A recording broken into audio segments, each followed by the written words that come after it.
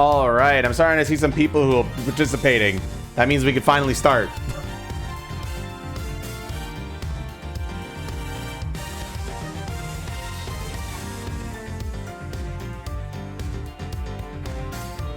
Let's start, motherfuckers. Sup, Tail Nerd? I am Tail Nerd, aren't I? My brother is getting a haircut and he's going to be bringing back food. So, that's awesome. That's awesome. I love food. I love eating things. Oh, it's so good. Any other fucking food eaters in chat? Anyone? How is everybody today? Yo, food is so good. So true.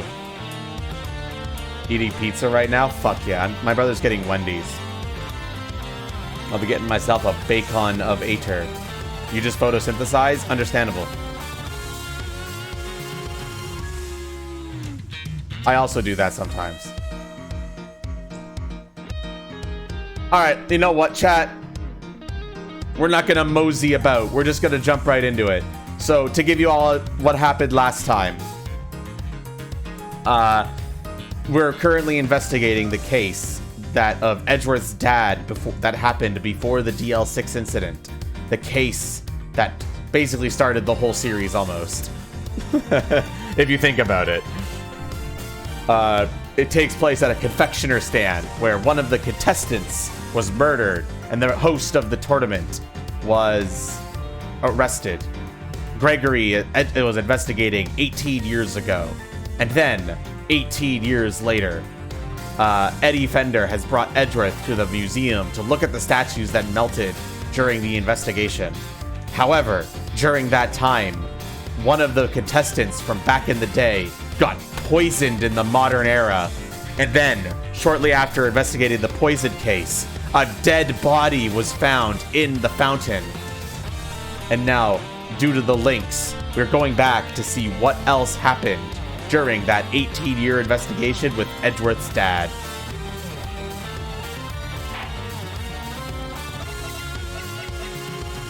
So, let's get into it, shall we?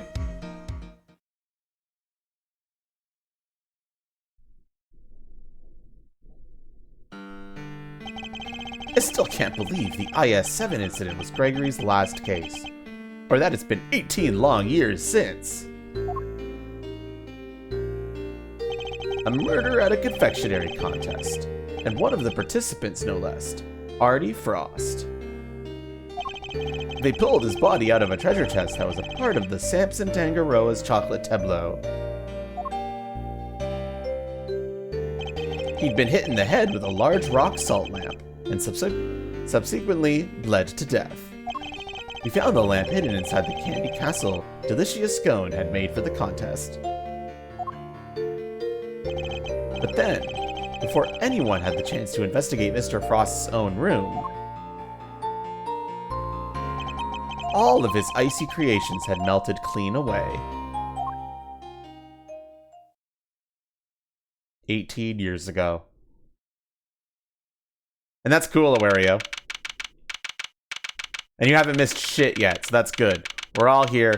The main players are here. It is time for Attorney Ace. All of Mr. Frost's work destroyed. Mr. Von Karma wasn't very happy. He told us to get out, and in no uncertain terms. So what do we do now, Mr. E? I can't believe he just up and kicked us out. Von Karma's a total jerk. Now, Eddie. It was always the job of the police and the prosecutor's office to investigate the scene. Yeah, but he didn't have to talk to us like that. Who cares if we're cops or attorneys? We should all be working together to find the truth. You can't assume that everyone's aims are the same as your own. You may wish to expose the truth, but others might prefer to accept things at face value. Which way of thinking is right will depend on the person. But what if somebody innocent ends up behind bars because no one managed to uncover the truth? It can happen. We're all human, police and prosecutors included, which is why defense attorneys exist. Our job is to help people in just such situations, to be friends to the friendless. Friends to the friendless. Now, we may not be able to investigate the Winter Wing as hoped, but that doesn't mean we give up. You're right, Mr. E. I'm sorry. I should have thought more before I opened my big mouth. You're young, Eddie. You'll learn soon enough. I will. I promise. Mr. Edgeworth, Mr. Fender, you look like you could use a little pick-me-up. I'm afraid this is all I have, but please, by all means. Whoa, you're the best, Miss Bound. Chocolates.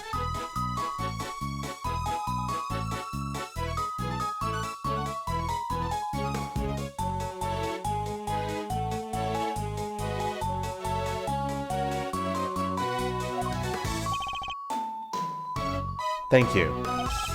A little sugar boost might actually help, although these are a little too sweet for my liking. Hi, Doling. Thank you for your lurk. And a little uniquely shaped. I'm sorry if they're not to your taste. No way, they're great. They're so sweet. You're very kind.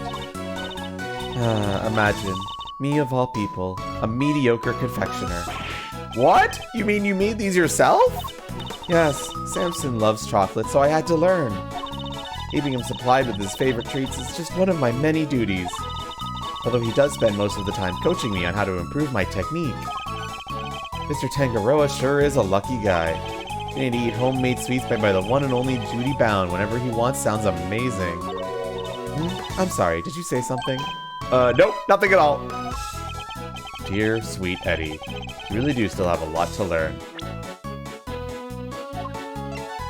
Who was the one sussing out these chocolates in the last couple of cases? Whenever Eddie brought them out. Does it all make sense now? Seems you're quite committed to the work you do for Mr. Tangaroa, Miss Bound. Of course. What right would I have to say here otherwise? What do you mean by that?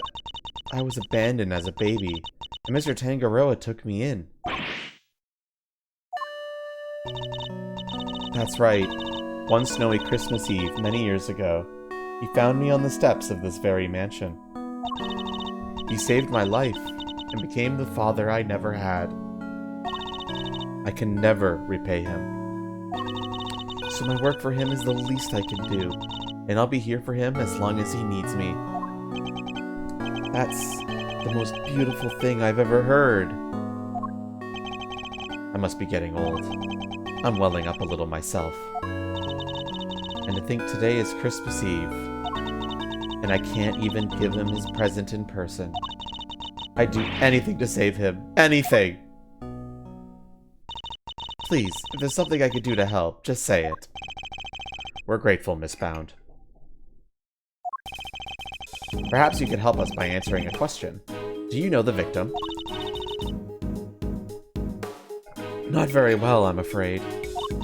Oh, but if you wanted to see some of his work, I have a picture of the sculptures he made for the final.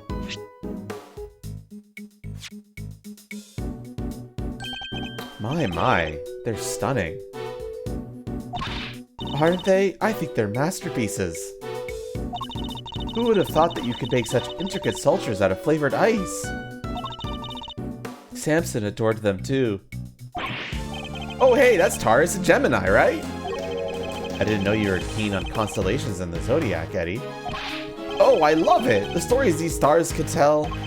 Take Gemini, for example. See the lyre? That's what the harp is called. And the arrow and the... Hold up, the lyre doesn't have any strings. Huh.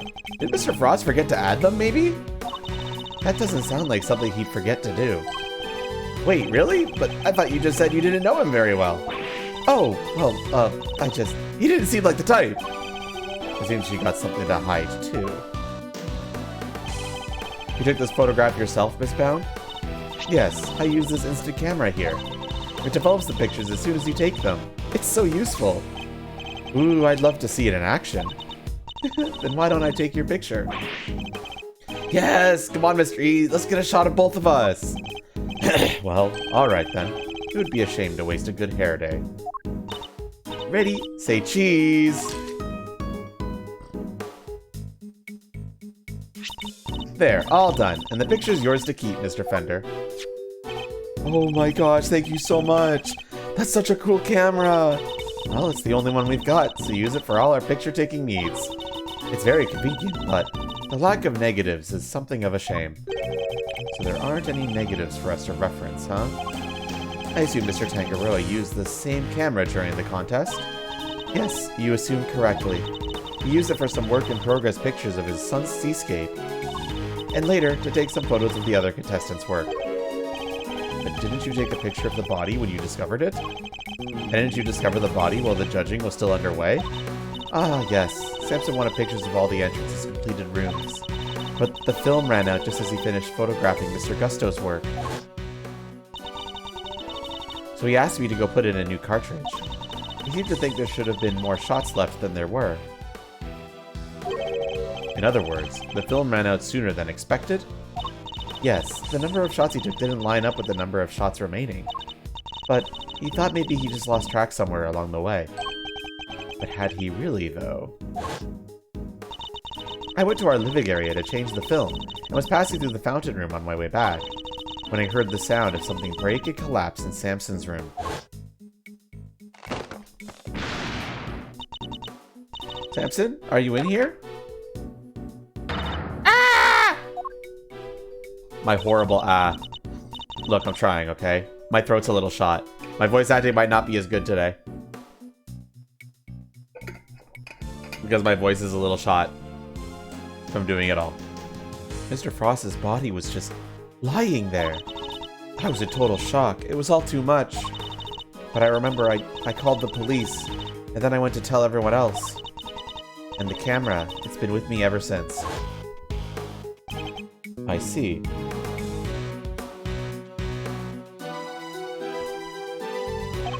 I'll be grateful if you could lend us the camera in this picture, Miss Bound. Of course, here you go. Thank you.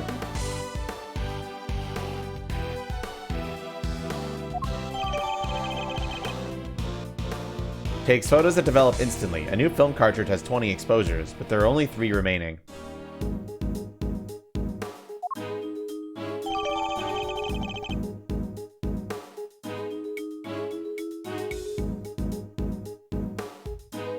A photo of Frost's sculpture is taken by Judy Bound. Alright, let's get that picture of it into the evidence for you guys. Detective Bad, Mr. Scone, are they done investigating?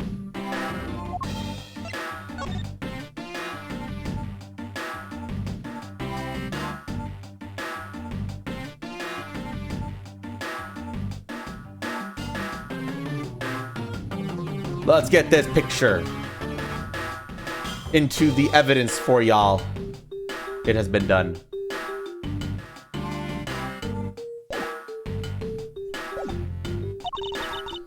They're done with me, that's for certain. The big meanie told me to clear off.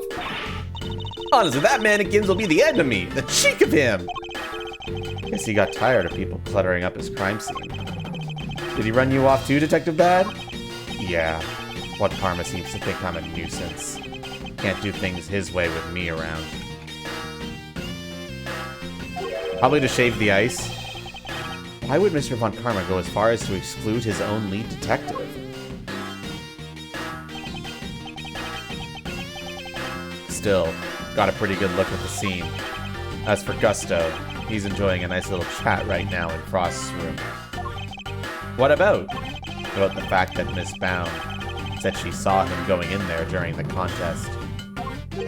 Mr. Gusto went into Mr. Frost's room?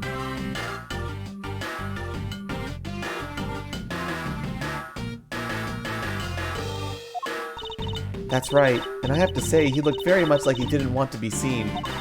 I don't know what he could have been up to.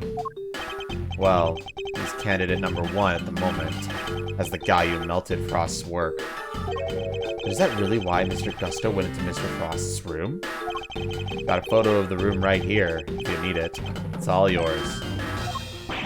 Wait, what? Why would you just give it to us? Do I gotta spell it out for you, kid? I'm offering to help you guys. I want the truth about this case to come out.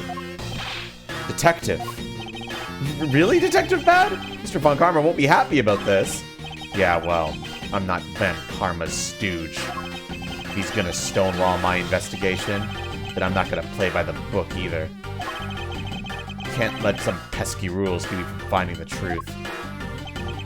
Now can I, Mr. Edgeworth? Indeed. Thank you, Detective Bad. You wanna try something? What do you wanna try, Bakiri? Don't cut me. Well, I haven't the foggiest what you're all going on about, but here's the new friends, eh? It's definitely nice to have the good detective on our side, that's for sure. Alright, let's take a look at that photograph. Here.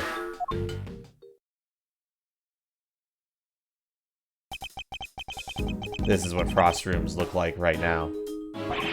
Yikes! There's nothing left of his flavored ice sculptures but puddles! The floor appears to be completely covered in a pale blue liquid. I should compare this with the photo I just borrowed from Miss Bound. I assume that the unplugged power cord has something to do with all of this. Yeah, once that was out of the socket, the display case has lost power, and up the temperature went. It looks like they were all connected to the same power strip. Do you have any idea when it was unplugged? Nope. Still working on that. Those sculptures were beautiful. What a waste. You can say that again. I should have taken a few more bites out of them while I had the chance. So they tasted good? Did they ever? I've never tried ices so scrumptious in all my life. Really? Man, I wish I could have had a bite. Well, scrumptious except for the salty bit, of course. That was unbearable. The salty bit? It's in the other photo you've got there. This bit, the harpy thing. Gemini's lyre. Wait, that's why it had no strings? Because you ate them? I didn't eat that much, you cheeky little devil. I told you, it was all horrible and salty. Interesting. Mrs. Scone's statement. Frost's sculptures were scrumptious, except for the lyre, which was salty.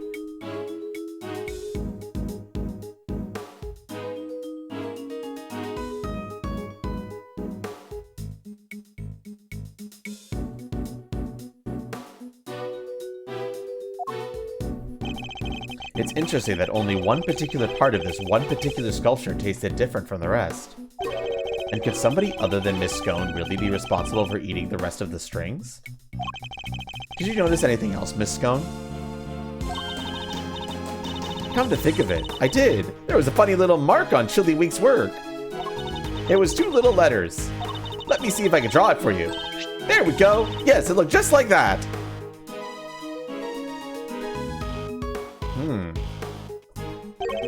It's almost like a signature or something. Wait! I just knew Mr. Frost wouldn't have made that harp without strings. He's not the type to skip an important detail like that. I hope you don't mind me asking, Miss Bound. But are you certain you didn't know Mr. Frost particularly well? What? No, I barely knew him, I swear. Is that so? He certainly seemed to have some strong opinions about his attitude towards his work.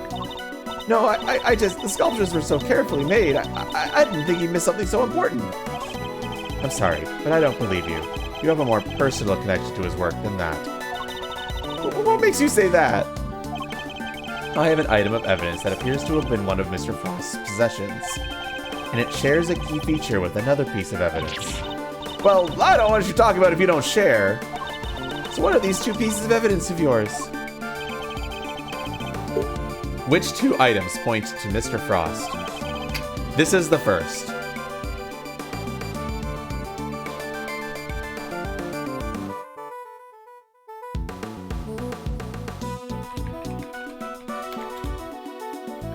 Chat, this is your first thinking moment for the stream.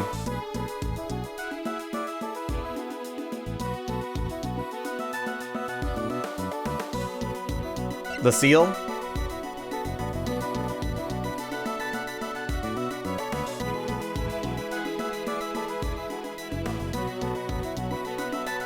He literally just woke up, give you a moment. Don't give a shit, Zoldo.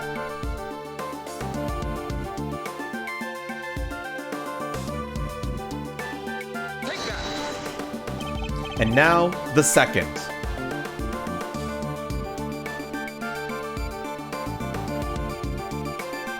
What's the second, chat? This one might be tricky. I'm not going to show it yet because I did examine it at some point in yesterday's stream. Were you paying attention?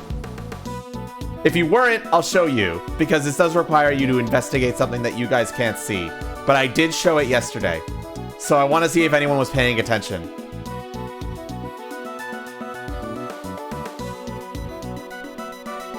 And then I will show it once you guys don't, if you guys don't remember. Because you won't be able to solve this just from looking at the evidence list. You had to have been paying attention to something that I investigated yesterday. But of course,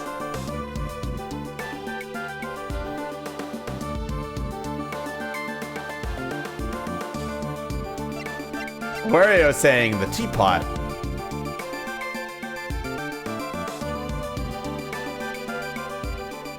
Actually, no way, you could have put.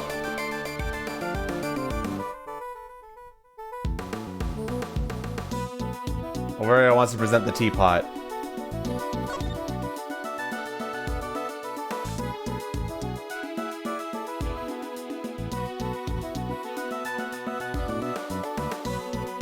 Yep, it seems like people were paying attention to yesterday. I did examine this yesterday.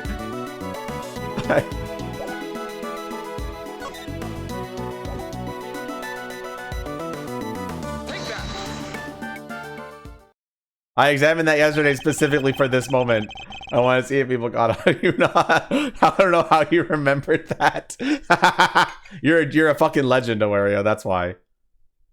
Mrs. Scone found 2 letters carved into Mr. Frost's ice sculptures.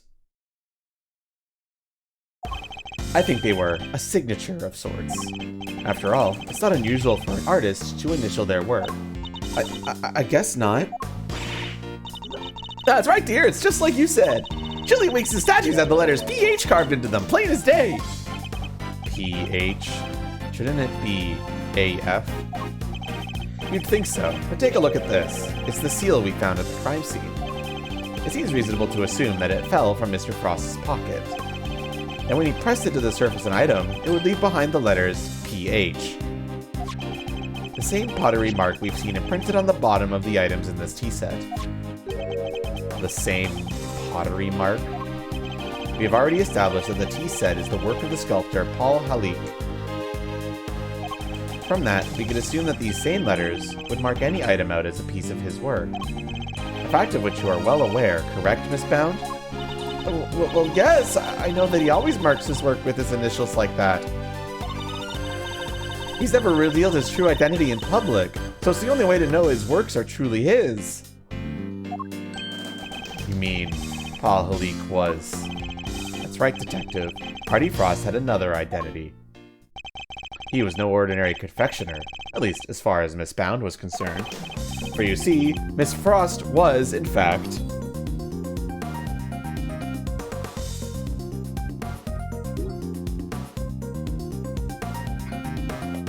Alright, chat, were you paying attention to just now?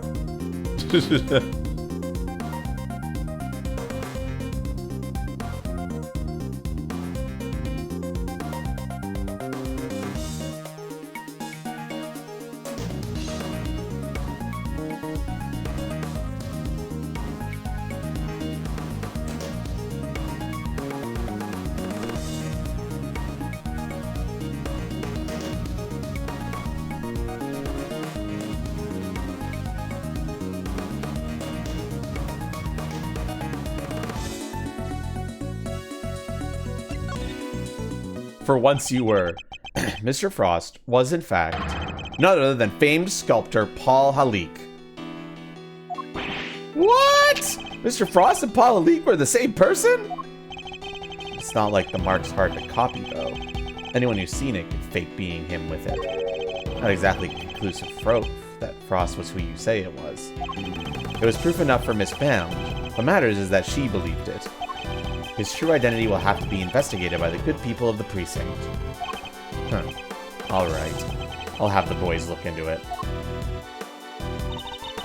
I should have known I couldn't hide it from you, Mr. Edgeworth. So you admit it.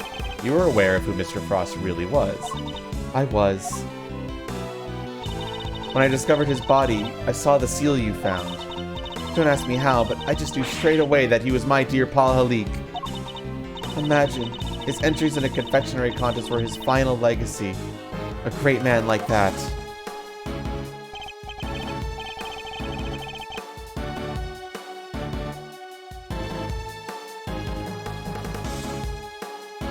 And to be honest, did you enter Mr. Frost's room at any point? What? Why are you asking me that?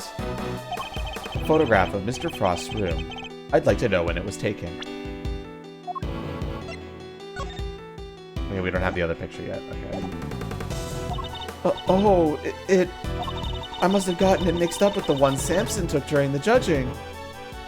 Objection! I'm afraid I find that rather hard to believe. You said yourself that the camera ran out of film during the judging, and that you've had charge of the camera since before Mr. Tangaroa had the chance to visit Mr. Frost's room. That's how you were able to take that picture when you discovered Mr. Frost's body. I suppose so. This suggests that you took only 2 pictures with the new film. One of Mr. Frost's body, and one of his room. But I have a piece of evidence that says otherwise. You do? Which piece of evidence contradicts the assumption that Miss Bound only took 2 pictures?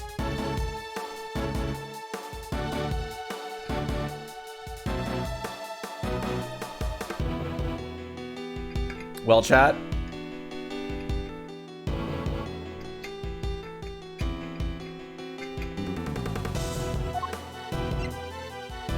This is what your imagination wants to present. Just to confirm your imagination, you've never played this game before, right?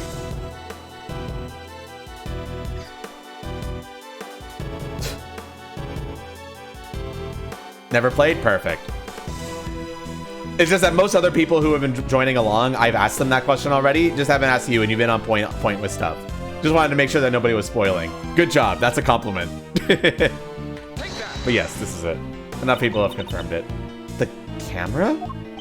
You gave the picture of the body to the police, and the picture of Mr. Frost's room to me.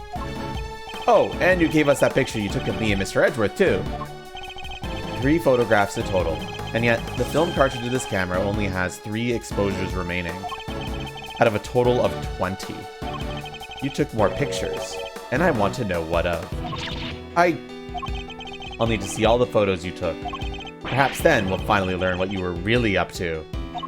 I'm so sorry. I confess, I've been lying to you. Huh. These are all shots of Frost's room. I'm so sorry. Looks like she took pictures of his work from every possible angle. And when they were taken, the ice still hadn't melted yet. Wait, don't tell me. It was you? It was. At least, I'm pretty sure it was. You are? Why? Well, you see, I'm a huge fan of Mr. Halik's work, as you know. I was petrified that they might be ruined, what with the investigation that was going on and everything. So I thought I should at least capture the sculptures on film for posterity. And how did that make them melt? I think perhaps I was so intent on getting the perfect photographs that I might have tripped over the power cord without noticing. By mistake? Are you sure? I didn't notice it at the time, but, well, how could I have been so careless as to cause the loss of his final masterpieces? That seems a little convenient to me. I'm not sure I believe it. But I'm not in a position to refute it, either. I'm so sorry. I didn't mean to cause any trouble. Please, don't worry about it. The important thing is that you told us the truth. What he said. No hard feelings, Miss Bound. Thank you. Mr. Edgeworth. Picture's yours. Hope it helps. Mr. Frost's room updated in the court record. Let's get the second picture added to your guys' evidence.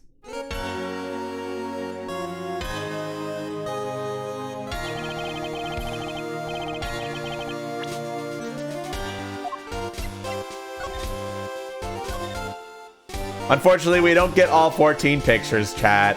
They wouldn't do that to you, okay?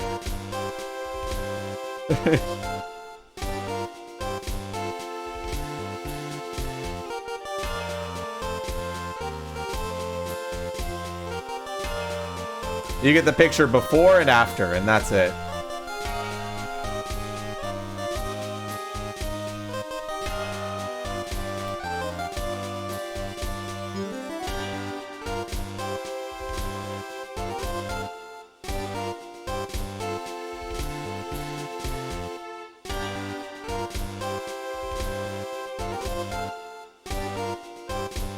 There we go. Evidence has been updated for y'all.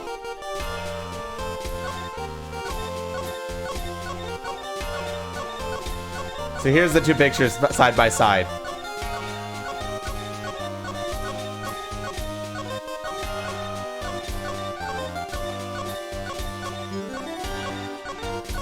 Okay. Are you infernal nuisances still here? You don't know when to give up. Linger for as long as you'd like. The answer is still the same. You are not part of this investigation.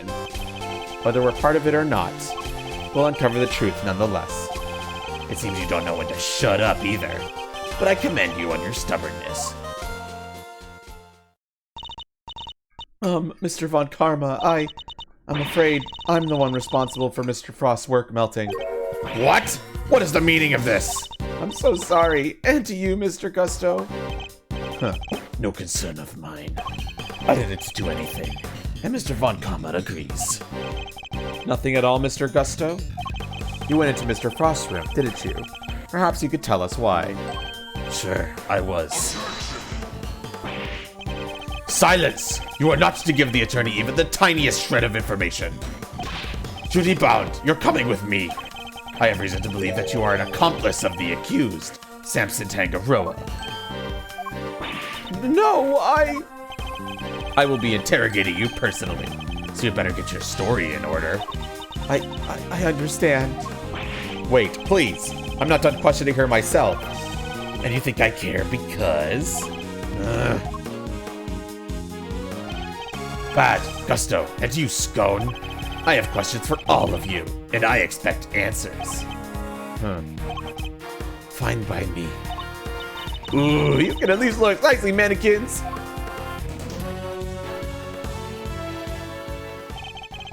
He took literally everyone with him. Indeed. Well, I suppose that means there's little point in us hanging around either. Perhaps it's time we get going anyway. It is rather late. I hope the snow has let up. You're right. Home time. Guess my stomach's in agreement, too. Alright, let's go grab a burger. Before my own stomach starts grumbling, too. Sounds good to me. Let's eat up and rest up. We need to be fighting fit for tomorrow. We will indeed. And our first port of call will be with Mr. Tangaroa. To be continued. Fender not full on paper. My mom, I need my brother to come home with Borger. He's getting a haircut and he's picking up Borgers. He'll be home and I'm gonna eat because I am so hungry, bro. Quality, length, or volume, they're all important. For me, my ideal tail is as long as you are tall, minimum. A thick base that takes up your entire rear and smoothly connects. And those are my two components that I really look for the most. Everything else is just extra things that can make it its uniqueness. But those are the two things that I really look for in a good tail.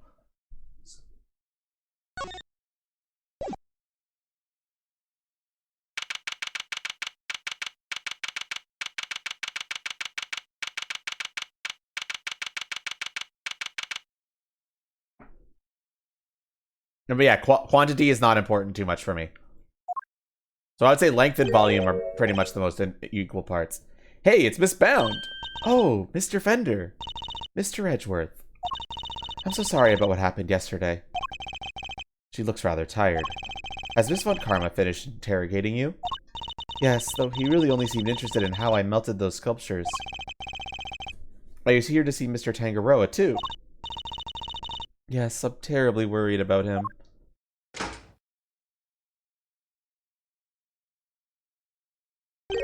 Detective Bad? What are you doing back there? Oh, it just happened to be here. I'll be heading back to the scene soon. Not sure how anyone just happens to be at a detention center, but okay. Good morning. The fuck happened to my man?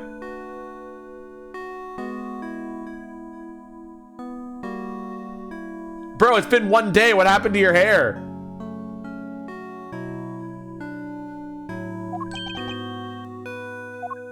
But Mr. Tangaroa, what happened to you? Oh, no, Samson, what did they do to you? They didn't seem to want to let me sleep. I had no idea interrogations could be so involved. Sorry if I seem distracted. I think I'm a little tired. They're not letting you sleep?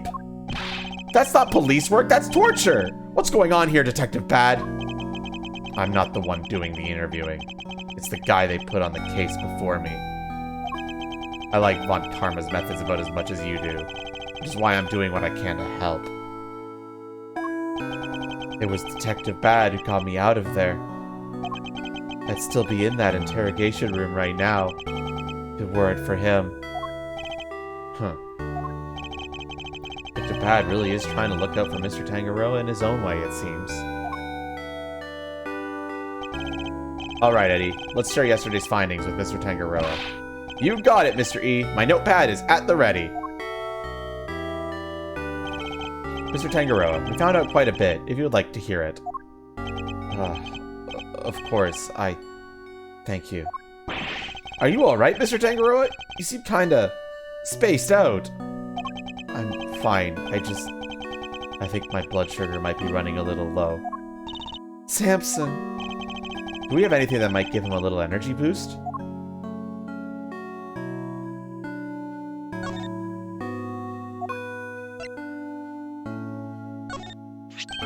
Huh? Is that chocolate? For me? Oh, these are the chocolates I wish I could just give them to you, Mr. Tangaroa. But the rules here don't exactly allow me to do so. Oh, that's a shame, but rules are rules, I suppose. There must be some way we can hand them to him. I hope Detective Bad is nothing the meaningful looks. I hope Detective Bad is noting the meaningful looks in his direction. Let me take a look at them. If they seem legit, I might consider passing them on to the suspect. Thank you, Detective Bad. My hero! I'm touched. Thank you, Detective. Yeah, whatever. Just sit tight.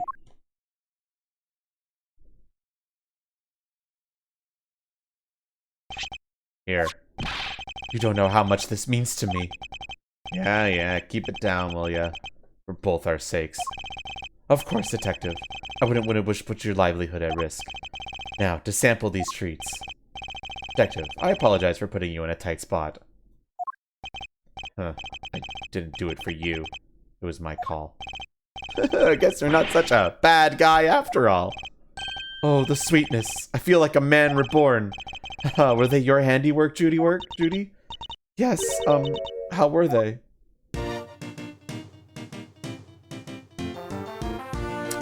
Feel the melt. Soft and smooth. Chocolate that'll comfort and soothe. Ear to ear. Head to toe. Smile and savor the taste as it flows. My guy runs on sugar. Well, he is in a confectionery, man. Yep. Delicious. They're not exactly beautiful, but they're sweet and oh so flavorful. Thank you, Judy. I'm so glad you like them. And I'm glad you're back to your old self. My apologies, friends. The food they serve here is just so flavorless.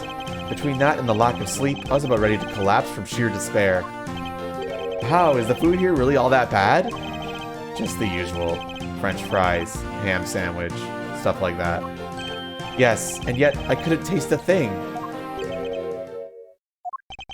Anyway, I'm heading back to the scene.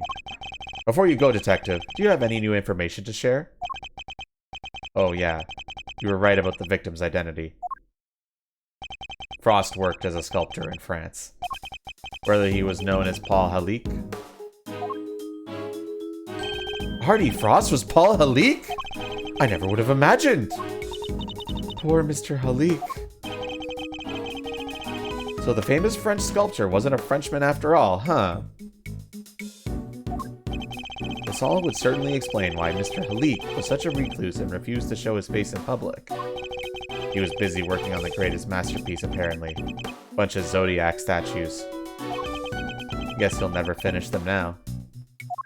Yeah, he does that. He's been doing that a lot, your imagination. He never finished his greatest masterpiece? Nah. Seems he was making statues for each season. But he never got around to the winter constellations. The winter constellations? You mean Taurus and Gemini? So the two he made out of ice would have completed the set. Yeah, now they're nothing but puddles. What a bummer. I'm so sorry. Oh no, Miss Bound, I wasn't blaming you. One last thing. Seems he had himself a bit of a spending habit when it came to his work. Every statue cost him millions to make. Which means he was always strapped for cash. We're checking to see if there's any chance someone called in a debt. I guess not even famous artists are safe from money problems. Do you have any idea why he entered the confectionery contest? None. Guy didn't even tell his family. I see. Alright, I really gotta get going. I'll go fetch another guard. But I can't be hanging around here any longer. Understood, Detective. We'll see you again shortly.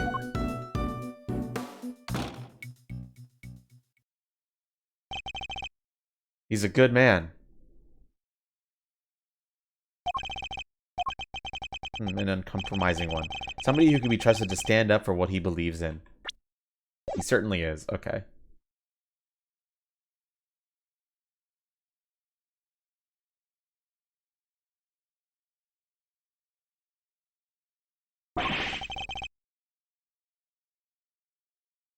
And to scare the pants off anyone he knew meets.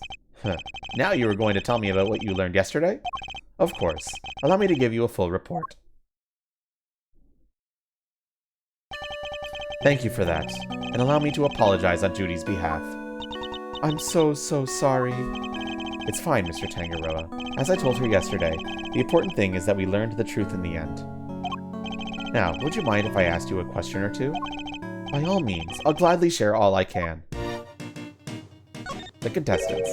What can you tell me about the contestants who took part in the final round of the contest? Let's see. There was Mr. Scone. I loved her design concept. Unfortunately, her entry was in violation of the rules, and so I had to disqualify her. Mr. Gusto's creations were a perfect balance of flavor and design, at least up through to the semi-final. But, disappointingly, his entry for the final was subpar on both counts. That's interesting. And there was actually something a little unusual about his entry for the semi-final as well. Which was, it tasted identical to Mr. Frost's. They may have looked different, but I could have sworn I was eating the same thing. Huh? What exactly did his work look like? Oh, there should be a photograph back in my mansion. I'll show it to you later, Mr. Edgeworth. Much appreciated, Miss Bound. But Mr. Frost's entry for the finals, that was truly sublime. So you were able to finish judging it? Even though his body had been discovered in the meantime? Yes, I wasn't aware of what happened until after I'd completed my assessment. Mr. Frost wasn't in his room when I visited, so I took the liberty of sampling a bit. Part of the liar, I believe. It never tasted anything like it. It was like a dream. I was so moved that I burst into song. I'm sorry, but are you saying that the liar tasted good? I'd like to hear more about that, if you don't mind. You're quite sure it was the liar you tasted when you sampled Mr. Frost's work? I'm certain of it. It was part of the Gemini sculpture, which was the only sculpture in that display case. Mr. Tangaroa, would you mind taking a look at this photograph for me? So the part you tried was the liar, the one shown here without any strings? Oh, there were strings originally. That was the part I ate. So the strings were missing because Mr. Tangaroa ate them all, and he enjoyed them. Mrs. Scone told us she ate part of the lyre as well, but she said it was far too salty for her to finish. Then it's true. The truth is, I've suspected for a while that there might be something wrong with my sense of taste. Something wrong? How so exactly? There's a taste disorder characterized by an inability to detect salty flavors. And I suspect I've been suffering from it. I eat so many sweet foods on a daily basis that it took a while for me to even notice. But there's no denying it now. That would explain why the food here seems so bland to him. What? But your taste buds are your livelihood! Even if there was some long-term treatment option, I highly doubt a total cure for your condition exists. Nevertheless, you should put in a request to the police for a proper evaluation. Oh, that won't be necessary. I have a recipe for a cure back at my mansion. You do? I do. You can take a look at it for yourself, if you'd like. Samson, you can't show that recipe to just about anybody! Judy, Mr. Edgeworth is hardly just anybody. He's my attorney and I have no secrets for him. Yes, you're right, of course. If that's what you wish. What on earth is the secret recipe for a miracle cure they've been hiding?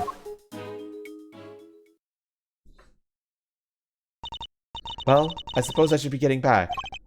Alright, we'll be right behind you. Judy. Yes, Samson?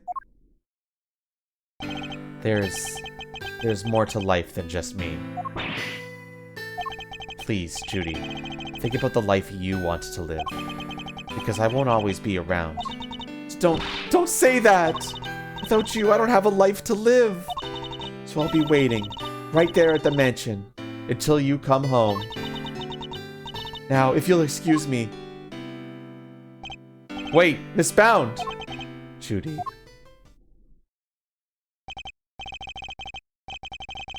Whoa, she seemed really upset. I thought I saw tears in her eyes. Why'd you even say all that to her? Because I worry about her. She can't keep putting my needs ahead of her own. Judy is 16 here? Yes. She is 16 right now. What do you mean? The Halik collection, the candy making. It's all because she thinks these things will make me happy. She never thinks about what she wants, what she likes. I just want her to be her own person and to choose her own destiny. The last thing I want is for her to miss out on all that life has to offer because of me. I guess that makes sense. Nah, we learned recently that he's more of a father figure to her. He really does see her as his own child. What parent wouldn't want their child to walk their own path? And what parent wouldn't do everything they could to protect them? I know exactly how he feels in this moment. I think I've asked of you everything I can for now, Mr. Tangaroa. We should be getting back to the scene of the crime. Oh, you're leaving? I see. I suppose I'll be going back to the interrogation room for another session. Ah, yes, we'll have to do something about that. You'll speak to the police for me? That too, but I'll be putting something else in place as well. An ace up our sleeve for when the time comes. I look forward to learning more. I'm counting on you, Mr. Edgeworth. We'll be back to brief you, Mr. Tangaroa, every day. And Judy, too. Thank you, Eddie. I'll look forward to it. Mr. Tangaroa, your interrogator will do everything in his power to extract a confession from you. I hate to see an innocent man suffer like this. But please, you have to do everything you can to hold out. If you can't, Mr. Von Karma will use that confession against you for as long as this case lasts. And it will make that much harder for me to save you. I understand, and I'll try. I won't give up until you're out of there, Mr. Tangaroa. You have my word on that.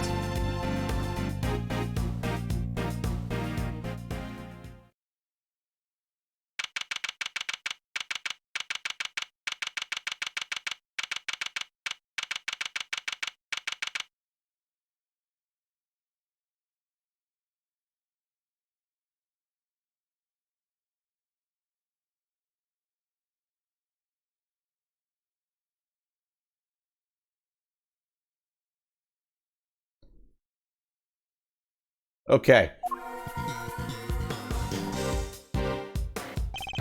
Detective Bad, thank you again for what you did earlier. Yeah, thanks a ton! Huh. What are you talking about? Huh. Haha, there's no need to be shy about it. Never mind that now. I'm guessing you two are back here, looking to investigate some more. We are indeed. We need something solid if we're going to save Mr. Tangaroa. Well, I hate to break it to you, but apart from this room, the whole place is on lockdown. What? But they need to see those other rooms! This is Mr. Von Karma's doing, I presume. Who else? Haven't seen an autopsy report yet either. The guy's probably got a hand in that too. I don't expect to speak with anybody, except us cops and Miss Bound. Everybody else is gone, and I doubt Von Karma will be handling out phone numbers. Is this all just a game to him? Why does he have to go so far? So what's your plan of action, detective? Same as before. Do what I can to help you uncover the truth, like I promised. You have my gratitude. Just you wait, Mr. Von Karma. We're gonna beat you and your bag of dirty tricks. Detective, may we conduct a brief investigation of the area? Sure. But like I said, everywhere else is off bounds. Probably won't be seeing those rooms again. That's fine. Well, to be fair, unfortunately, due to the fact that we know the future, we already know he loses. But we'll see what happens, won't we?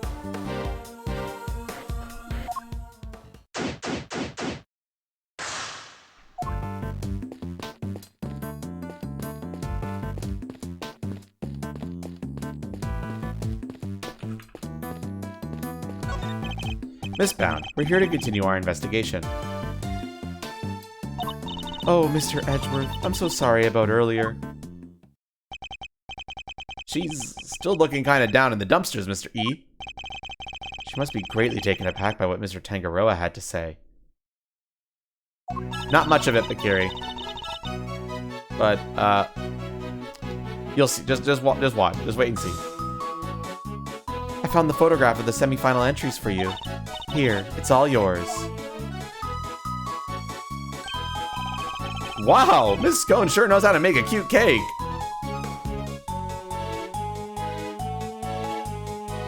So these were the before the finals. This is what we saw. Yes, Samson loved her design for that one. And he loved the design and the flavors of Mr. Gusto and Mr. Frost entries too. Only problem was, as Samson mentioned earlier, they tasted exactly the same. However, their respective entries for the final tasted nothing alike, it seems. Was there anything else of note that changed between the semi-final and the final? Nothing major, but I guess there was one thing. Mr. Gusto's son was always here with him throughout the contest, but he was nowhere to be seen during the final. Why would his son come and hang out at a contest venue of all places? You sure you're happy for us to keep hold of this? Of course. I hope it helps with your investigation.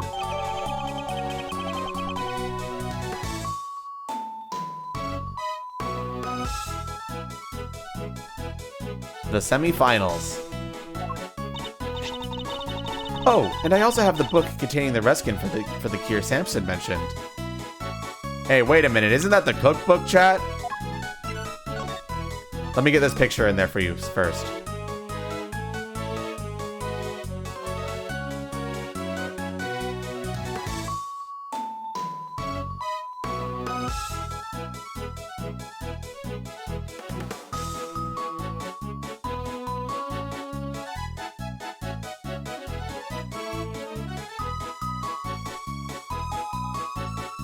Okay, the pictures are in there for you.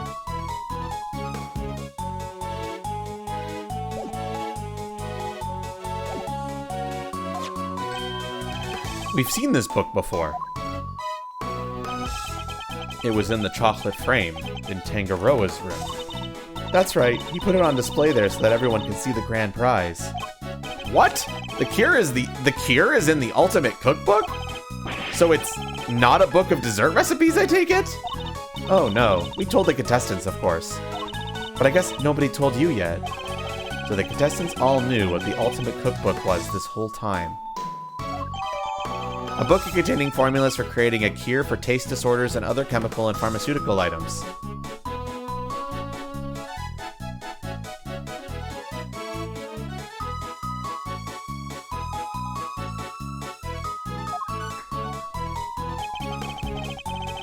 I'd like to hear more about the cookbook, if you don't mind, Miss Bound. So if I understand correctly, the Ultimate Cookbook is actually a collection of recipes for different medicines? Exactly, or rather, totally new medications that haven't made it to the market yet, to be precise.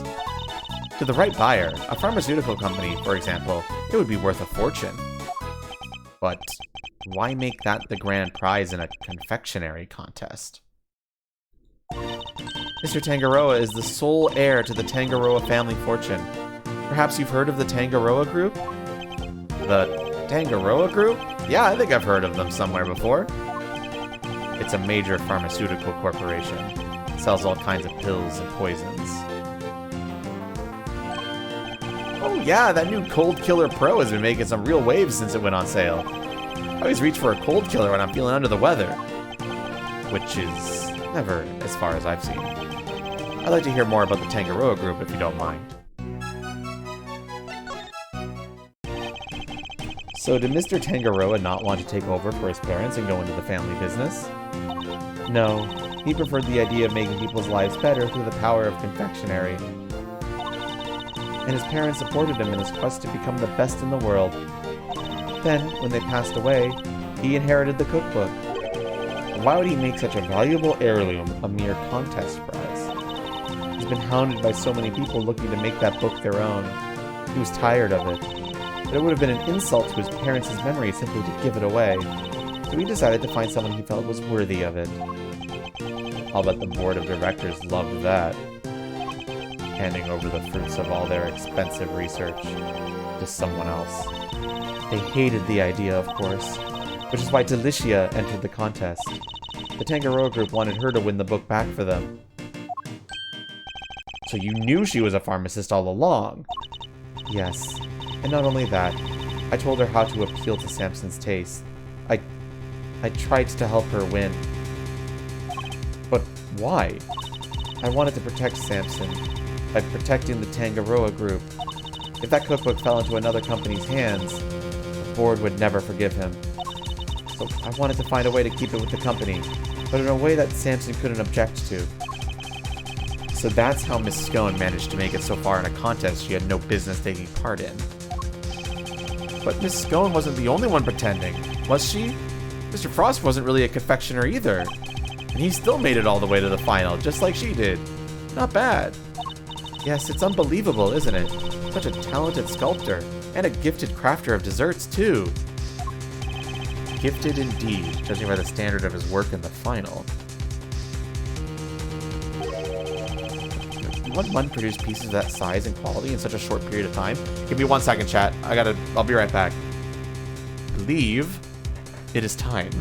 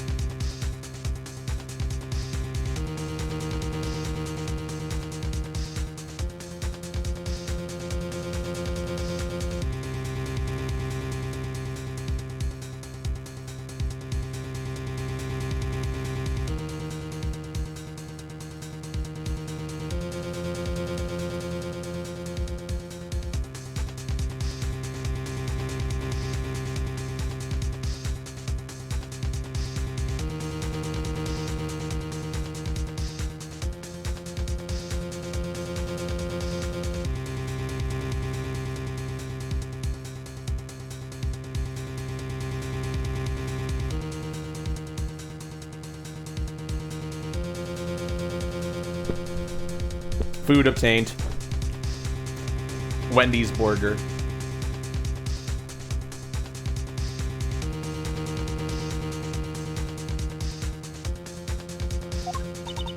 I'm not sure I have much more to tell you.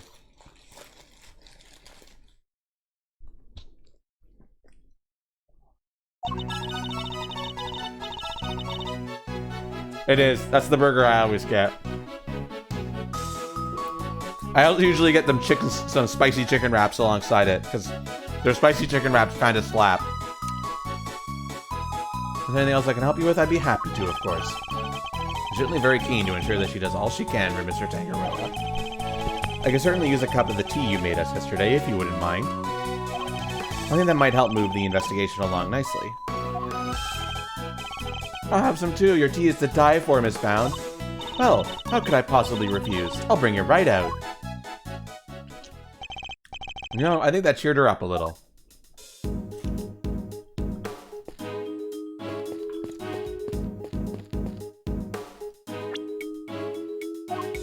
I added both of these to the evidence, right? Yeah, I did. Excellent.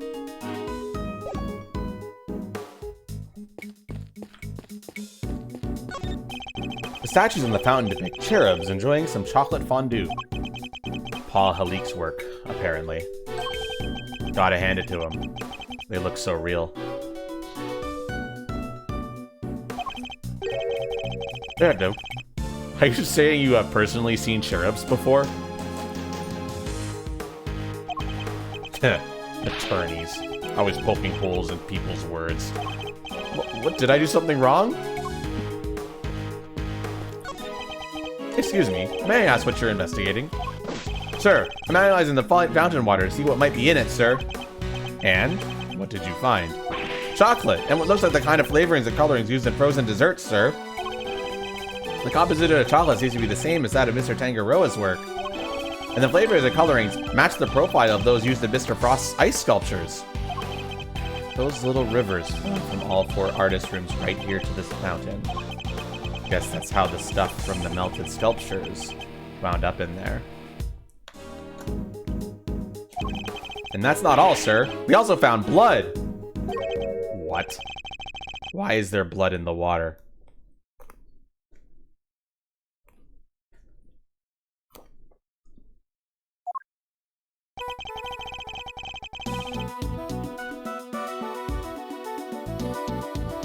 Think back to our investigation of the murder scene, detective.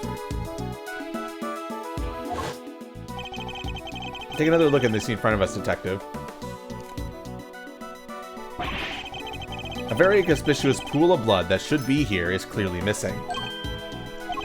You're right. Don't remember anybody mentioning they removed the blood along with the body. The victim's blood was mysteriously absent, as was the part of the chocolate chest it had pooled on. I believe that the blood probably belongs to...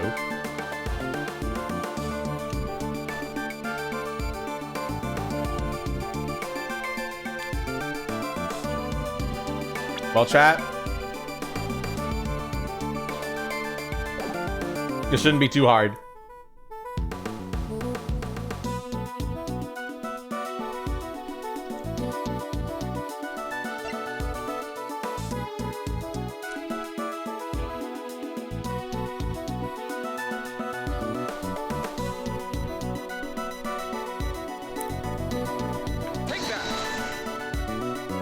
Huh. The victim, huh? I'll have the guy compare it with the blood on the murder weapon.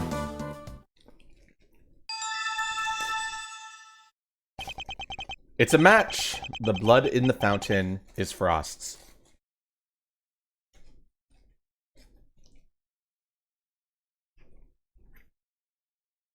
But why would someone want to send the victim's blood downstream and into the fountain like this?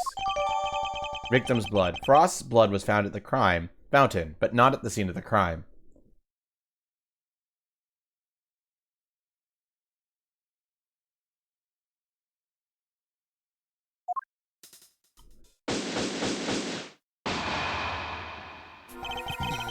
We've learned a little more about the contest participants, but there's still one question involving Mr. Gusto for which we never got an answer.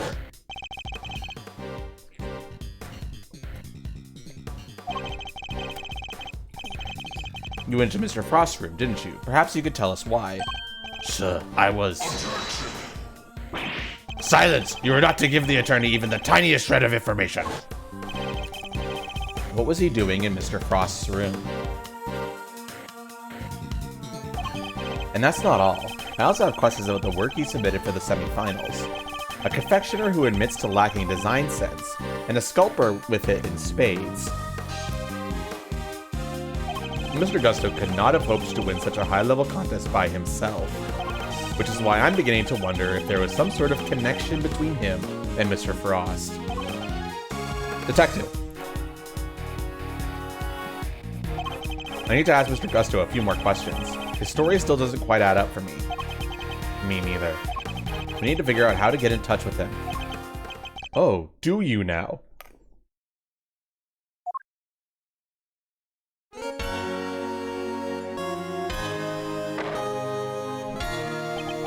Good luck with that, because I have no intention of allowing it. Mr. Von Karma. I am already in the midst of my own investigation into Gusto, so there is no need for the likes of you to pester him with the same questions again. I will, however, be happy to answer any questions you might have. He seems dead set on preventing me from talking to Mr. Gusto, which in case, fine, then allow me to take you up on your offer. Very well. What is it? I'd like you to tell me about the connection between Mr. Gusto and Mr. Frost.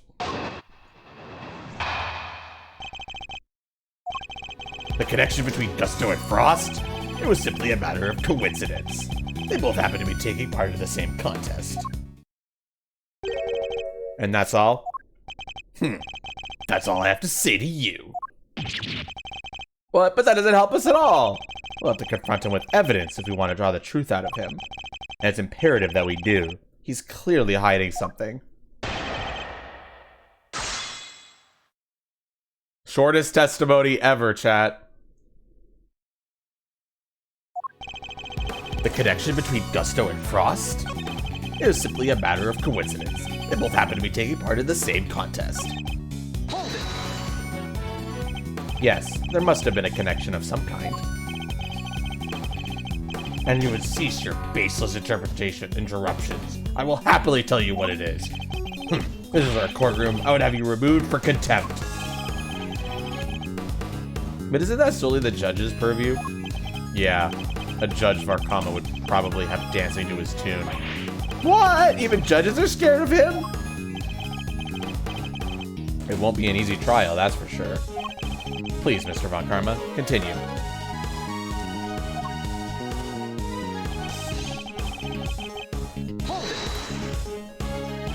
Granted, it may have simply been a coincidence that they both entered the same competition, but that doesn't rule out a connection of some other kind between the two of them. I do hate to repeat myself, but if you do not have any pertinent evidence, then kindly keep your mouth shut. Guess I'll just do as he says for now. At least until I find the evidence that proves Mr. Gusto and Mr. Frost's connection. Still, the look in your eyes speaks volumes. Well, don't go on. What are you trying to say? Your mind with you, should I keep my mouth shut up or not? Mr. Von Karma is keen on keeping us away from the truth. And the truth must be inconvenient to him somehow, right? Mr. Gusto and Mr. Frost had something in common. I just need to present the thing that they shared to Mr. Von Karma.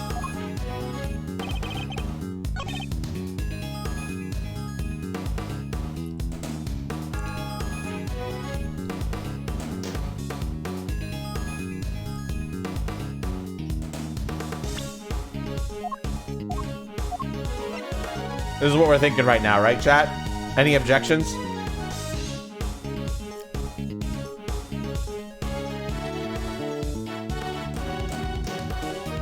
I've only seen a Wario in your imagination confirming this right now. One more confirmation to do it, and I'll do it.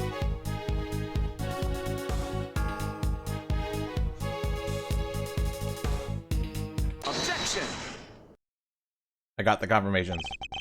I wonder if you could look at the two confections in the foreground for me, Mr. Von Karma. They were made for the contest semifinals. Both of them are quite exquisitely crafted, wouldn't you agree? Get to the point. As the nameplate suggests, these are Mr. Gutso's and Mr. Frost's entries. Mr. Gutso told us the confectionery design was far from his strong suit. And yet, his work in the picture is just as good as Mr. Frost's. Exactly as good, in fact. We heard from another witness that the Jertu entries also tasted exactly the same. Objection. What are you suggesting? I am suggesting that they were helping one another out. Let's take a closer look, shall we? Well, at first glance, the two maybe appear to be significantly different. It soon becomes apparent that there are significant similarities in how they were put together.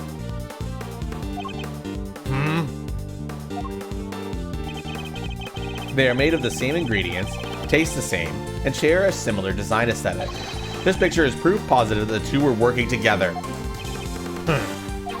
If you figured that much out, I suppose there's little point in denying it. Von Karma knew along all the way that they were cooperating. But I'll warn you, none of what you're about to hear will be to your advantage. Gusto's and Frost's real connection. Let me confirm what you seem so desperate to prove. Gusto and Frost were indeed working together. Gusto spelled out the details of his relationship to Frost during his questioning last night. It seems they were helping one another right up until the day before the final.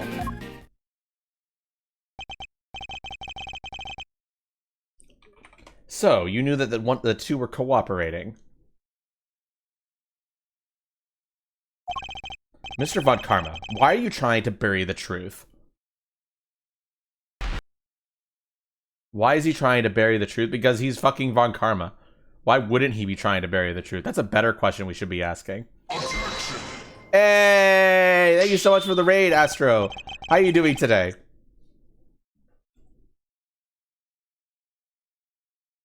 It's Von Karma, yeah. Enough with the petty slander. I merely wanted to avoid you poking your nose around before I could prove proper context in court. It simply slipped my mind to explain that to you. Hell yeah. I'm having chat play. Hey, thank you so much for the follow. I appreciate it. Yeah, I'm having chat play because I played this game already, so chat is figuring out. That said, if you know the answers, don't spoil it to the people who are in chat. So let's keep it blind for those people.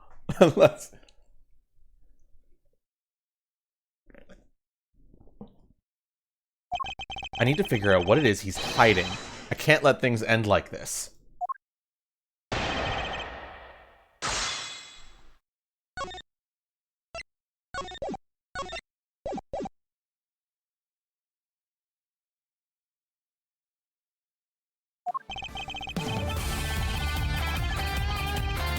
Let me confirm what you seem so desperate to prove. Gusto and Frost were indeed working together. Let's press everything first, and then you guys can think about it.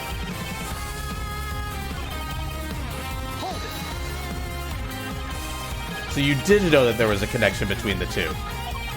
What were you trying to hide it? I don't just hand out information like candy. And certainly not to the defense. Not like that lollipop nursing fool of a detective over there. You do things your way, and I'll do them mine. And you wonder why I refuse to share information with a traitor like you? Last night, after Miss Frost's work melted, correct? Yes, I interviewed Gutso personally. Yeesh, a one-on-one with Mr. Von Karma. That must have been terrifying. I imagine Mr. Gusto probably mediated his way through the difficult parts. He most certainly did not, every time he closed his eyes. I brought him back with an alarming snap. No one dares to plead the fifth with me. Did that even work on him? And that is how I was able to perfectly learn every last detail of Gusto and Frost's relationship. It seems they were helping one another right up until the day before the final. But why were they cooperating? Gutso's sense of design is subpar, and Frost was an amateur confectioner at best.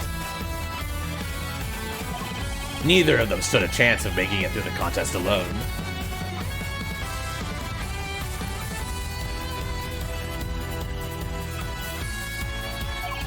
So what was their end game? Why cooperate only until the day before the finals? Gusto claims to have ended the scheme. Allegedly, he wanted to win the finals on his own merits. His one and only goal really was to be crowned the world's best confectioner. And his pride would not allow him to do so with the help of another. Cheaters can only ever win hollow victories, I guess.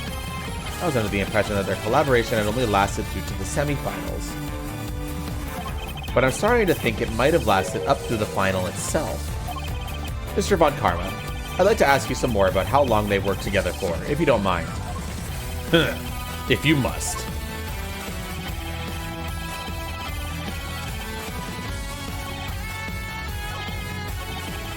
The two cooperated until the day before the final, then decided to compete on their own merits. Were they all cheating? It sounds like it, yeah.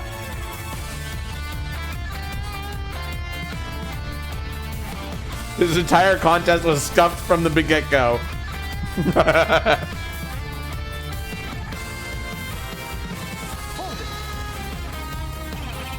Before you ask, I'm not objecting to your characterization of Mr. Gusto's design sense. Yeah, he admitted himself he isn't all that great. He made what he alleged to be a likeness of me. Huh. Just thinking of the abomination he came out with turns my stomach. Yeah, I kind of like the guy's work. An artistically rich amateur and an artistically impoverished professional. In a way, it was inevitable that they would wind up working together.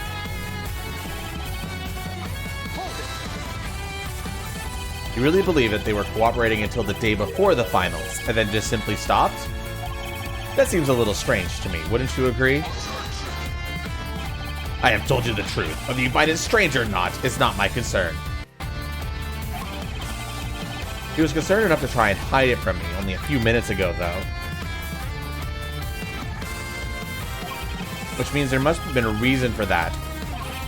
Based on Mr. Tangaroa's assessment, it sounded as Mr. Frost's entry for the final was the clear winner. But he must have still been working with Mr. Gusto, right? That's precisely what I was thinking. I must have some evidence that proves they were cooperating right up through the finals.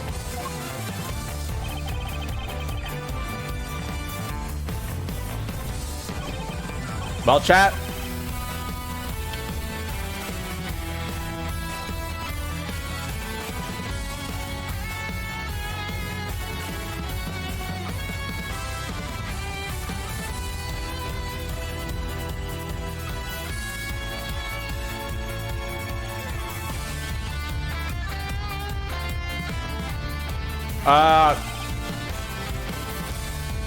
This is statement number 3. Your imagination. Care to explain your reasoning?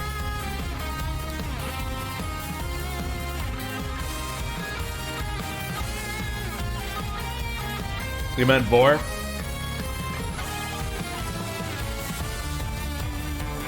The two cooperated until the day before the final, then decided to compete on their own merits.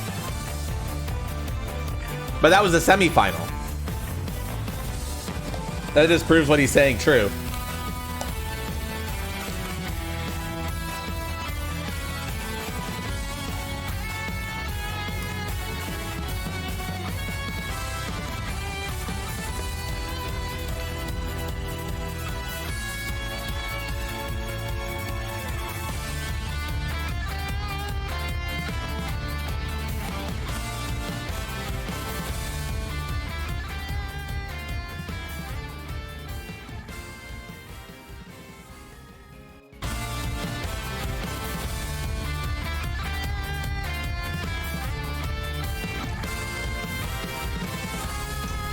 Don't overthink this one, chat.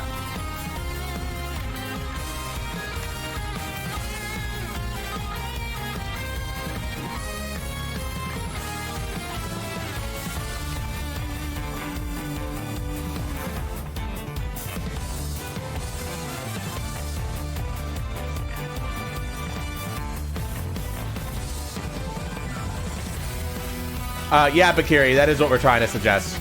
And it's made very clear by this. Because he must have still been working with Mr. Gusto, right? That's precisely what I was thinking. I must have some evidence that proves they were cooperating right up through the finals.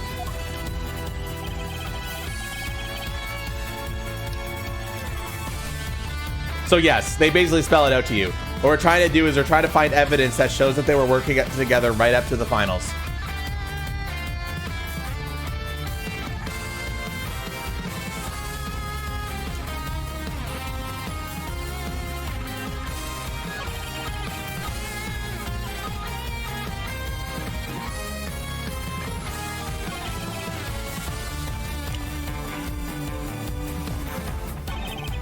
You're not sure what evidence shows that? There's one piece of evidence that does.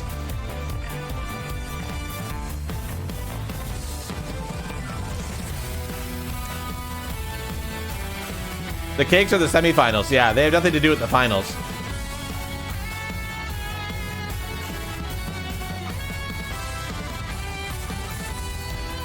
The finals are where this case is happening. The semifinals happened before this case. This is the best way to think about it.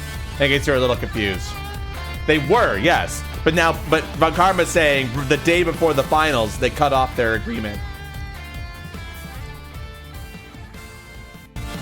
And we're trying to say, no, they didn't cut off their agreement, and this is why.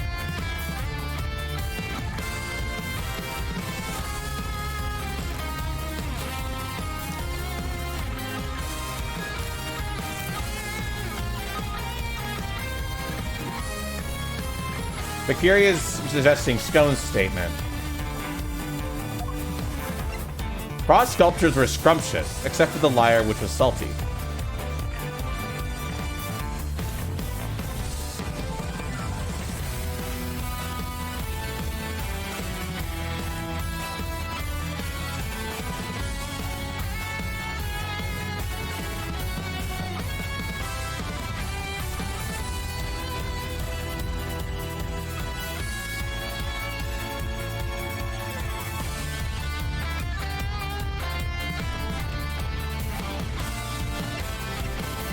We got a full health bar. We can just try stuff, chat. No matter just saying the cookbook now. Mizuan also mentions this scones though. Which statement is this? It's 4.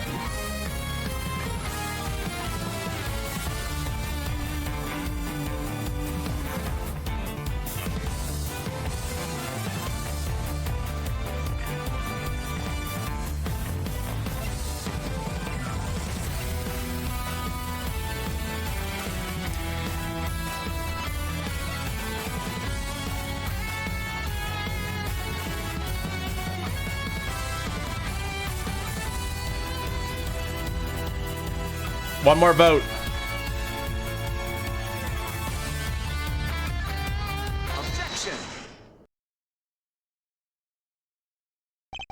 They weren't working together during the finals? I find that a little hard to believe. This is going on record as having described his Frost creations as scrumptious. And while he was certainly skilled, I doubt even he could have become a world-class confectioner overnight. I think it's far more likely to be that he and Mr. Gusto were still cooperating during the finals. How many times must I explain this to you? Assertions require proof, and one person's entirely subjective statement is no proof of anything. Besides, even amateurs could easily make delicious food. Perhaps Frost was simply lucky. My wife, for example, is an amateur whose cooking puts first-class chefs to shame. How is that not an entirely subjective statement? Yes, Bakiri. Even if the lyre tasted salty, he shouldn't have been able to make something that fucking good.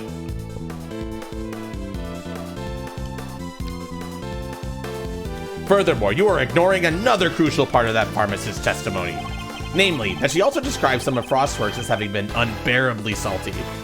In other words, your evidence actually shows that Frost failed to produce the perfect confectionery. Ugh. And then also, Mr. Von Karma brings that up as well. No more objections, I take it? There must be some way I could prove that Gusto and Frost were still collaborating. Mr. E? There's something that's been on my mind. Yes? What is it, Eddie? Mr. Frost's entry for the finals. Wouldn't it have taken a while to make? I would imagine so. Making flavored water, freezing it all, and then carving 2 whole sculptures? Could he really have done all that and helped Mr. Gusto with his work? If it was me, I'd have barely gotten as far as setting the flavored water up to freeze part. I just can't see how Mr. Frost could have pulled it off. Perhaps there's some lawyerly instinct in you after all, Eddie. Your pondering certainly points to another possibility. Eddie's right. Mr. Frost would have needed to freeze his own large blocks of flavored ice to create his art. And there wouldn't have been time to do that during the contest itself. So what Mr. Frost have done in order to finish his flavored ice entry within the time limit?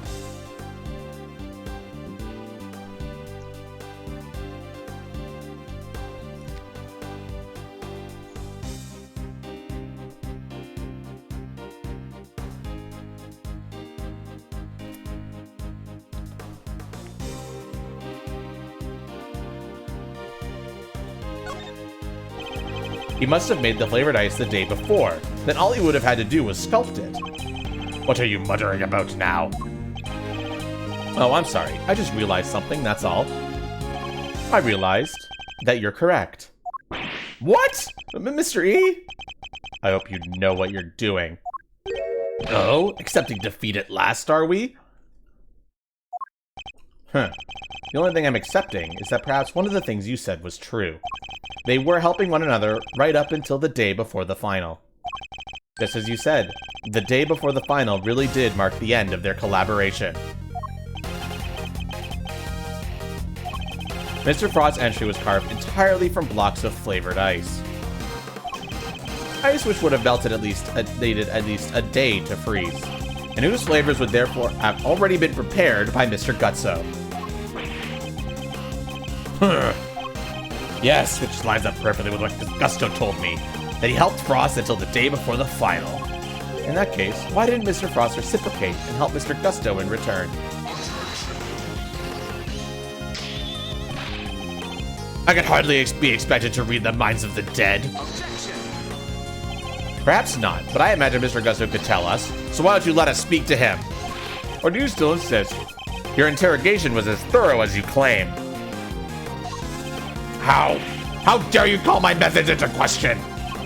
That's not my intention. I just don't understand why you would obstruct a perfectly valid line of inquiry. Give me one good reason as to why you're keeping Mr. Gutso from me. One good reason? Certainly. The how and the why of Frost and Gullo's collaboration have absolutely no bearing on this case. How can you possibly say that with any certainty? If their relationship had broken down for some reason, that could very well have been the motive behind this murder. Could it indeed? Then why did Gutso himself tell me all about it? Why did the man you seem so keen on accusing share the details of his collaboration with the prosecution? Please tell me you have some proof to back up your preposterous suspicion this time. Mr. Gusto only acted suspiciously one time that we know of, and I imagine Mr. Von Karma is aware of exactly what that suspicious action was. Which means, this is probably a trap. Well, cat got your tongue? But even if this is a trap, I can't back down now. Mr. Gutso snuck into Mr. Frost's room, and we still don't know why. That fact alone is reason enough to suspect him. If that's your only concern, then allow me to clear it up for you. I knew it. It was a trap. I was saving this for the trial, but consider it a taste of things to come.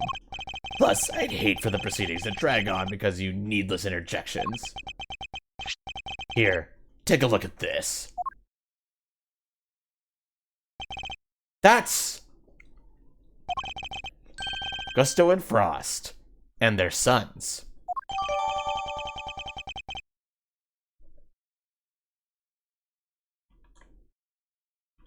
A family photo.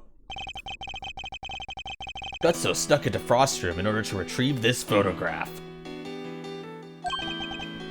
But why?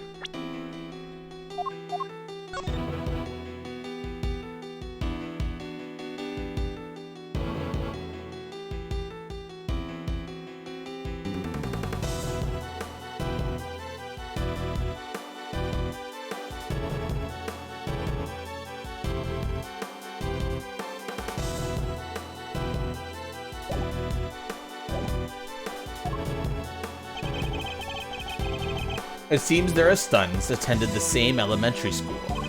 Gusto was concerned that the fact of Mr. Frost and his acquaintance might place him under undue suspicion.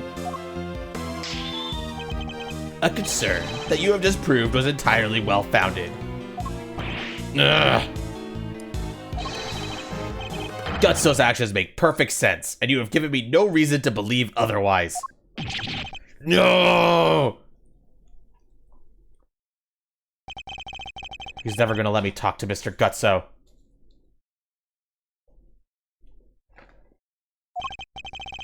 Now, if you're quite done obscuring my investigation, I have things to be getting on with. That smug, self-righteous jerk. I'll give him something to be getting on with. What do we do, Mr. E? That Tangaroa is finished if we can't figure something out.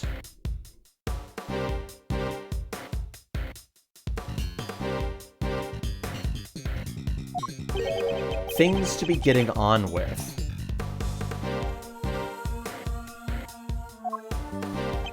What exactly could those things be? He has a body, a murder weapon, and a suspect in custody. If the prosecution means to pursue Mr. Tangaroa, surely they have all they need. So why is Mr. Vagama still investigating the scene of the crime? Something on your mind, Mr. E? We're missing something. Something important. If Mr. Vagama has everything he needs to proceed with the prosecution of Mr. Tangaroa, and yet he still doesn't seem entirely confident of his case. If he was, why refuse to share information with Detective Bad? Who else? Haven't seen the autopsy report yet either. Guy's probably got a hand in that too. 24 hours post-mortem and there's still no autopsy report. In addition, we still haven't solved the mystery of what happens to the evidence that went missing. Take another look at the scene in front of us, Detective. A very conspicuous pool of blood that should be here is clearly missing. None of the victim's blood was found in Mr. Tangaroa's room. You're right. Don't remember anyone mentioning they removed the blood along with the body. Evidence that turned up not in Mr. Tangaroa's room, but in a most unusual place. It's a match. The blood in the fountain is Frost's. Frost's blood was detected in the water of the fountain. So there were no traces of Mr. Frost's blood left in Mr. Tangaroa's room. Yet we found some in the fountains instead. Why? We got no autopsy report, blood in the fountain, and missing victim's blood. What do we connect, chat?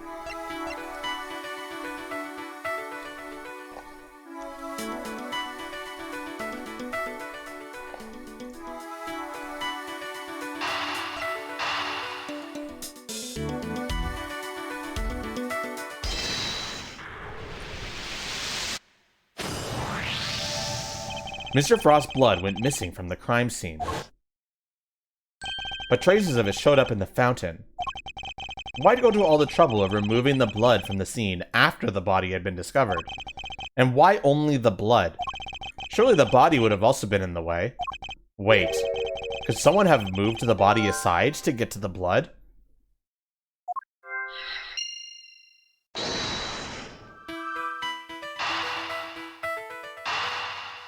Is it starting to click, chat?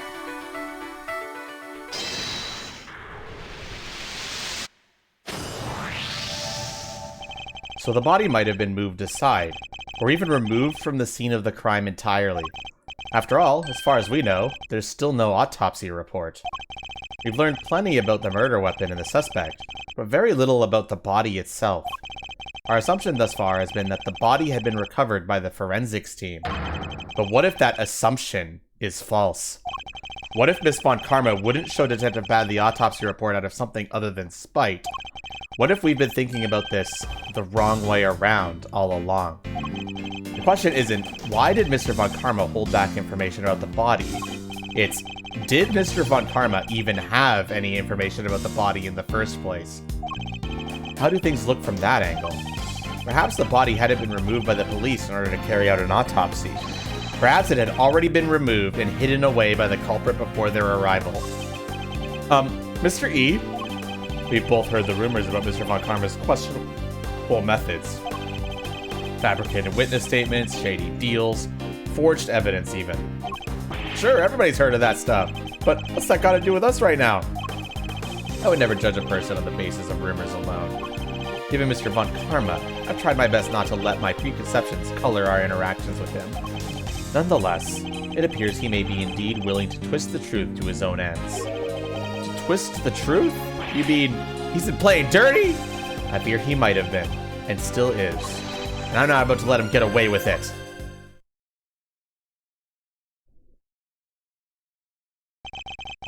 I'm returning to the prosecutor's office. Don't breathe a word about anything to that infernal attorney. Yes, sir. Hold it. Yes? What is it now? I have a few questions, Mr. Von Karma, about a certain fact you've been keeping from us. Really? You mean to call the methods of an officially sanctioned investigation into question again? I'm warning you, if you obstruct the police in their work any further, there will be consequences. Objection. It's not the police I have an issue with, Von Karma. It's you. What? Isn't it on the prosecution to work out who the real culprit of a crime is? Huh. What a foolishness is this. I have no intention of debating what the prosecution's role is or is not with the likes of you. But let me make one thing clear. My job is to identify suspects and ensure that every last one of them is convicted at all costs. Believe me when I say I leave absolutely no room for doubt when I present my perfect, unassailable cases. Objection. And how far would you go for your perfect cases? Would you create facts out of a whole cloth, perhaps? Huh, and I thought you had outdone yourself already. But now you intend to accuse me of fabricating evidence? I do. Because it is why you've done nothing but hinder Detective Bad from doing his job at every turn. What are you talking about? You didn't shut him out of the investigation because you wanted to keep an eye on us. You did it to stop him from finding out that you don't have the body. What? He doesn't have the body? Ridiculous. You're clutching at straws. I will tolerate no more of your preposterous slander. Then allow us to examine it. Prove me wrong if you can. Ugh. I'm afraid you'll have to try a little harder than that. I am under no obligation whatsoever to provide you baseless accusations one way or another. Objection. As you must have seen for yourself, a piece of bloody chocolate is missing from the scene of the crime. Why did it disappear, and where did it go? What does it matter? Some blood went missing from the chest where the body was found, so what? So what indeed? That's precisely my question. If the body was still at the scene when the police got here, removing the blood would accomplish nothing. However, let us suppose for a moment that the body was not. If someone had wanted to erase any trace of what had happened in that room, then it all makes perfect sense. What is this petty obsession with the bloodstain? But since it's so important to you, why don't you tell me where you believe it went? Of course, after all, evidence is everything, as you never tire of telling us. I believe this should back up my theory quite nicely. What evidence do I have that shows where the blood from Mr. Tangaroa's room went? This should be obvious. My badge. You're right, you got it. It's definitely my badge.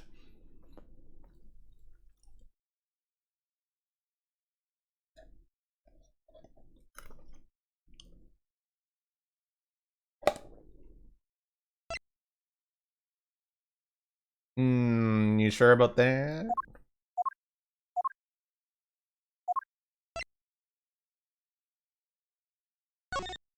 Oh, okay, never mind. There's like a whole thing here. Oh no, my victim's blood you want me to select. It's this one here. Yeah. Take that. Shut up. They had the same picture, okay? Traces of the victim's blood were found in the fountain, along with traces of the chocolate from Mr. Tangaroa's room. I believe that missing piece of blood-stained chocolate was dumped into the stream that flows into the fountain. So, chat, I have a very important question to ask you. 18 years ago, there's a missing body.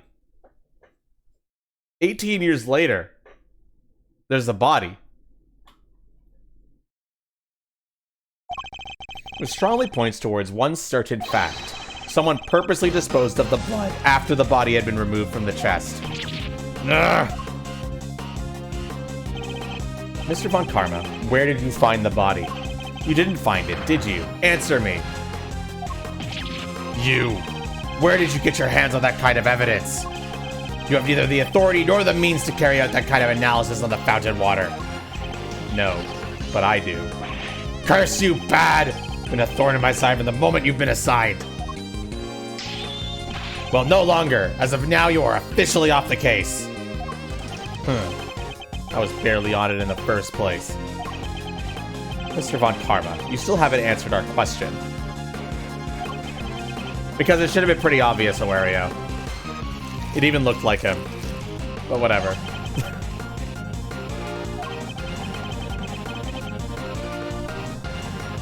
We'll find out, won't we? For one, which you'll never find any proof for, I'm afraid. What must I do to get an answer out of him? Now, if you don't mind, I have given you quite enough of my precious time already. I look forward to destroying you in court, Gregory Edgeworth. Alright, I'm sorry then, chat. Your precious logic and theories won't save you then. Nothing will.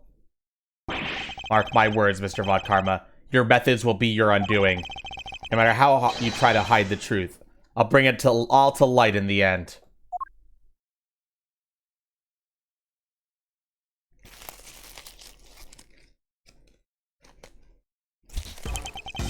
Forgive me, detective. I didn't mean to put you in a difficult position. Don't sweat it. It was always gonna end this way. Honestly, nobody's ever sidelined me the way he did before. First time for everything, huh? You know, I think you might be right about the body being missing. I am, and I'll prove it in court. Well, if there's anything I can do to help, just say the word. Since, you know, I'm off the case now. It's very kind. I'm sorry to keep asking favors of you, Detective Bad. But there's one more thing.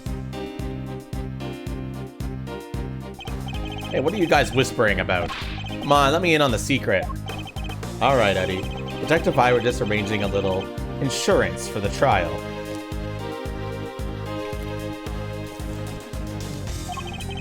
I think we have enough to see Mr. Tangaroa acquitted. But I prefer to have an ace in the hole, just in case. And what is it? You'll find out in the courtroom. Hey, what? You're letting me join you? Of course I am. You are my assistant after all. Even more than that next year, I'll be a full-fledged attorney, you know? We can take on Mr. Von Karma together. Indeed. Well, I'm hoping we'll have freed Mr. Tangaroa by then. But if we're up against Mr. Karma, as we can't rule out the possibility that this might take some time. Right, but we'll do everything we can in the meantime. I know you can beat Mr. Von Karma, Mr. E. I believe in you. We can't allow Mr. Tangaroa to remain in prison for a crime he didn't commit. And we won't. I'll expose Mr. Von Karma's lies if it's the last thing I do. And it was. It was the last thing he did.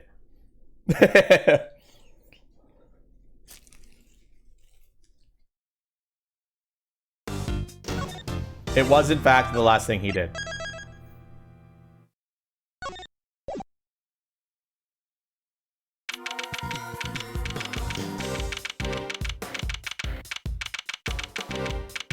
Back in present day, chat. You know what that means, chat? I gotta move the evidence.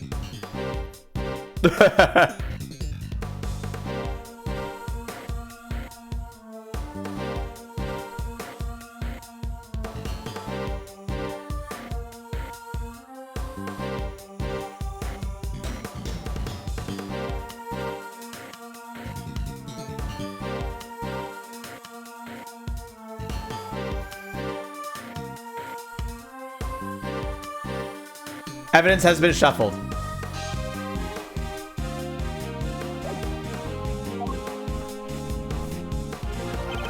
And that's pretty much how things went down. Those are the facts of the IS-7 as far as I'm concerned. I'm finally learning the truth about my father's last case. So what happened after the trial? Well, we lost. Von Karma did a real number on us. Really? You couldn't prove that Mr. Tangaroa was innocent? Oh, we could prove it all right. Had a decent little pile of evidence in our favor. Problem was, we underestimated Von Karma. He fought even dirtier than we feared. I can imagine. Secure a conviction at all costs. This was always his guiding principle. Nothing happened to her. You didn't miss anything. Yeah, ain't that the truth? Anywho, the trial dragged on and on. The whole thing took about a year in the end. I'll never forget the day the verdict came down. December 28th, that following year. It's April now, so... Ooh, mama, we're talking over 17 years ago. Time sure does fly, huh? December 28th. I was there that day 17 years ago, sitting in the courtroom gallery. Just before the trial got started, Gregory noticed that Samson was looking even worse than usual. Turns out the poor guy had finally reached his limit. It was so bad, Steven said he wanted to be found guilty.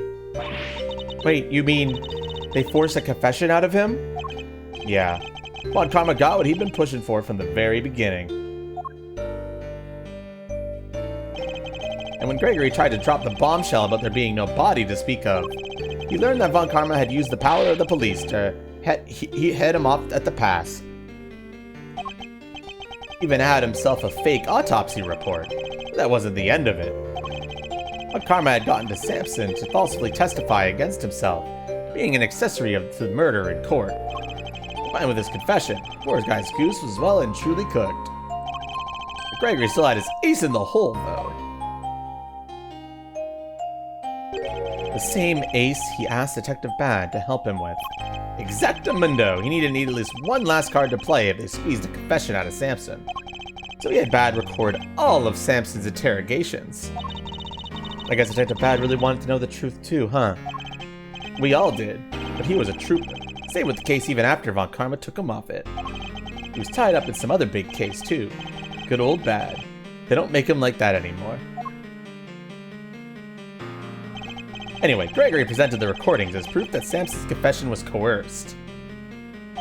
And you know what? It almost worked. A cop named Ian Seidman got fired. Samson's interrogator and initial detective before Bad. He took the fall for pretty much the whole thing. But Von Karma didn't get away scot-free. In fact, he was disciplined by the chief prosecutor for the one and only time in his 40-year career. Still, Samson himself couldn't stomach another day in court. So when that guilty verdict came down, it didn't just signal the end of that day, but of the whole sad affair. I don't remember a lot myself. My father's face when they declared Mr. Tangaroa guilty. I was a young child at the time, but even I could tell how much he was hurting inside. Gregory wanted to appeal the ruling, of course. He would have done anything to clear Samson's name. But then, well, you know what happened next. Poor guy. He never got the chance.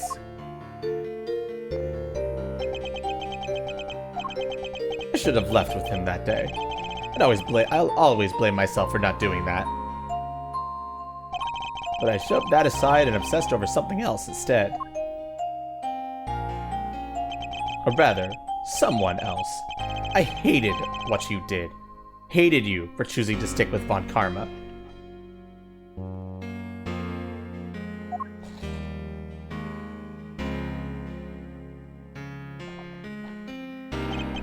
I hope you can forgive me. No, you had every right to hate me. I went on to become a prosecutor as planned, and that's when Miss Von Karma showed me this case file.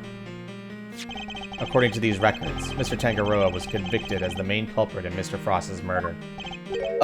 Nope, that's not right. Samson was convicted as an accessory to murder. Strange. The file clearly states that he was the perpetrator. Plus, I'm fairly certain that all of Mr. Von Karma's cases were successfully solved. Mind if I take a peek at those? This file's been doctored. The part about the verdict, it's been changed.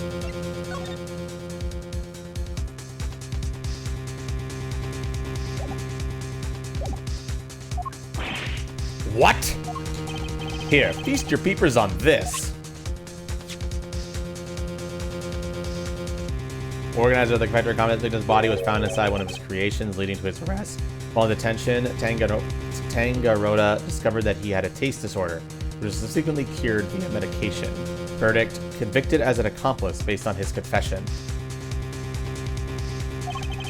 That's a copy of the file they have on record at the courthouse. And why is my copy so different? Well, you said it came from Von Karma, yeah? I guess as he didn't want Gregory's son thinking there was a murder out there still at large. He didn't want you looking into it again before the statute of limitations was up. So everything I believed about the case was a lie. Like they all say, we all gotta start somewhere. What's important is you know what's what now. That statute of limitations may have run out, but the truth's still out there, you know? I inherited Samson's case when your old man passed. Prosecution handed it off to someone else, too. The great Von Karma wasn't going to bother facing off against a rookie like me, was he? Anyway, long story short, the killer was never found, and Samson was found guilty instead. That's terrible. Is there nothing we could do to help him?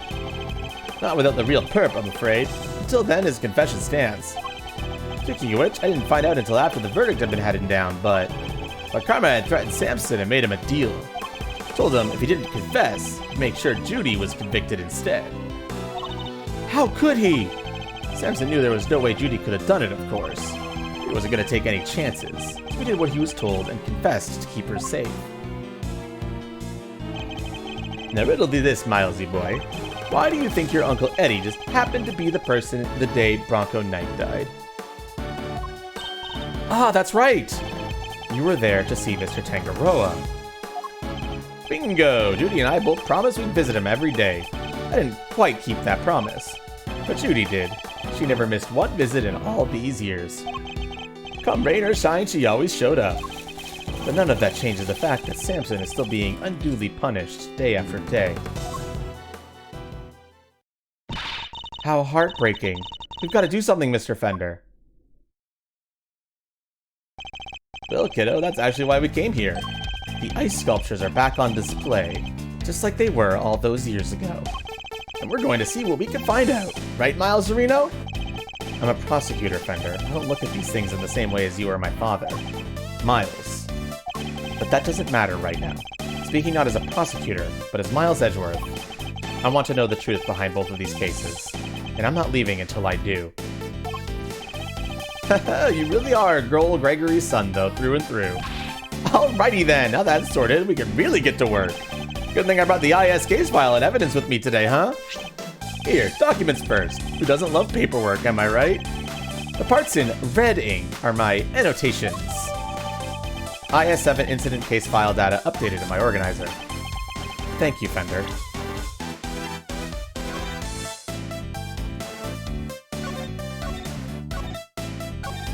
Got a lot of pictures to take, chat. Bear with me, okay?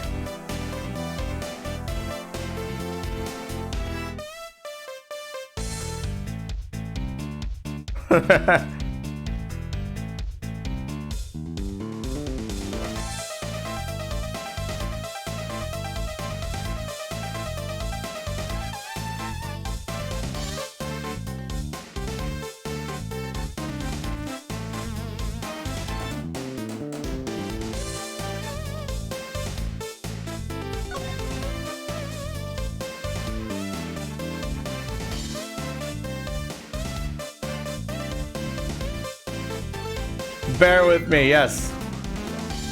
I'm currently doing what I can to make this as fun for you guys as possible.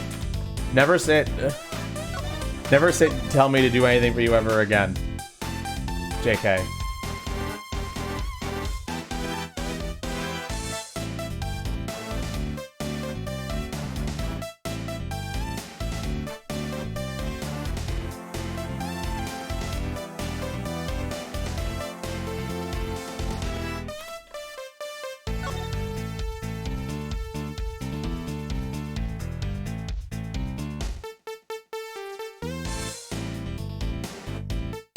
You might as well just stop streaming? True.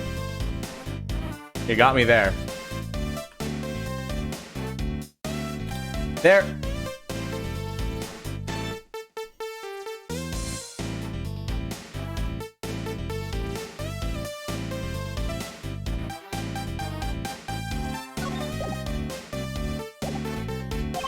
And here's some evidence for you. Enjoy. There's quite a few, so I'd take a minute to scope them out if I were you. Small mountain of evidence from the IS-7 incident received from Fender. Yes, I see. I'll take a look at them in a bit.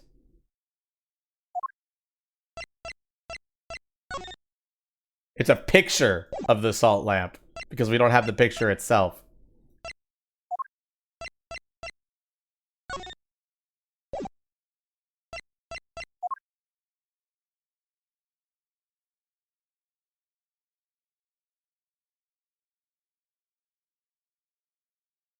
Is that Fender's theme? Yes.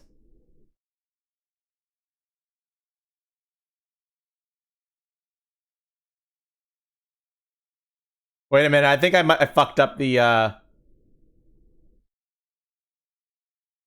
Yeah, I accidentally pasted it twice. Give me a second, I'll fix that up.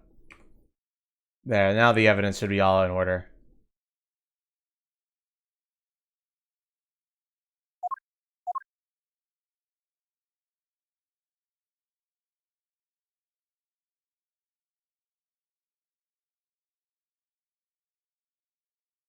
I don't think there's anything really special about this picture. So I'm not going to add this to the evidence. But if there is, I can show it to you. Just because it's literally just a salt lamp. There's nothing really to investigate there. You know, our current case is just full of loose threads too, come to think of it. Indeed. The key players of that incident 18 years ago who just happened to get caught up in another incident. The ice sculptures in the Winter Wing that are perfect replicas of the ones from 18 years ago. The poison gas attack in the Autumn Wing, which has been disguised to look like the Winter Wing. The two chemicals that were found inside the Pisces statue display case, ubiquium and asphyxion, that form a poisonous gas when mixed together. The victim of the gas attack, Carmelo Gusto, who was no stranger to the events of 18 years ago, and who was still unconscious and undergoing treatment in the medical room. And finally, we come to the body floating face down in the fountain. And the fact that the ice sculptures have melted, just as they did all those years ago. The events of the present day would appear to be intimately linked with the events of the past. Which means they may be able to help us learn more about what happened 18 years ago. Sounds good to me, let's get investigating. Oh no you don't, are you forgetting someone? I could have sworn this is my investigation. Eustace is quite right. I do hope you aren't intending to obstruct him in his duties, Mr. Edgeworth. I would hate to have to add a guilty to my report to the committee. What am I guilty of now? Of course not. I am simply offering once again to do what I can to help with this investigation. Your offer is duly noted, and duly declined. Oof. She isn't pulling any punches. The identity of the body from the fountain is currently being ascertained. It is only a matter of time until we have all the information we need. Perhaps I can help you speed that process along. I think I have an idea of who our mystery victim might be. What? Really? Then you have to tell me, it's the law! Very well. Maybe it isn't just the ice sculptures that have resurfaced after 18 years. The body in the fountain may also be a visitor from the past.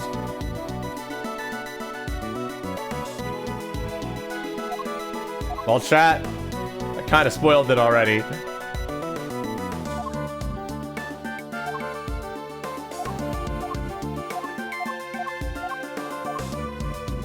You heavily implied this. That's why I said it's not like a bombshell. Whatever. I'm sorry. I believe the body in the fountain is that of the man who was murdered here 18 years ago. Mr. Artie Frost. What? You're saying that was poor Chillywinks? Wait, what? Who the heck is Chillywinks or Artie or whoever it is you're talking about? Artie Frost was a famous sculptor, Eustace. Although he was better known as Paul Halik. sculptures on display here are all his works. No way! Sounds like he did well for himself. Always good to encounter a fellow winner.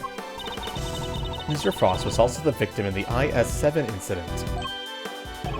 Judge Gavelle knows about the IS-7 incident? Mr. Edgeworth, the IS-7 incident is an 18-year-old case. And according to the police records, the victim body was recovered, and an autopsy duly carried out. Sure, that's what the records say, but the records can't always be trusted. What are you insinuating? That, well, the records say stuff like, body totally recovered. The defense back then begs to differ. Not that it stopped the prosecution from shutting them down hard, of course.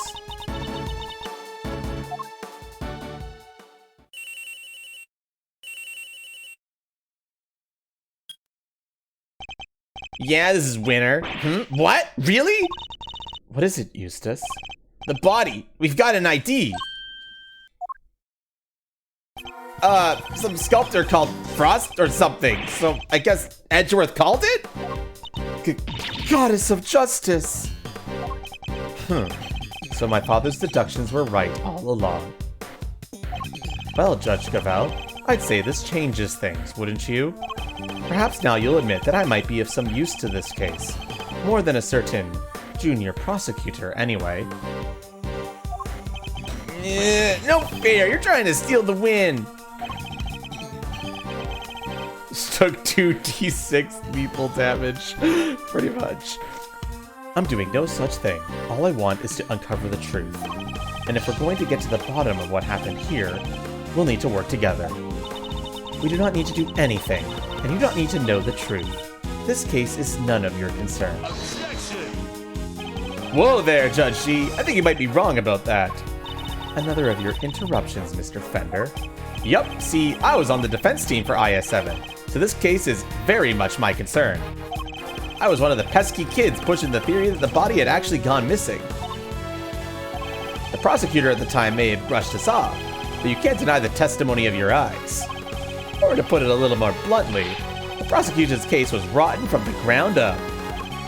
And there's been a miscarriage of justice caused by the prosecution. It's the committee's job to fix it, no?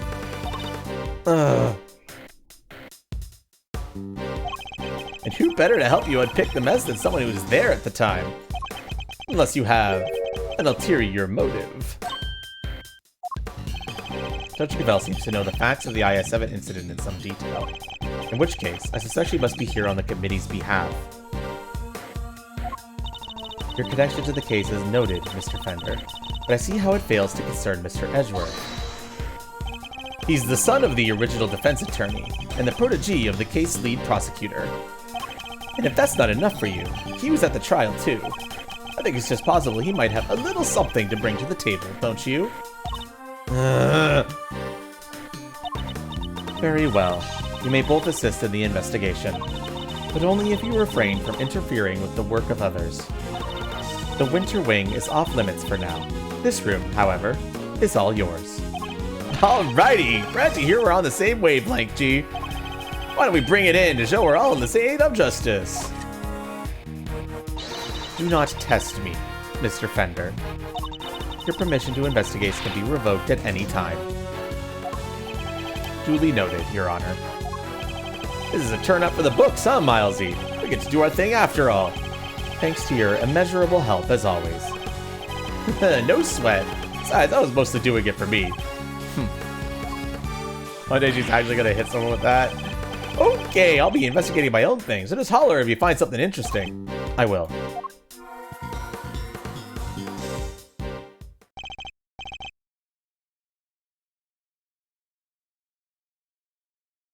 Well, Kay, shall we? Heck yeah, let's investigation commence.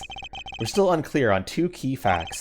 How Mr. Frost's body came to be where we found it, and the source of the ubiquium. You're right, we need some more intel. Indeed. Let's focus on the ubiquium first and foremost. It's used in stuff like dish soap and paint, right? Correct. It's also bright red in color and has a distinctive minty fragrance. Okay, sounds like we know what we're looking for. And unfortunately for you, chat, I gotta go to the bathroom because I'm fucking... I don't know what I am. Anyway, I'll be right back.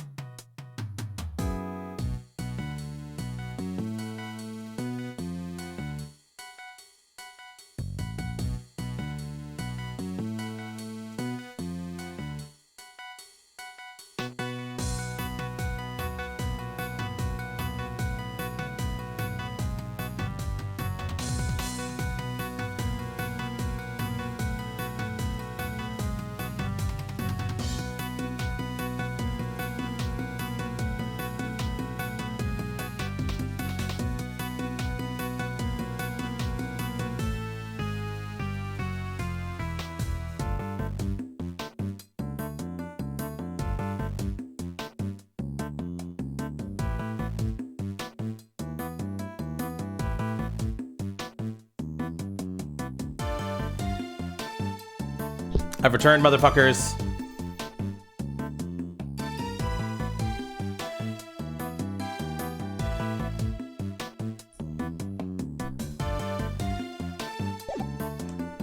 It's time to investigate.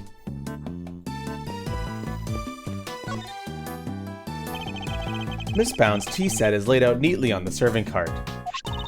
The pamphlet says the gallery is famous for its tea. Understandably so. The cup we were given was delicious. Looks like all this stuff was designed by Mr. Frost. Interesting. In that case, I think we better take a closer look. So this dishwasher was made by Artie Frost. It looks very fancy. Oh, it is. I'm willing to bet that this set can fetch something in the thousands of dollars. So let's try not to touch any of it unless we absolutely have to. Whoa, this stuff's really worth that much? Stop it, Kay. I can see your eyes lighting up. Miss Bound must really be a fan of Mr. Frost, like Fender said, to still have this. Teapot.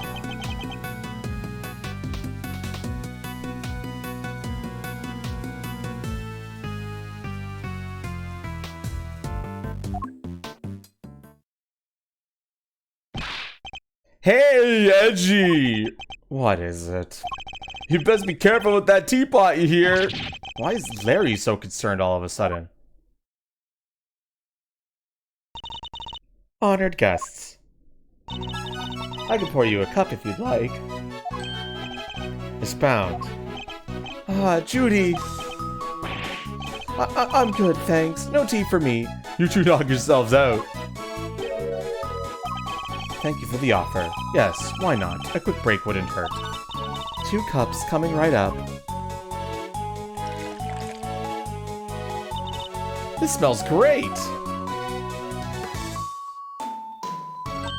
Wow, it tastes even better than it smells! What type of tea is this, Mr. Edgeworth? It's Ceylon, I believe. It's usually identified by its citrus aroma, but... Miss Bound, is this the same blend you served this morning? Why, yes. Is it alright? There isn't anything wrong with it, is there? Oh no, not at all. Just that the cup you gave me earlier had a slightly different aroma. The aroma is different from this morning. What's changed? Really? That's odd. I used the exact same blend both times. I can't see what could account for the difference. Hey, what's the big idea? Quit being mean about Judy's tea, will you? What's gotten under your skin, Larry? Nothing. You're just rude, that's all. You didn't even try to call me by the right name. It's Maurice, dang it. You know what? I'm done. I'm not talking to you anymore. Well, that was childish, even for him. Wow, what happened there? Let's ask him about it later, shall we? Talking to Miss Bound is more of a priority right now. We may not have evidence to prove that she's the culprit, but it does seem likely that the poison gas was her doing.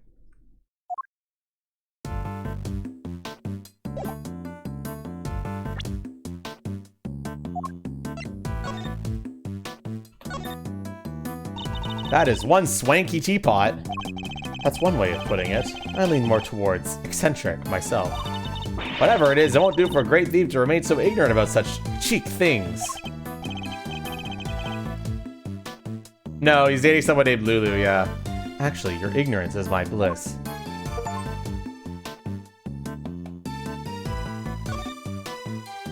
These letters say PH, right, Mr. Edgeworth? Yes, they show that the teapot was made by Paul Halik. They are his initials, obviously. Right, but I thought his real name was Artie Frost? It was, thereby making this a piece by the victim of the IS-7 incident as well. And his work seems to be everywhere here in the Zodiac Hall. Achievement? Yes, I got an achievement. For examining the teapot as both Gregory and as Miles.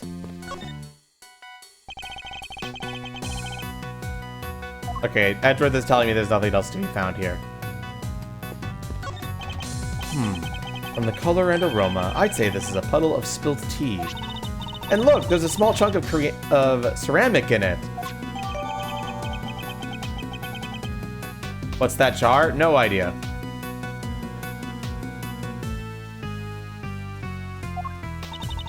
I guess somebody must have broke something? I know that insignia. And a certain high-strung somebody just might know a little something too.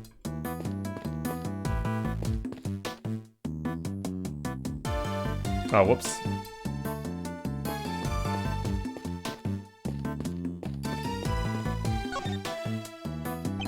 Where were you before you rejoined us here, Miss Bound?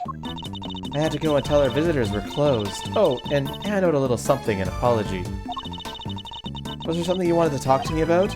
Yes, a few things, actually. Not least of all, the fact that I think you might be the one who set the poison gas trap.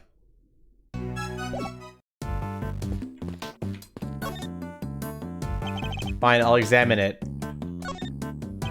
A caddy containing Ceylon tea leaves. It's a well-crafted tin canister, designed to prevent moisture and sunlight from damaging its contents. Not a bad thing to use considering the quality of the blend Miss Bound serves. You happy, chat? Hi, Val. The original ice sculptures melted 18 years ago, correct? How did you manage to recreate them? Oh, you know about what happened back then? In that case, you might also know that I took pictures of them during the contest. I commissioned the creation of a set of replicas based on the photographs for this current exhibit. But why go through the trouble of creating replicas? Mr. Frost's Zodiac series was his great unfinished masterwork. I wanted to see it completed at last. Or rather, recompleted. It was my fault that the original cell melted in the first place, after all. I see. And is there any particular reason why the winter and autumn wings look so similar? Oh my, you really think they look alike? Perhaps I used some of the decorations from one and the other by accident?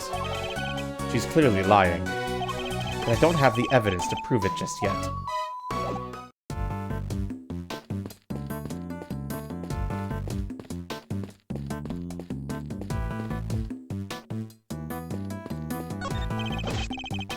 The body's been taken back to the lab, sir. Autopsy's underway. And how's the rest of the fountain looking?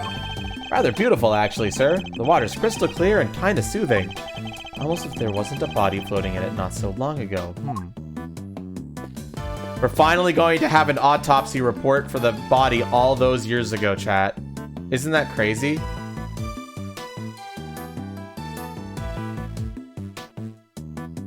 Isn't that just crazy?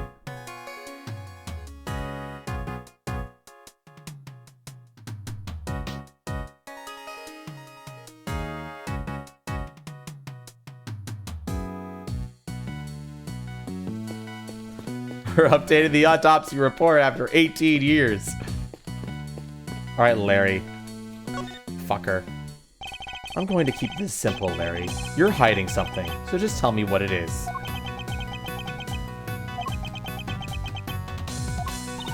Whoa, quit with the glare off, you two. It's weird. Ah, come on, Kay. You know better than that. I wasn't staring. I was just struck by an idea for a picture. Now, Edgy, he was glaring. Yes, and I'll keep glaring at you until you tell us what it is you're hiding. Quit it! I already told you. I'm not talking to you anymore. You're talking to me right now. I mean, from now on, I'm not talking to you ever again. Starting now. This is getting me nowhere. I suppose I'll have to figure out what he's hiding first before I can get the whole truth out of him.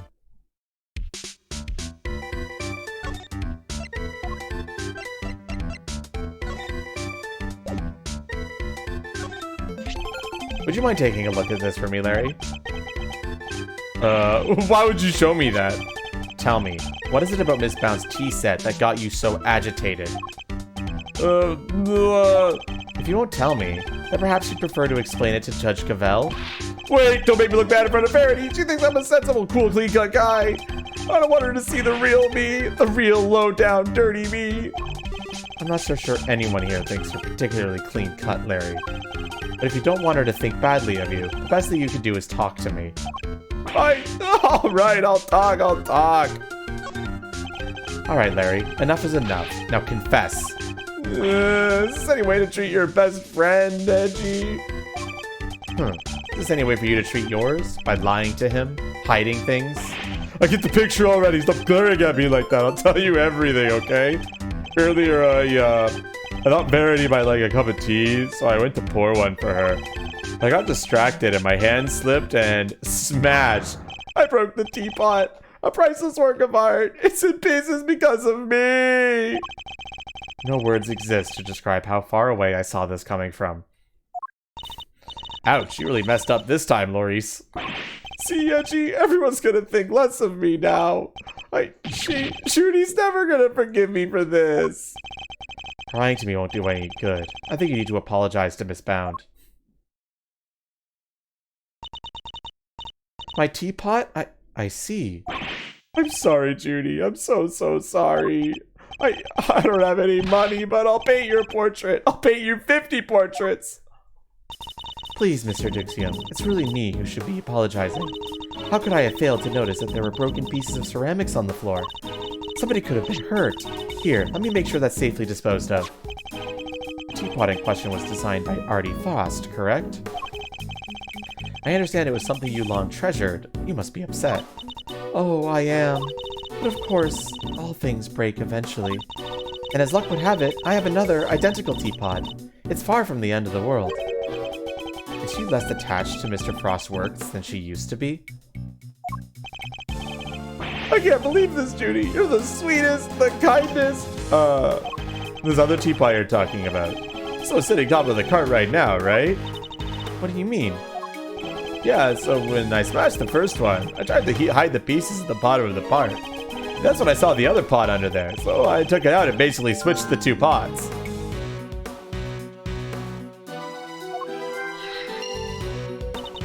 Oh, I see. Yup, and that's everything I have to tell you. I'll be extra careful not to break the other one, I promise. You have no shame whatsoever, do you? I'm sorry. It's really quite alright. Thank you for being so honest. The edgy, isn't Judy the absolute best? I trust you won't take advantage of her kindness and will make amends somehow. I sure will. Once I make it as an artist, I'm gonna give her one of my paintings. She was one of my models after all, it's only fair. At this rate, I suspect he's likely to make more trouble than amends. Don't you think it would be better for you to keep out of her way for a very long while? Oh, but I will be keeping out of her way because I sketched her and all the others already. Her and the others? Keen to see my work, huh? Yeah, I drew a few break sketches of some ravishing beauties. Wanna see? Interested in Larice's ravishing beauties, huh, Mr. Edgeworth? I'm afraid you've greatly misjudged Kay. I simply wish to see if Larry has captured any unusual details this time, too. Unusual details? Nothing's unusual about these. They're my best work yet. Really? Now I want to see them, too. Aw, you're a sweetheart, Kay. Alright, let me dig them out for you. Give me a sec, okay? Suppose we might as well take a look. So, these sketches of yours. Seriously, Edgy? If you want to check out my art, you should have just said so from the get-go. Here, feast your eyes on this. What am I looking at here?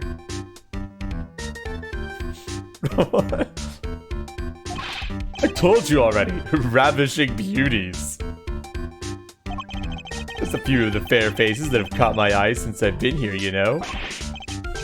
There's Verity and Judy and, somebody else. Why did you draw them all on the same page? Well, I meant to draw the room at first, just something to pass the time.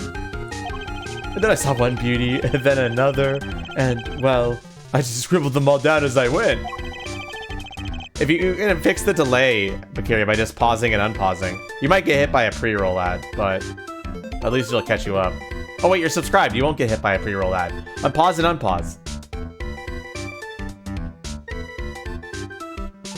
So these were all drawn at different times. Huh? Yeah, I guess. I did one of you too, Kay. You're on a different page, though. Wow, you did? I'm flattered. How true to life are these sketches? Did you only draw what you actually saw? Of course. You think I draw things I can't see? Like, using my imagination? Nope, these are 100% true to life right down to the exact shade of each color. So the colors are accurate. Interesting.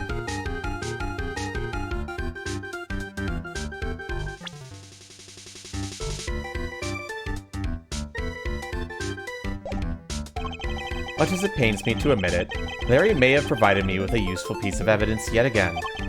The serving card in the sketch, for example, but compared to the one in the room, there's a clear contradiction between the two. I think a little deduction is in order. Can I borrow this page for a while, Larry? Sure thing. You want me to sign it for you? Just the page, please.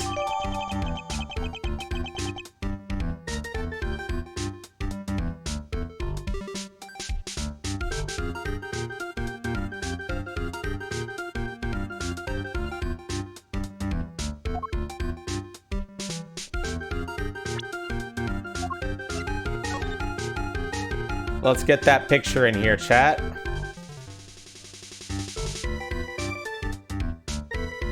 The magic of art.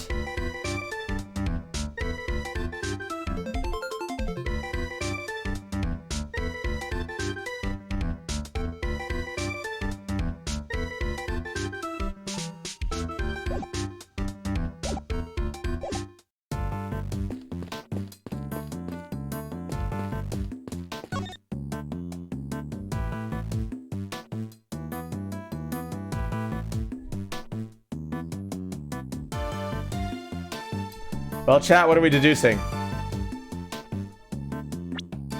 What Edgeworth said specifically was, Larry might have provided me with these evidence. The serving card in the sketch, for example, if I compare it to the one here in the room, there's a clear contradiction between the two. I think a little deduction is in order. The tablecloth? Something in the evidence that doesn't fit this, your imagination.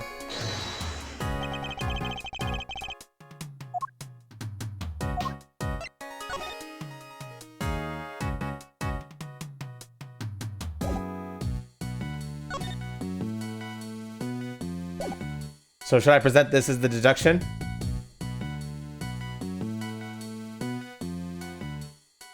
Sounds good to me.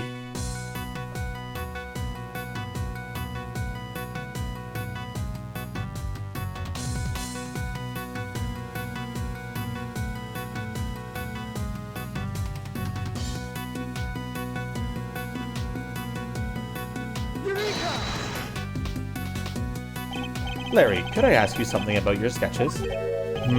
Fascinated by the work of the great Larry Stanuxium? Huh? It's the composition, right? Not exactly. This light blue tablecloth. You painted that exactly as you saw it, correct? I already told you, everything's exactly as I saw it. But the tablecloth in the cart here in this room is white. Wow. Your head's so full of crazy theories and simple stuff just passes you right by, huh? What's that look for? Listen, just before I do that sketch, I was in the middle of some business with the cart with the tea set on it, okay? What kind of business? That's right, it was the hiding the pieces of the teapot I smashed kind. That's nothing to boast about. Anyway, I was still in the middle of cleaning it all up when Judy came out of the winter wing. I didn't want to get busted for breaking the pot, so I quickly dove out of sight.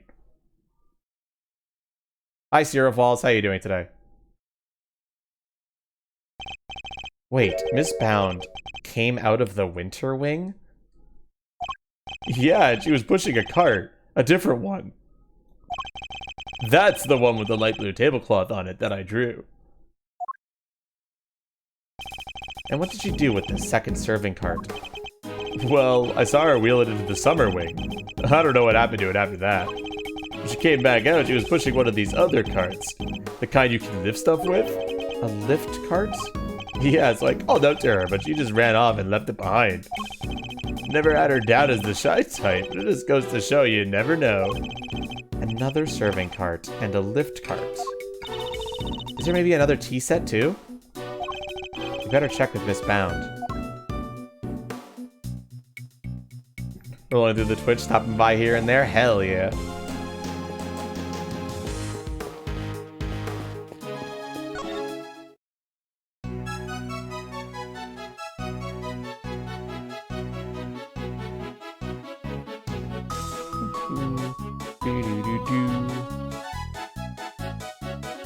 The two carts.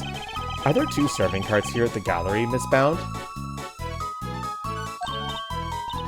Oh, yes, why do you ask? A certain so-called artist showed us this sketch. I couldn't help but notice the color of the tablecloth. It's light blue. Light blue? I'm afraid your friend must be mistaken. I only use white tablecloths, freshly laundered and starched. Like the perfect wrinkle-free one on the cart here, like in the fountain room, right? Exactly. If I saw so much as a blemish, I would replace it right away. Could the color of the tablecloth in the sketch simply be a mistake on Larry's part? Do you have any idea of what you might have been doing when this sketch was drawn? Let me see. I appear to be carrying out my usual duties. I'd like to ask you a little bit more about these duties, if I may. Your duties. What exactly were you doing when this sketch was drawn? because from what I could see, your cart doesn't have a tea set on it. I was delivering some chocolates to the investigating officers. Aw, now I'm jealous. I love chocolate. Well, then there are a few left over, so here, for you both. I made them myself. I hope you like them. Woohoo! Thanks, Miss Pound! Well, why not? They're a little melted, but I suppose that's because they've been sitting around in our pocket.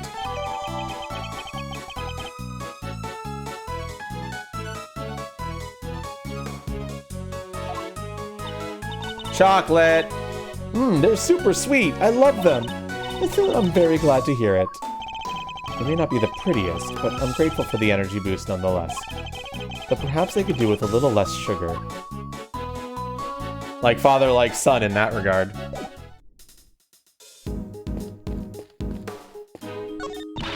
Hello there, dearie. Still investigating away, are you? Found anything interesting?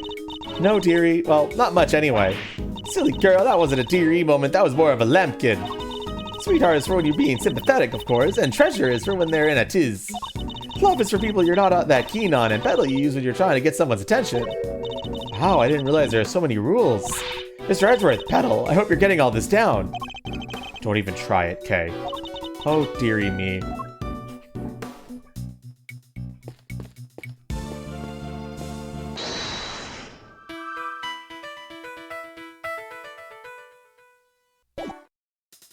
It's logic time, chat.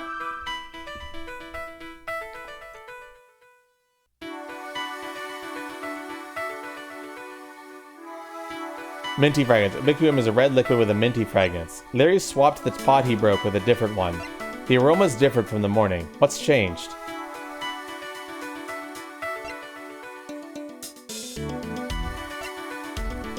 Logic here at this time?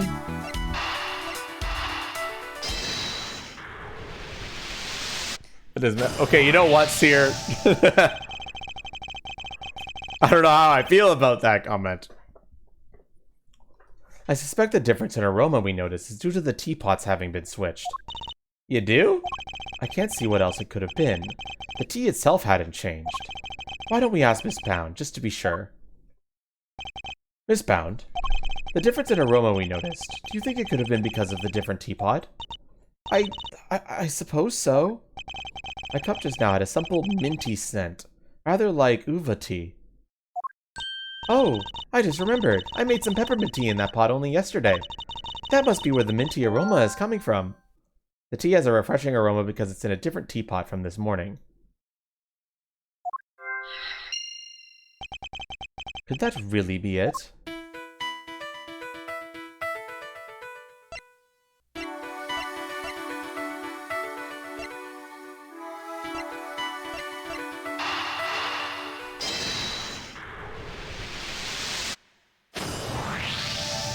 Yeah, there's only one choice there. The tea from the teapot Larry switched in from under the cart smelled faintly of mint. Right, Miss Bounce said she used that pot to make peppermint tea yesterday. Yes, but there's something else that's been troubling me. Miss Bounce seemed more taken aback by the switching of the teapots than the breaking of one. You're right, you'd expect it to be the other way around. I suspect she might have been deliberately hiding the teapot under the cart. But why? Is someone's about to get caught because of Larry's stupidity again, chat? Isn't it great? One of Ubiquitium's key characteristics is its minty fragrance. So what if she had been hiding some in that teapot? What? In the teapot? It's simply a possibility, but one worth investigating, I believe. Mr. Winner, any luck finding that Ubiquitium? Huh? Oh! My people are searching the entire gallery, but they haven't found anything yet. What about you? Don't tell me you know where it came from. I may have an idea. Huh, I knew it. If I can't find it, there's no chance unless a useless... What? You do know where it came from? Yes. Where? Miss Pound's teapot. Wow, nice piece. I like it. Yeah, this looks like a fitting prize for a natural born winner. It's not a prize. It's a vital piece of evidence. Oh, it's just evidence? Then I'll have one of the forensics people check it out.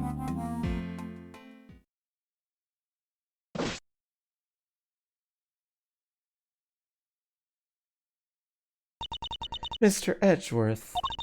Is there some sort of problem with my teapot?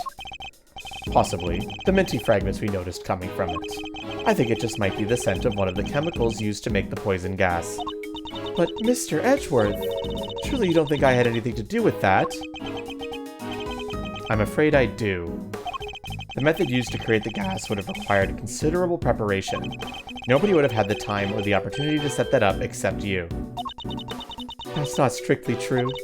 I took around a week to get the Zodiac Hall ready for the expedition.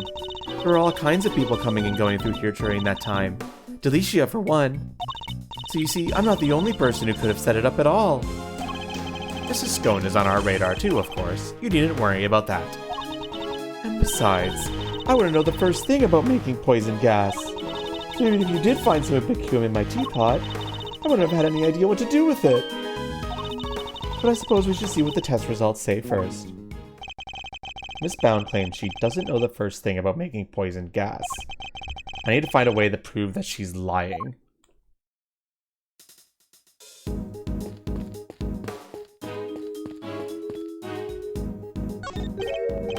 Why is there a lift cart just sitting out in the open? Guess somebody must have been moving something heavy. The top of the platform seems to be wet. You know, I've got a funny feeling I've seen this somewhere before. You mean, like, 18 years ago? Yeah, it's all coming back to me now. I last saw it in Frost's room. He must have used it to move the ice sculptures around. It's one of those fancy numbers where you can change its not only platform's height, but even its angle. If you had one of these, you could move giant lumps of ice around, no sweat.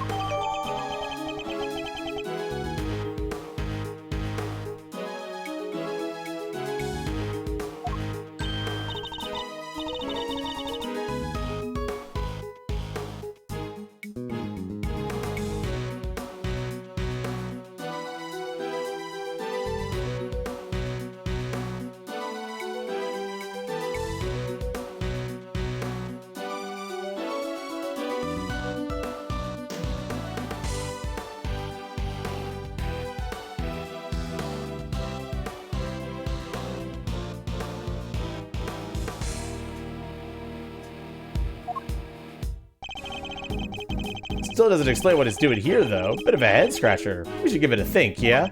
Indeed. After all, it just might have something to do with our case.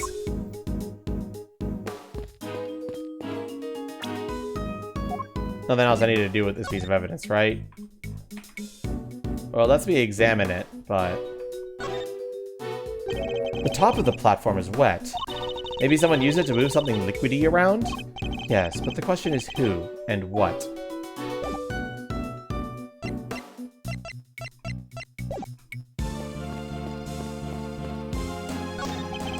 Do you mind, Mr. Winter? You're in my way. I do mind, actually. I'm not going anywhere. You just have to go around me. Well, just when we thought you might want to move a better spot, that's all. What better spot? I demand you show me at once. Is that really all it takes to make you do whatever we want?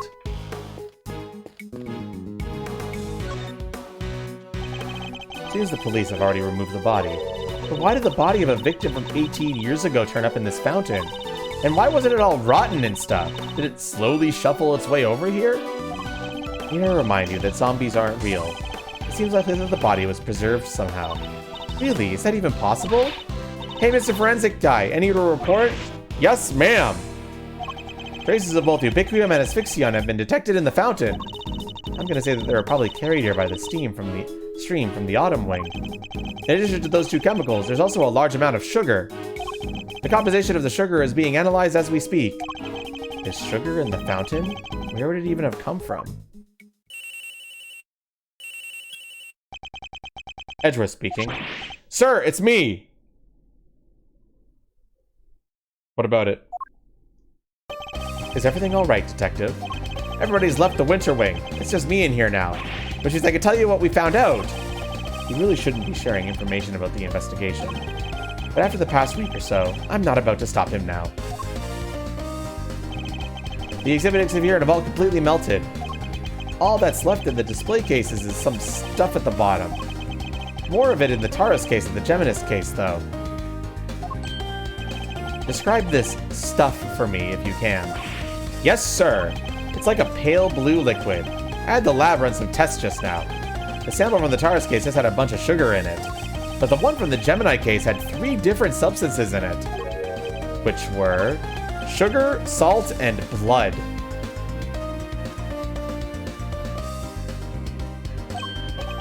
Blood? What are salt and blood doing in the Gemini case's sample? Can't imagine whose blood it could possibly be, but I'll get it tested right away, sir. Please do, detective.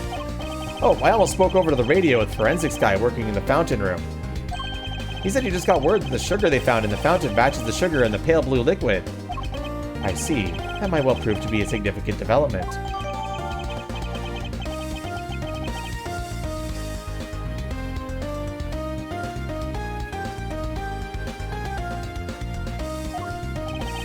Anything else to report, detective?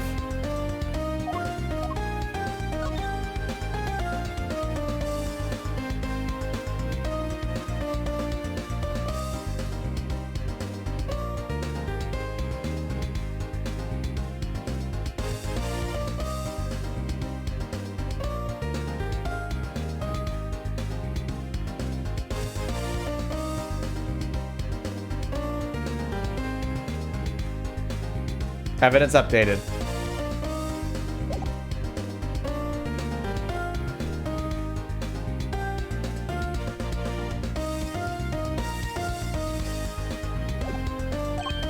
Yes, sir, we found one of those light-emitting devices here in the Winter Wing, too.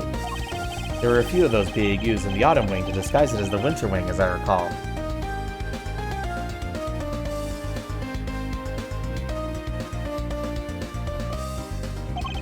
It seems that the equipment from 18 years ago is more than just for show. I need to talk to Mr. Scone about this. Anywho, I better be getting back to it. I'll let you know as soon as we hear from the lab about that blood. Yes, thank you, detective. Was that Gummy? It seemed like he had a lot to say. He did, and all of it very useful. I'm going to prove that Mrs. Bound claims about who could have set the poison grass trap are false. I'll need to talk to a certain somebody else who was here 18 years ago.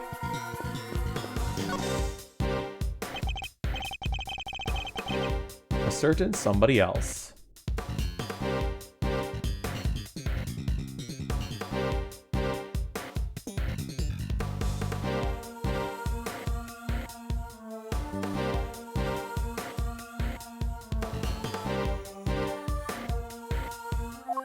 Of course, dear. Fire away.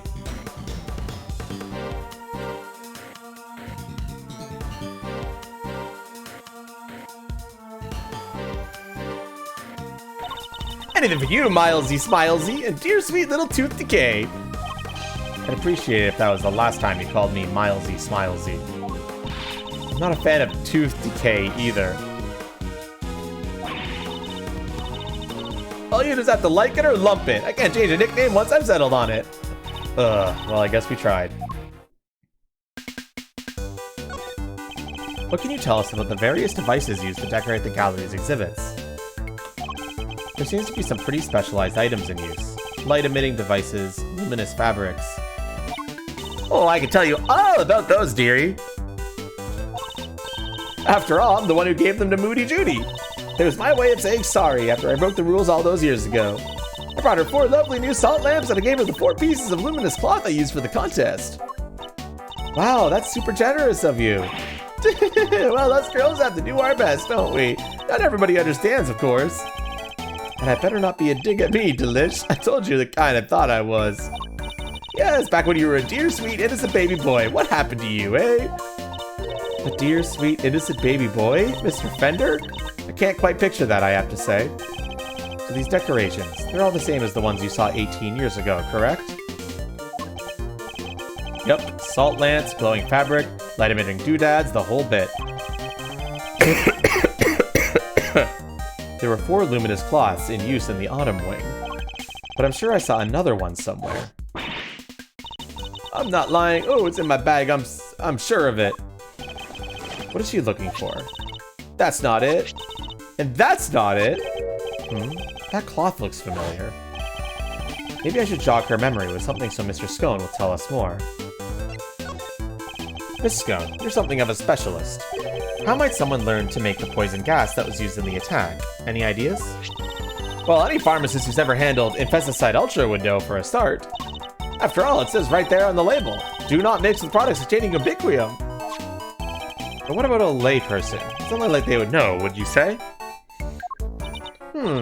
I suppose so, yes. Well, not unless they hadn't nosed through the Ultimate Cookbook, anyway. Prize from the contest 18 years ago. The recipe for making Infesticide Ultra, along with that not mixing from ubiquium bit, is in there, you know? The Ultimate Cookbook has that, huh? So you're familiar with the contestants from the book? Oh yes, dear, I know it inside out. Because I work for the Tangaroa Group, you see? We're the company behind Cold Killer X. I'm sure you've heard of it. Cold Killer X. Fights back sniffles and sneezes with ease, apparently. After Sammy Poople was found guilty, the government took custody of the book. But they only grant their most trusted people access to it, of course.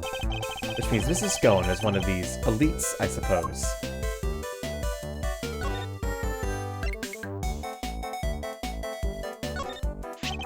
You had a piece of fabric like this in your bag, did you not, Mrs. Scone? I bet a somewhat grimier one.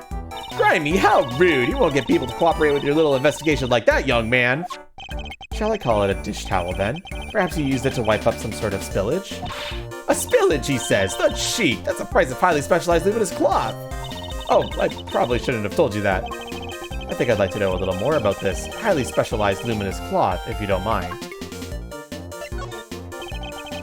Why didn't you want me to know you had a piece of luminous cloth in your bag? Oh, well, I suppose there's no point hiding it now, is there? You must know, I fished it out of the fountain. She what? It was right before they called me into the Autumn Wing. So Larry's sketch of Miss Scone is when she was trying to retrieve the cloth.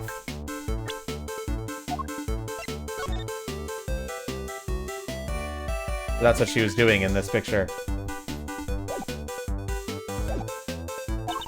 At first, I thought it was one of the ones I'd given Moody Judy. One of the 4 you'd given to the gallery, correct? Exactly, but all 4 were being used in the Autumn Wing, weren't they? So I realized... it must be the one that went missing all those years ago. I'd already had my Infesticide Ultra pinched and used to make poisonous gas. If one of my cloths turned out to have been used in some sort of dastardly deed too, well... I was gonna look guilty as sin, wasn't I? So I kept it hid in my bag and hoped for the best. I see. Oh, it does feel good to get that off my chest, though. Stress is no good for the complexion. So the cloth that disappeared 18 years ago, the one that the victim was wrapped in, just happens to reappear in the fountain at the same time as the body. Interesting stuff, chat.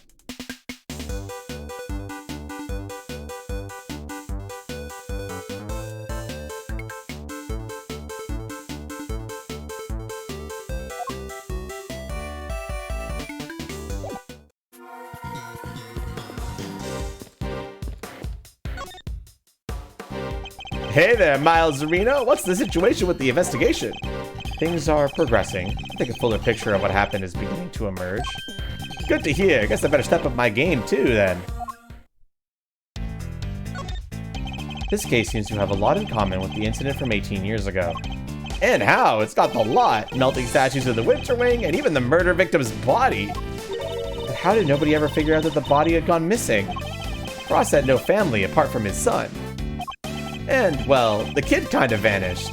Nobody's since seen him since around the time of the incident.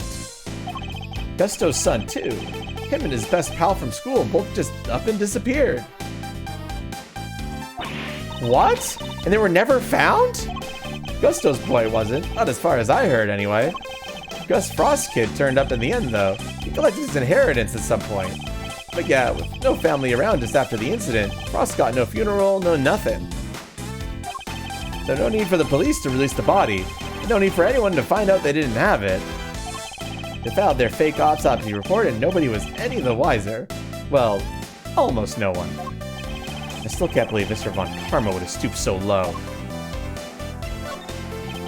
Tell me, Fender, what kind of person is Miss Bound? Wait a minute. Don't tell me you've got a thing for her, Milester. I do not. Chill, I'm just yanking your chain. Hey, what can I say about Judes? Well, she's a real brave trooper for one. What else do you call somebody who waits around for 18 whole years like she has for Samson? Even after his extended family kicked her out of this place. What? They threw her out? Yup, Judas wasn't technically part of the family, so there's nothing she could do. She had nothing, nobody, and no job after Samson took the fall. So she had no choice but to take what he taught her and make her own way in showbiz. She retired from all that now, though. Yes, why did she retire? She finally made enough to buy the old place back. She even got the ultimate cookbook back from the Tangaroa group after they basically stole it. Guess this place had everything to do with it was all she ever cared about. So she just wanted it back. All of it. Fender seems very sympathetic to Miss Bound's plight. But from a less charitable perspective, she has, in a way, taken everything of Mr. Tangaroa's for herself.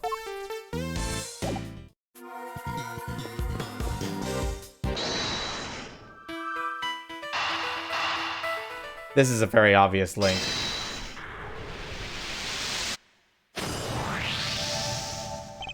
The Ultimate Cookbook contains instructions on how to create the poison gas. And the current owner of that book is none other than Miss Judy Bound. No way, you mean... I'm afraid I do. Miss Bound would have been perfectly capable of setting up the gas trap. Finally, we could prove that she's been lying to us. Investigation complete.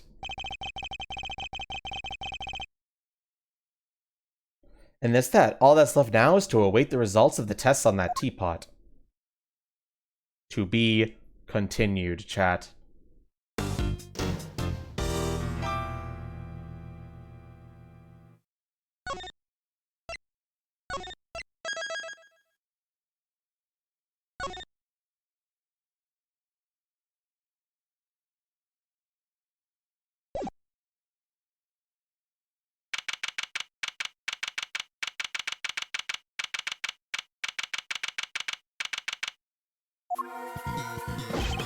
The test results have just come in, sir. Traces of ubiquium were found in the teapot. They were? Just like Mr. Edgeworth said.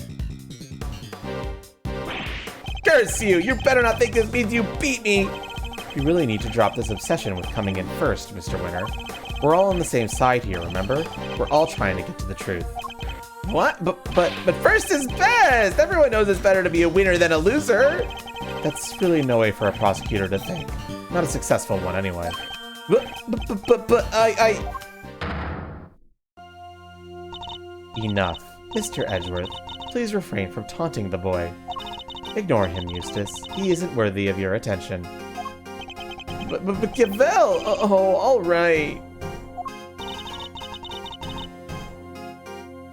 Why don't I take care of things here for now? Give me 1 second, chat. My throat's starting to bother me, so I'm gonna go refill my water.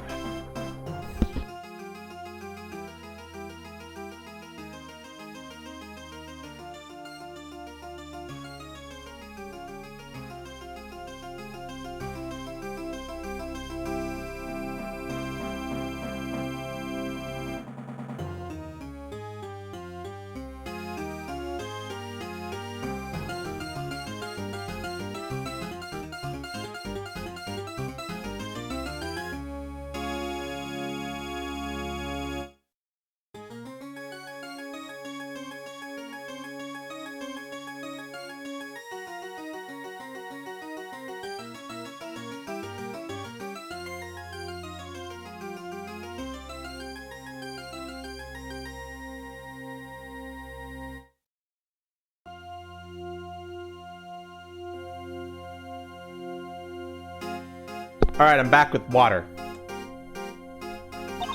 In the meantime, you can perform the far more important task of going and checking on the victim.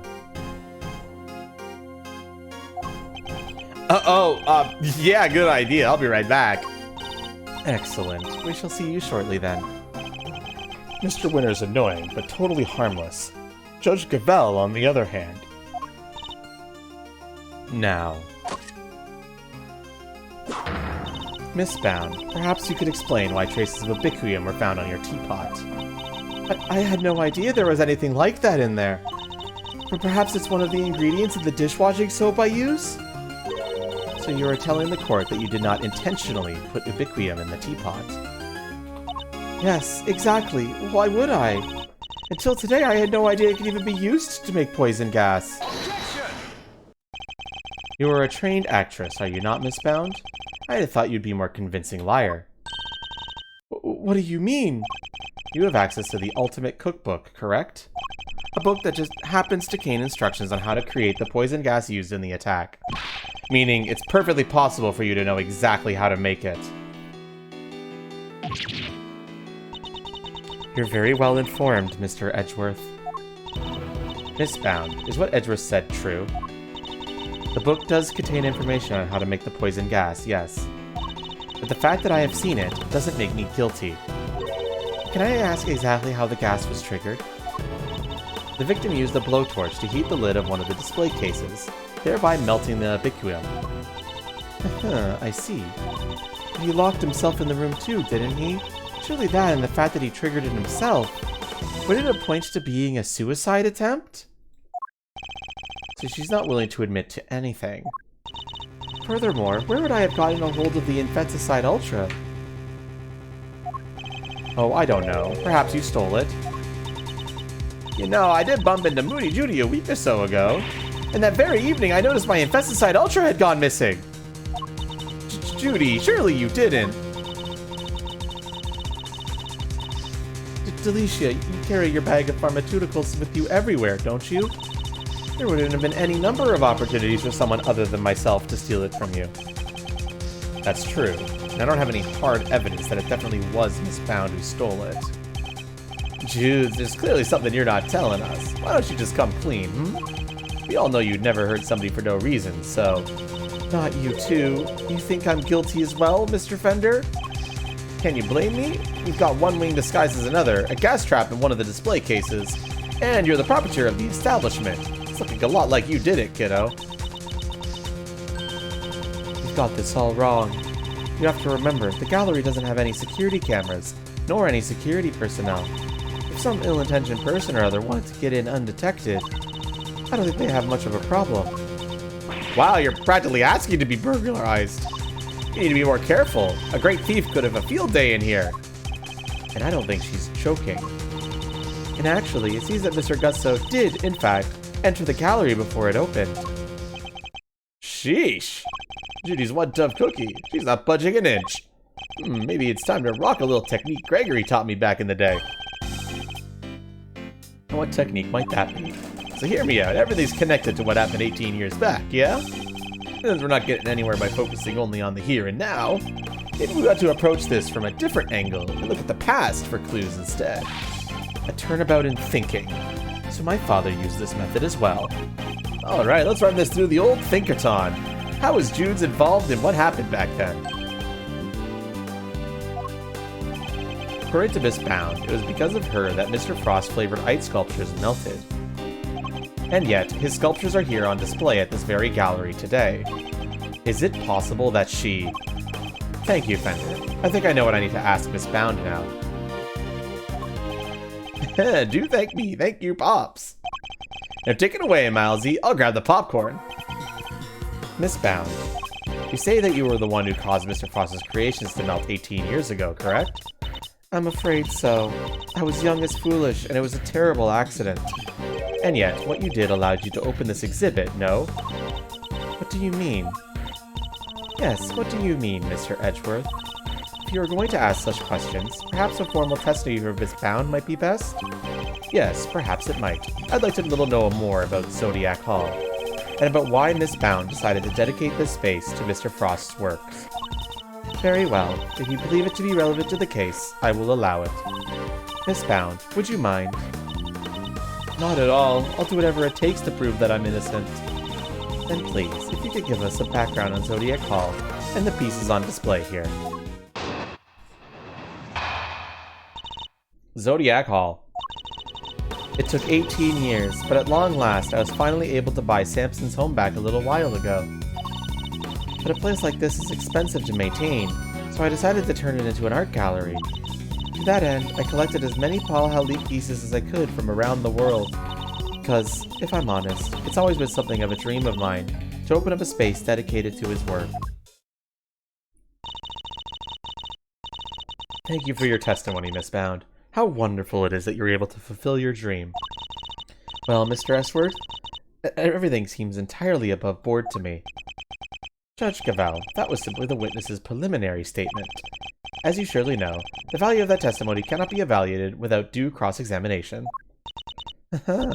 Spoken like a true attorney. Very well. You may do what you must. Rebuttal.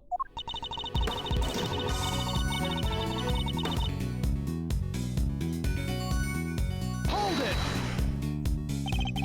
18 years. You must have gone through a lot to buy it back, Miss Bound.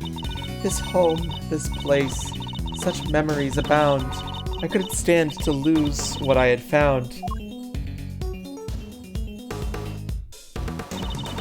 Samson, I did what I had to do. To see that home was waiting here for you. How does she make it look so easy? I'd say, I wouldn't expect any less from a trained triple threat performer. You can continue with your testimony, Miss Pound, minus the singing, if you please.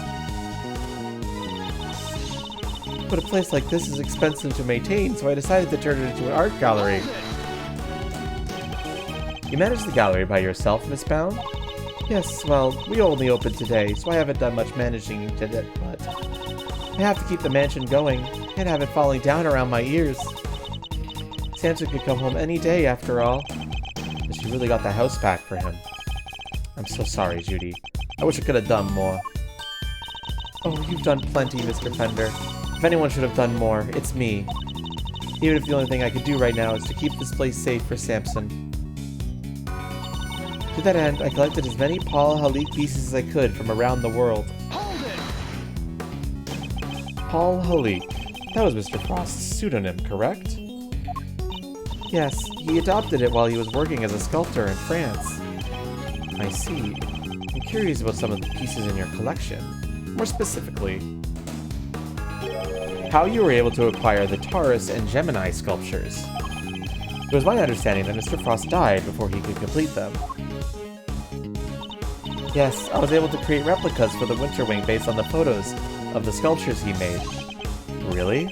Perhaps you could go into some more detail on that. Because, if I'm honest, it's always been something of a dream to mine. We got your testimony. I was able to create replicas for the Winter Wing based on photos of the sculptures he's made. Hold it! Tell me more about this dream of yours, Miss Bound. Well, what I really wanted was to open a gallery with Samson, of course. A gallery of dance, a gallery of song, a gallery of gaiety and candy all day long. That was the idea, anyway. And here I thought art was to be appreciated in silence, not accompanied by musical numbers. Alas, Mr. Tangaroa transgressed against the edicts of the Goddess of Justice. And as such, that part of your dream may go permanently unfulfilled. No, Samson he's innocent! That awful prosecutor refused to listen, but it's true! He never hurt anybody! Mr. Tangaroa gave a false confession in order to protect Miss Bound. The two of them really did what they could to protect one another, didn't they? Hold it! These photos you mentioned, you mean the ones you yourself took in Mr. Frost's room 18 years ago? Yes, you certainly know a lot about what happened back then, Mr. Edgeworth. So the statues of the Winter Wing were just copies? I didn't even get to see them before they melted. No, the sculptures in question were definitely not replicas. Which means that Miss Bound is lying. I know, it's such an awful shame. Never went to the trouble to recreate them, too. The sculptures of the Winter Wing weren't replicas. They're the very ones from 18 years ago. I need to show her I'm aware of that, or I'll never get to the truth. What are we doing, chat?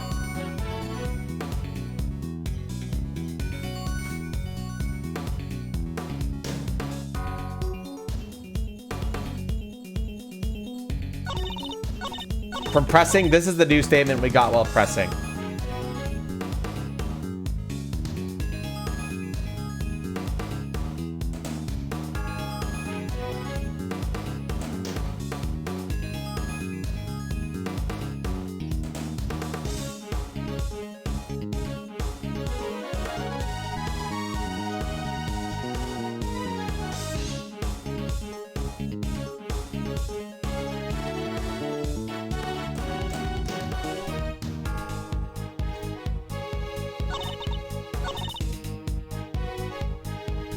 So you want to present the lift?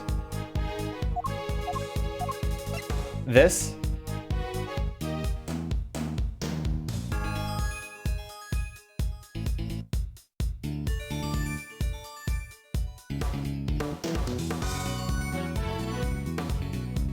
Don't forget to refresh your evidence list as well, just in case.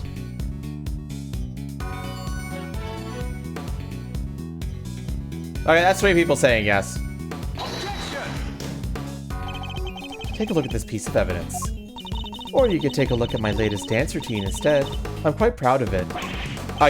Your dance routines have nothing to do with this case, Miss Bound. But neither does that piece of evidence, Mr. Edgeworth. Ugh. Shall I continue?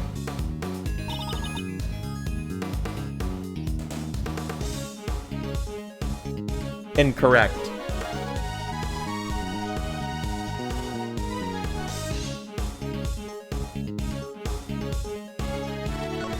The sculptures in the Winter Wing weren't replicas. They're the very ones from 18 years ago. I need to show her that I'm aware of that, or I'll never get to the truth.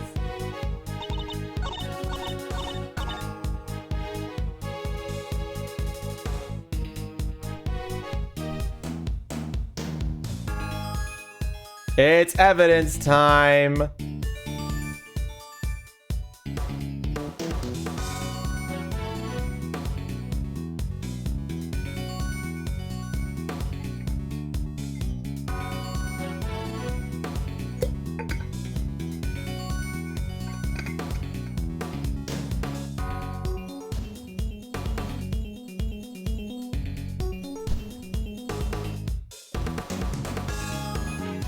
Check some of the evidence that we obtained during our investigation just now.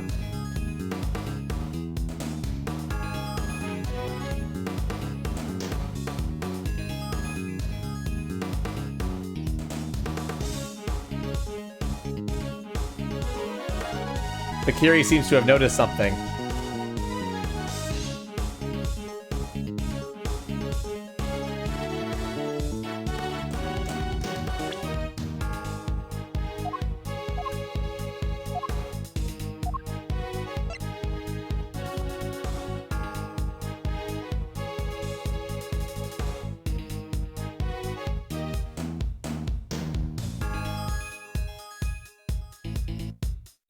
Okay, so right now, you guys are saying the Winter Wing photo, but your imagination has just brought up Gemini case analysis results. Since a lot more people are saying it, we'll go with the first people first.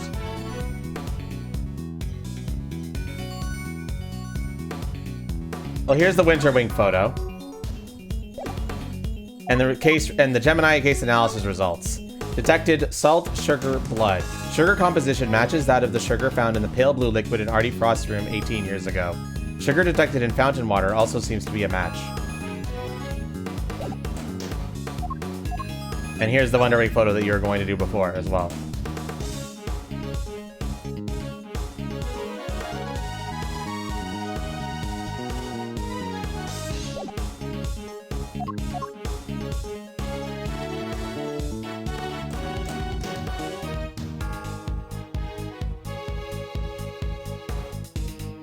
Yes, I am following. Don't worry about it. Are we going with this? One more person needs to say yes. Objection!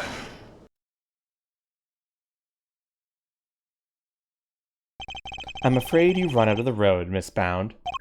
You can lie all you like, but you can't deny that else the tests concluded on the sculpture's remains. And those tests leave no room for ambiguity. What you had on display weren't replicas.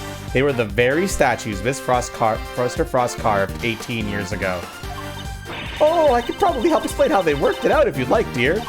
It's the sugar, you see. You might think sugar is sugar, but the composition is actually really unique.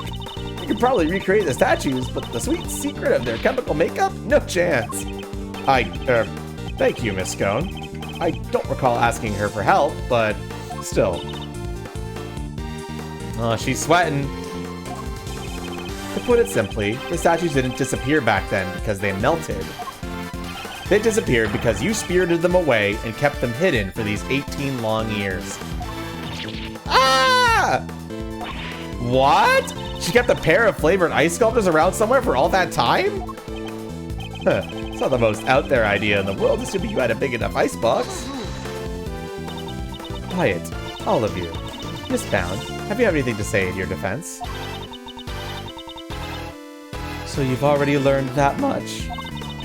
Should I take that to mean you admit to having hidden the flavored ice sculptures in question? No, I admit to no such thing. You haven't proven that I was the one who took these statues away. And you won't, because it would have been impossible for me to do so in the first place. The police were already here when they disappeared. How could I have done it without them noticing? How indeed. I don't yet know exactly how you did it, but I'm far from ready to say that it was impossible for you to have stolen them away. You're a very persistent man, aren't you, Mr. Edgeworth? I am indeed, and I won't stop until I get the truth. I see. Then I better tell you exactly what I did that day 18 years ago. What I did that day. You know what? I feel like this is worth having the better music for.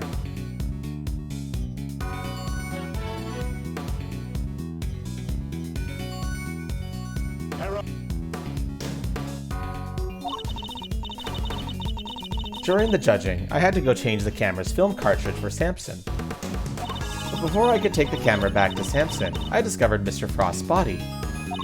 Later, around when your father arrived, I began to make the rounds and serve tea to everybody present. That was when I saw Mr. Gusto entering Mr. Frost's room. And those were my movements on the day it all happened. I hardly see how you could take issue with any of that. That's for us to decide, Miss Bound. Are you saying there's a contradiction in her story, Mr. Edgeworth? I'm more focused on proving the fact that she did indeed steal those statues. The question is, when she would have had the opportunity to do so. If I could pinpoint that, I might be able to prove what exactly she got up to.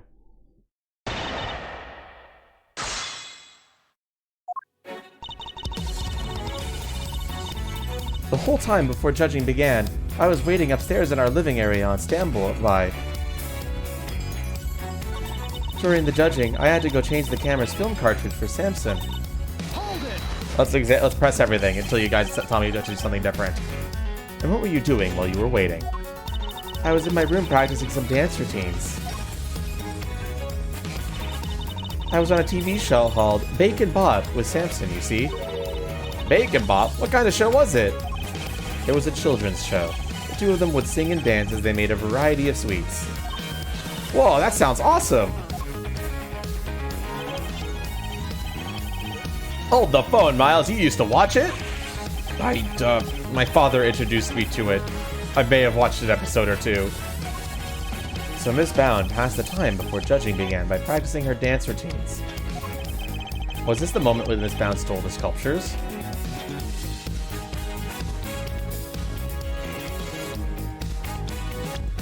Seems like we gotta press the statements. And it's gonna ask this probably on every statement, chat. So pay attention. Nah? That can't have been the moment she did it. I better listen carefully to what she says. During the judging, I had to go change the camera's film cartridge for Samson. Hold it! Were you the only one who was able to move around freely during the judging? Well, I wouldn't say freely exactly, but I was able to move around more easily than the contestants, yes. Even so, I could hardly have spirited the sculptures away while Samson was standing right there, could I?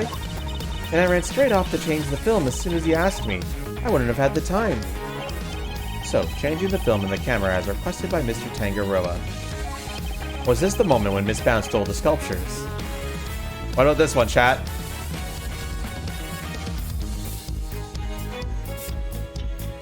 Where else is nah? No, you don't think so? That can't have been the moment she did it. I better listen carefully. Third statement then. But before I could take the camera back to Samson, I discovered Miss Frost's body. You entered the room containing Miss Tangaroa's work before bringing the camera back to him, correct? Yes, I heard the sound of something collapsing.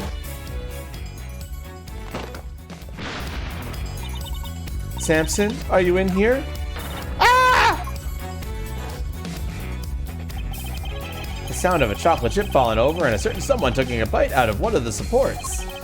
And Mr. Tangaroa was still in Mr. Gusto's room when you found the body. Yes, I'm fairly sure that was the case.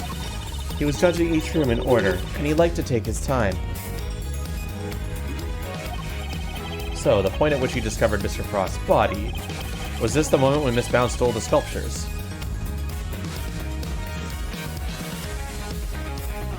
You can come back to it by repressing, right? Yes.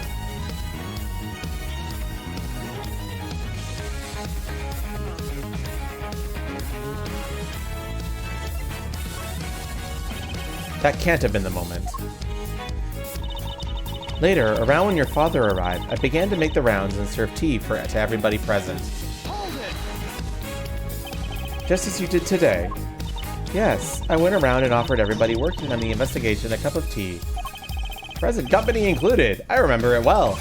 You were here, there, upstairs, downstairs, everywhere with that little cart of yours. Interesting. And did anything strike you as strange around that time? Oh yeah, Gregory was singing the praises of Judy's tea, and I think he mentioned his saucer was cold. His saucer was cold. Was this the moment when Miss Bounce stole the sculptures?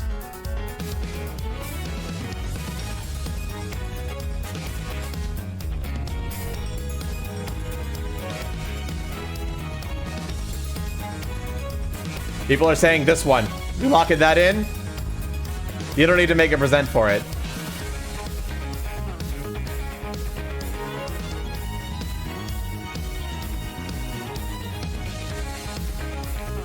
Could be, but let's check the last one. You sure? You want to keep looking still? Alright, so right now statement 4 is the one you're sussing, but you want to see the statement 5 as well. That's when I saw Mr. Gusto entering Mr. Frost's room. Hold it! When exactly did you see Mr. Gusto entering the victim's room? It was while your father and the others were investigating the room where the body was found. Gusto said he went in there to get back a photo of him and Frost and their kids. Because he didn't want anyone to suspect they'd been working together, right? Pretty sloppy of him to get spotted, though. Definitely not great thief material. Sorry, I missed that statement. I think Mr. Gusto could live with that, to be honest. So in the moment when Mr. Gusto snuck into Mr. Frost's room, was this the moment where Miss Bounce stole the sculptures? That's every statement, chat. So which one are we going with? There was one that you were pretty confident with. Are we going to do that one? It's got to be 4. I need to figure out when Miss Bounce would have been able to steal the sculptures. What was her best window of opportunity? You'd think a great thief like me would have an inkling, but I'm drawing a blank here. If you're going to get to the bottom of this, you'll need to grill her harder. So get to it. We're right behind you, big man. Alright. People are saying 4, so we're going to do 4.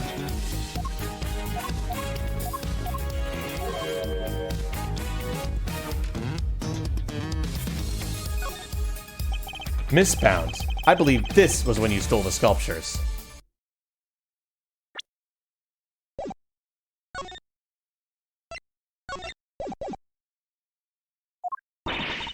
I hate to contradict you, but the fountain room was full of witnesses at that point, Mr. Fender included. Are you suggesting that I somehow got the sculptures out of Mrs. Frost's room, right under everyone's noses? That is precisely what I'm suggesting. Miss Bounce stole those ice sculptures, and she did it by hiding them here.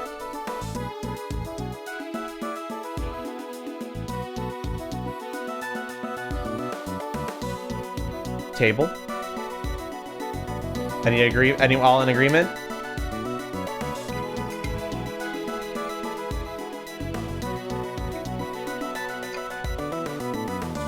Take that!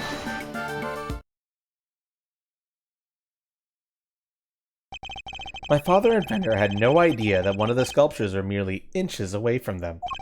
Because it wasn't just a tea set you were pushing around, Miss Bound, but a hidden ice sculpture in a glass case. Ah! Surely such a thing would have been impossible. Stephanie, thank you so much for the raid. How are you doing today? Fortunately, my message still says undefined. I need to fix that. I don't know why it's doing that. How was your stream?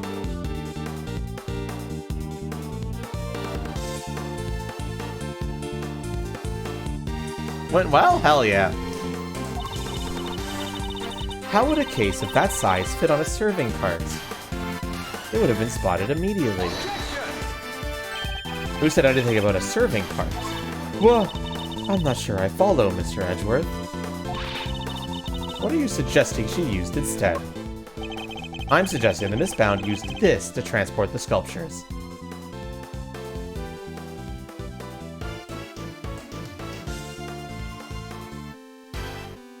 How goes the investigations? Ask chat. They're the ones playing. It's going well. As you can see. They're currently solving this question right now. And they're saying to present the lift card in this.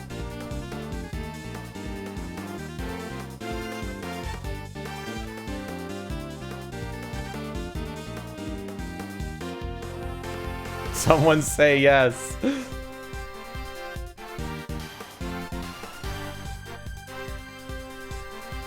Yes. You don't even know what's going on, but your vote counts. And this is the cart that Miss Bound used to move the flavored ice sculptures out of Mr. Frost's room 18 years ago. And it would appear that the very same cart is still here with us in this fountain room.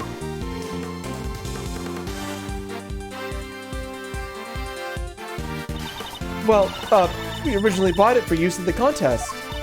And you're saying that Miss Bound loaded Mr. Frost's sculptures onto this cart and carried them off. I am.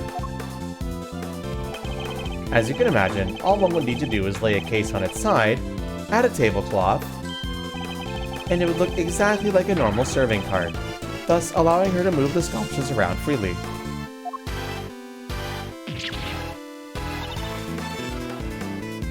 Can it be?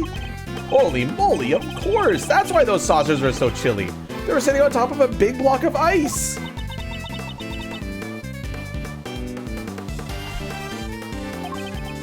Dudes, how could you? Impressive. Then again, you are Mr. Gregory Edgeworth's son. I should have expected no less. There isn't a scrap of evidence that I stole the sculptures all those years ago now. And yet, I knew that no matter what I said or did, I would always be under a cloud of suspicion. So you admit it. You admit that you stole them from Mr. Frost's room? Yes, I do.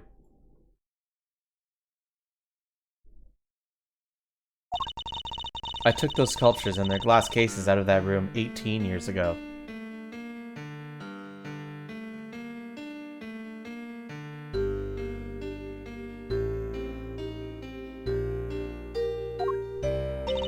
As Miss Edgeworth correctly deduced, I dressed up the lift cart as a serving cart to do it, and slipped out in and out of Mr. Frost's room while I was going around serving tea to everyone.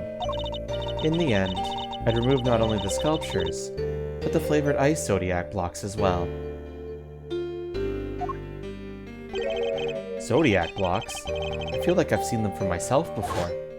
There's a huge block of ice on display here. They must be incredibly heavy, but maybe not what with it being hollow on the inside. If the Winter Wing really is an exact replica of Mr. Frost's room for 18 years ago, then even though my father never saw them because they've already melted, the Zodiac blocks must have been in the victim's room back then as well. When I had finished moving the 2 ice sculptures and the 2 Zodiac blocks out, I took 2 fresh empty cases to Mr. Frost's room and put them where the original 2 had been. Only the sculptures have been kept in glass cases, you see, to prevent them from being damaged. The blocks were a little more robust, so they had been displayed as is. As stated in the contest rules, we were responsible for providing all display room materials, including cases, meaning it would have been easy for her to prepare these empty space spares swapped in. Mr. Frost's room contained quite a few other flavored ice works in progress. I figured if I melted them down somehow, the resulting puddle would look like it came from the sculptures. And that is how the sculptures from 18 years ago came to be in the Winter Wing today. I have to say, Mr. Edgeworth, that's quite the confession. Indeed. I think she offered it so willingly, because she knows there's nothing we could do with it. That's all I have to tell you. However, despite everything I shared, you can't charge me with anything now, can you? What? How do you figure that? Oh my. I would have thought you might know at least this much, given we're at a crime scene. I suggest you memorize the various statutes of limitations outlined in this book. Statutes for dummies, chat! That means you! Statutes? How do you pronounce that word? Statues? Statues? I don't think it's statues, right?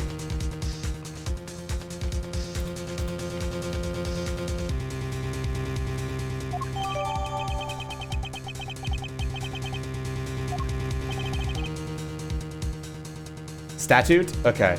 Statute. Simply put, Kay, prosecutors only have a certain amount of time within which they can put a suspect on trial for a given crime.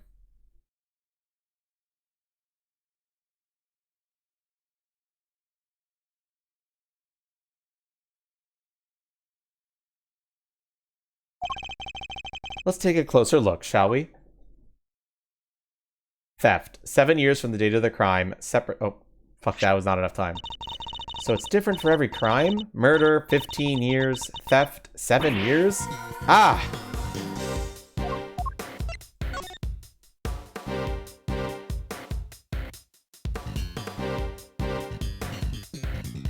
Statute? Okay.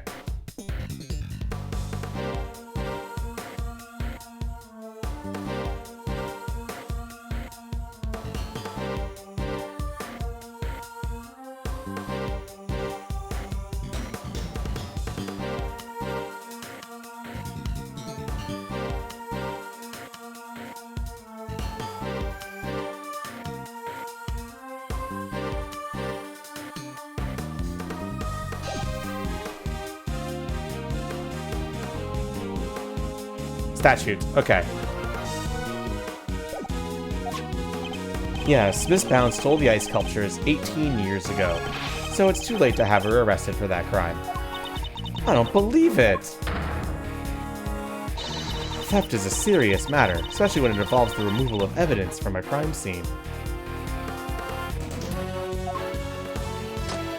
However, as you yourself just pointed out, Miss Bound can no longer be prosecuted for her crime, rendering your revolution rather pointless. Wouldn't you say, Mr. Edgeworth? Huh. I wouldn't be so sure about that. For you see, the theft of the elf sculptures isn't my principal interest here. I find the body that reappeared 18 years after the theft to be of considerably more interest. Are you suggesting that I also hid Mr. Frost's body? I am indeed. But how do you keep a body hidden for 18 years without anyone finding it? By hiding it in a very unusual way. Ooh, now this is interesting. Are you telling me that you know where the body has been all this time, Mr. Edgeworth? It's not such a big leap if you think about what Miss Bound has told us already. Let's just say, it wasn't just flavored ice that she removed from Mr. Frost's room back then. Very well. If you're confident in this claim, let's put it to the test. Tell me, Mr. Edgeworth, where exactly was Mr. Frost's body hidden? Well, chat? Where was it?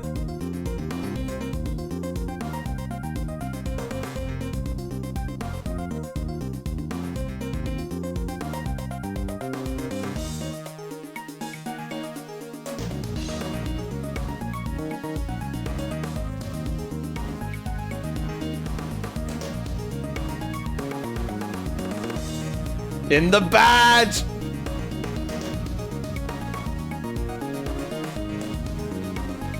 Sazure is saying the statue.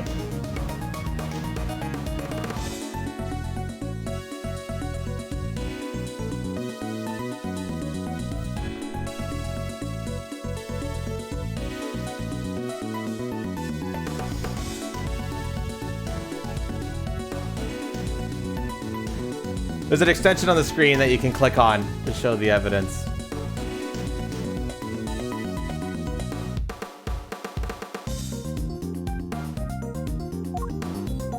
Still, what are we presenting, chat? We got a lot of evidence.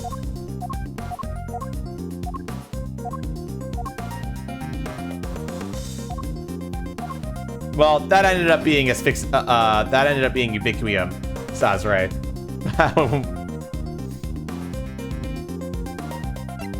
And it was also a different statue. Or was it a different statue? That's Larry's sketch. This is the photo of the Winter Wing.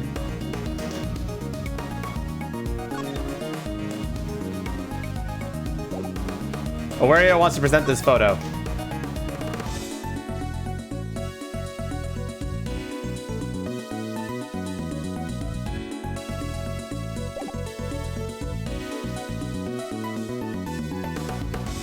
Take that! A photograph of Mr. Frost's works and of the victim's body, Your Honor. You will have to forgive me, but I don't see what you mean. Where exactly in this photograph is Mr. Frost's body? The victim's body is hitting right here. Where's their body, chat?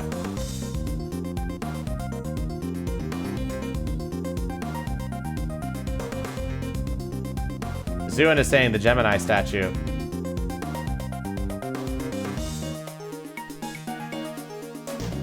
I'm seeing a lot of yeses there.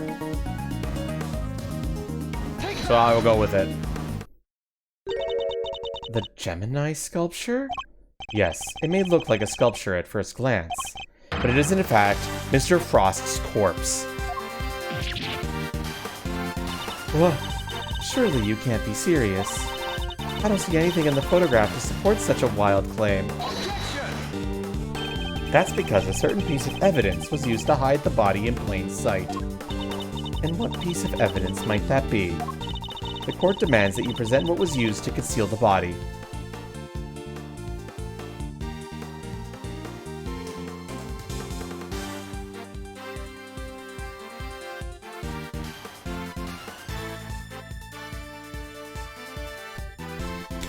Well, chat,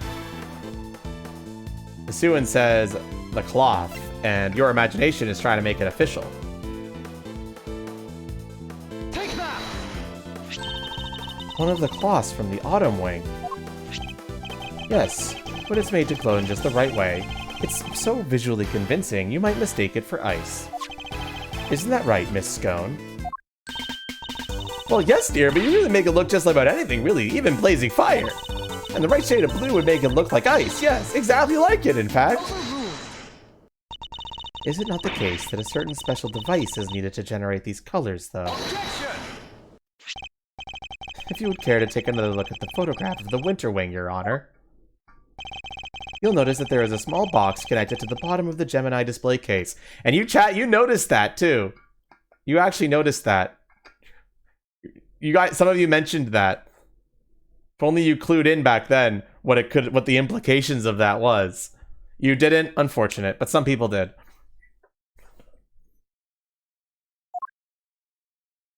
But that's one of the very light-emitting devices in question. Detective Gumshoe even confirmed its presence. In fact, this particular device went missing 18 years ago. Back then, it was no doubt firmly connected to the cloth inside the display case, which means Miss Bound had no choice but to take it with her when she removed the sculpture.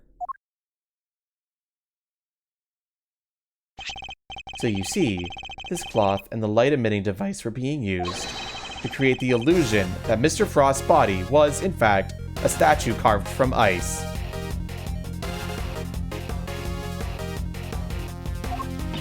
No! That can't be! I think we deserve the remixed for this, don't you, chat?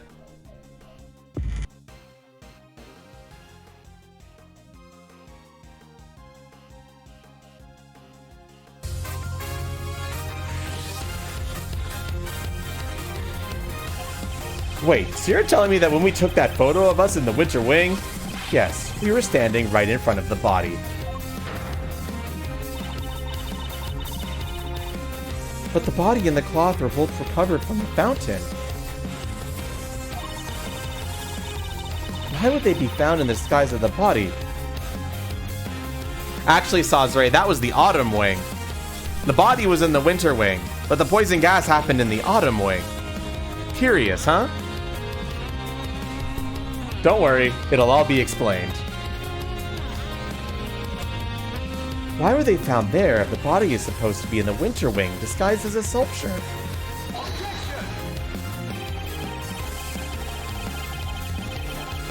Because there would have been no mystery as to how the body had been hidden if we had found it as is. Miss Bound needed to remove Mr. Frost from the winter wing in order to throw us off the scent. Ridiculous. I don't recall her sneaking around behind our backs to throw a body in a fountain. No, and she didn't need to, because she had another method at her disposal. Her trusty lift cart. The same cart that had proved so useful in executing her original theft. I believe she wheeled the body into one of the other wings and floated it down the stream to the fountain. The frozen body, being quite solid, probably got stuck somewhere along the way, which is why only the cloth appeared at first. The cloth Miss Scone discovered. And then the body followed afterward once it had thawed enough. It is an ingenious theory, Mr. Edgeworth. But can you prove that it was me?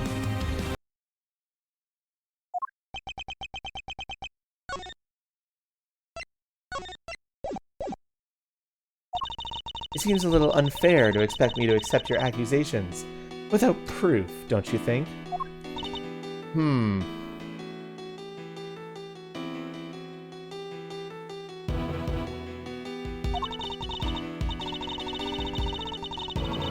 What about an eyewitness? Do you think somebody might have spotted her when she was moving the body? As a matter of fact, I do. And the contradiction in the piece of evidence I was provided will shed light on exactly how Miss Bound moved the body as well. Well, Mr. Edgeworth, do you have any evidence to support your allegation? Of course, I have a piece of very compelling proof right here. Then please present it to the court. Which evidence do you have that proves Miss Bound acted as you claim? This is what your imagination is putting forward.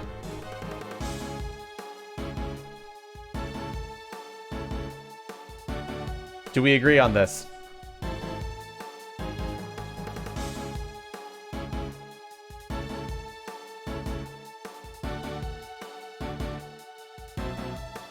Take that! More drawings. And is that me? Yes, Mr. Butts drew sketches of people as they passed through the fountain room. But what I'm interested in is the cart we can see here. Miss Bound's serving cart. What about it? You don't see it. She's using the same trick she used 18 years ago. Ergo, we know that Miss Bound was busy moving Mr. Frost's body when that picture was being drawn. What? If I may, I don't see Mr. Frost's body anywhere in that sketch. All I see is a picture of me delivering chocolates to everyone.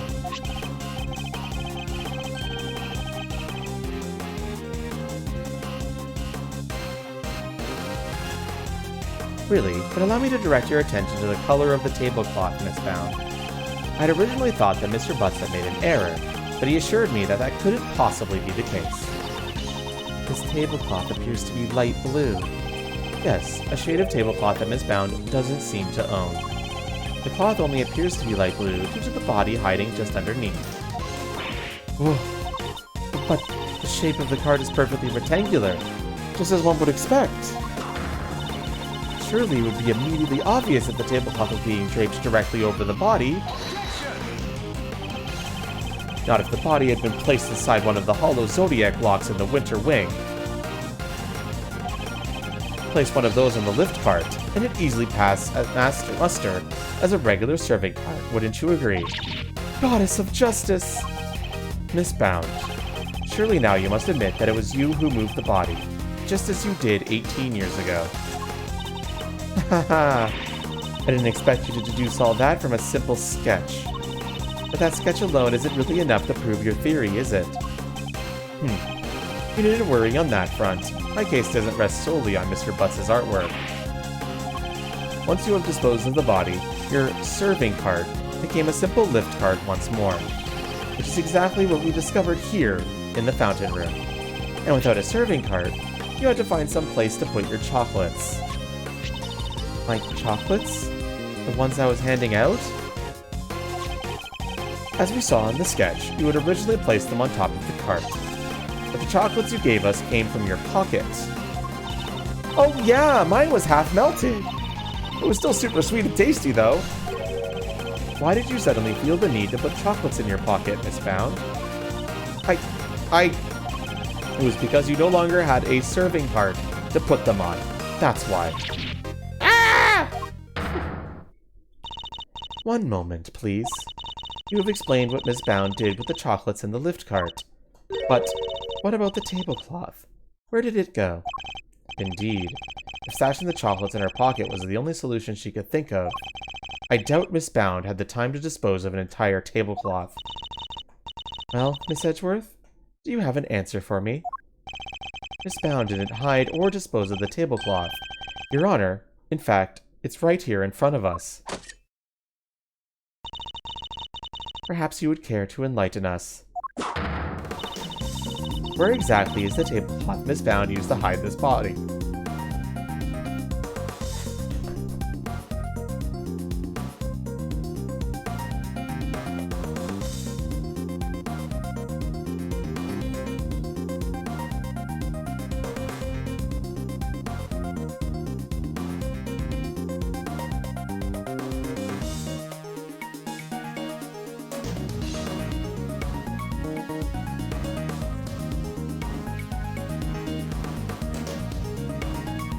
You're a teeny bit lost?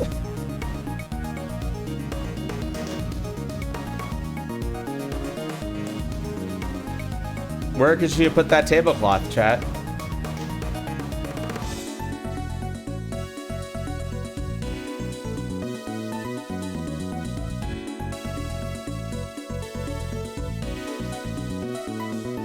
Remember, we're not necessarily talking about the luminous cloth that covered the body, because that was around the body at the time.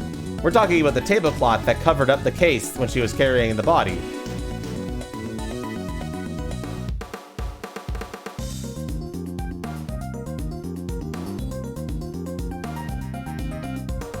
After me have... Okay, so we're saying in the fountain?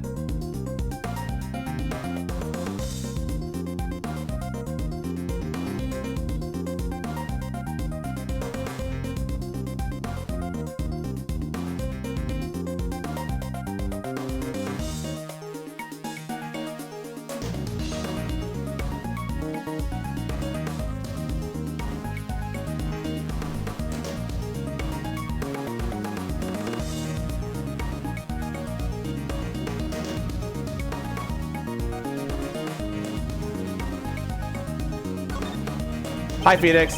There's no doubt in my mind that it's in the fountain.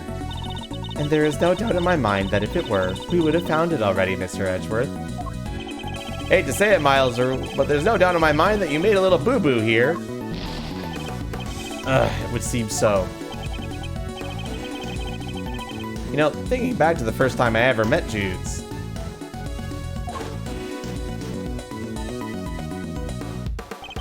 I remember her wrapping a tablecloth around her waist before getting down to work.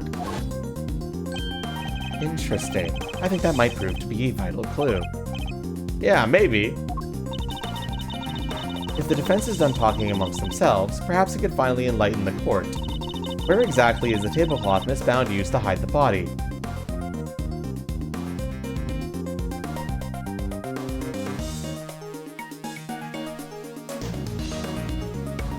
Thanks for the hint, Fender.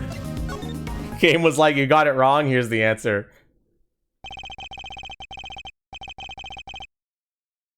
Miss Bound had the tablecloth on her person, and in plain view, in fact. In plain view? No, surely you don't mean... Miss Bound, it's the cloth around your waist, isn't it? And given that the Zodiac blocks weren't kept in glass cases, that cloth would have been in direct contact with the ice.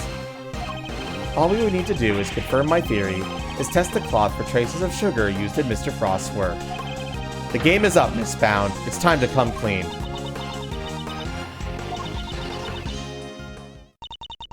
You won't need to test the tablecloth. Everything you said is true. I stole Delicia's Infecticide Ultra, and I moved Mr. Frost's body.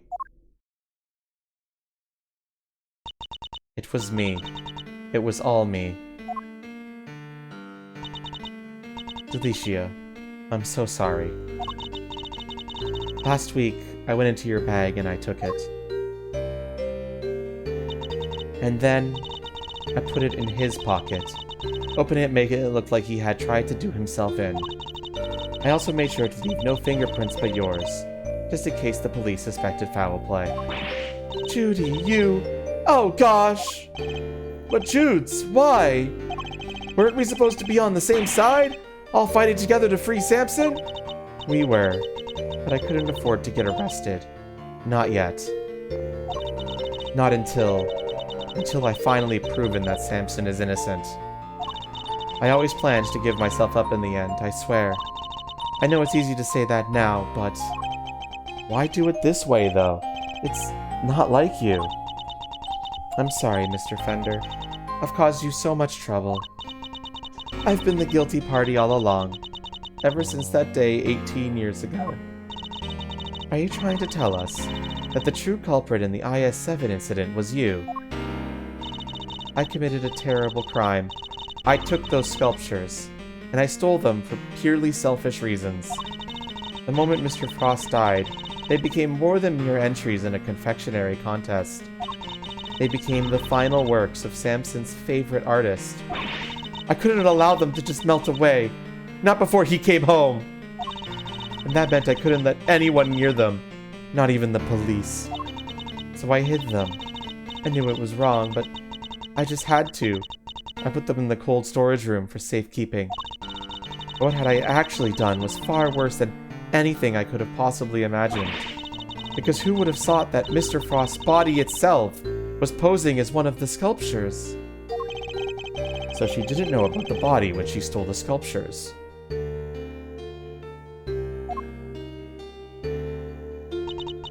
Samson is a kind man, a saint. He could never kill anyone, never! And yet, because of what I did, the police never found Mr. Frost's body, and Samson was found guilty.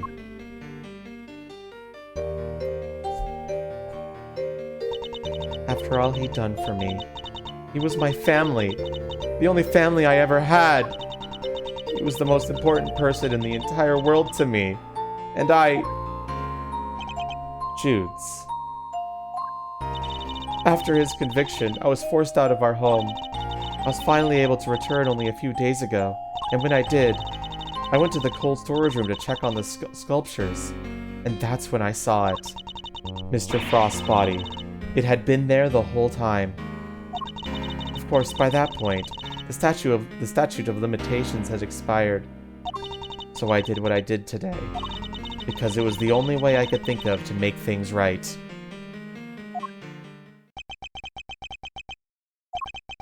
It seems I've misunderstood her intentions.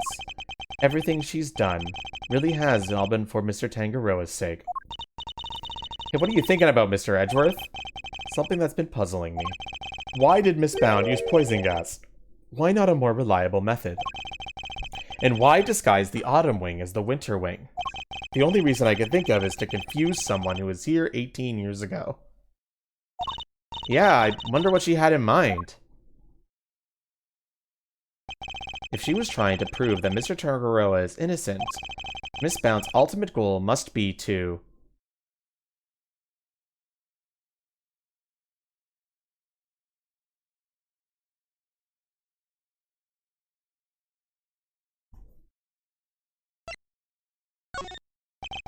Could she have been trying to discover the identity of the true culprit?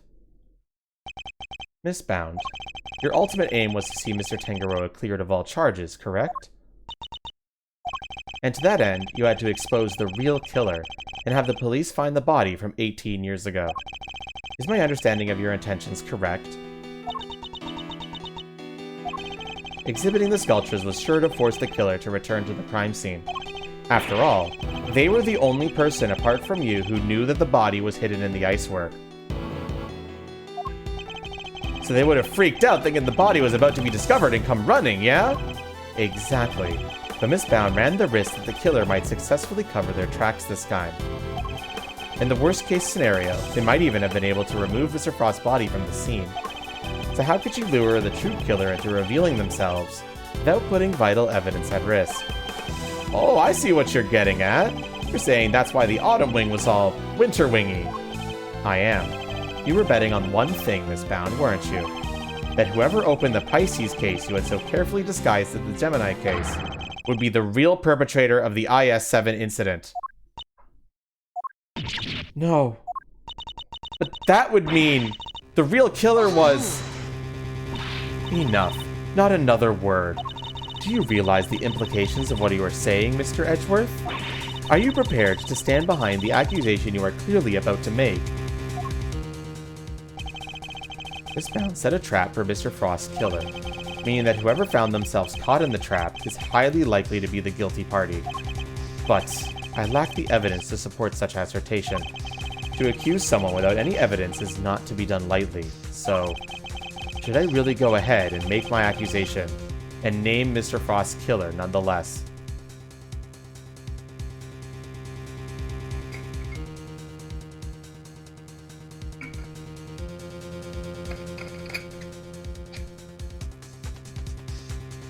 Do we make the accusation?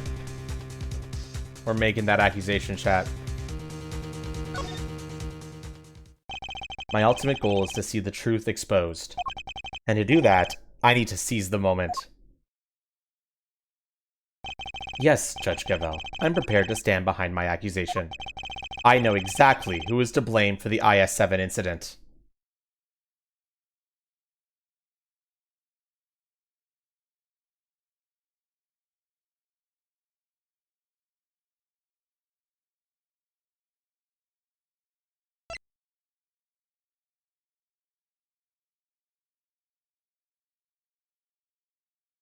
Take that! Mr. Gusto? The victim of the poison gas attack is the perpetrator behind the IS-7 incident? Gusty? Mr. Gusto.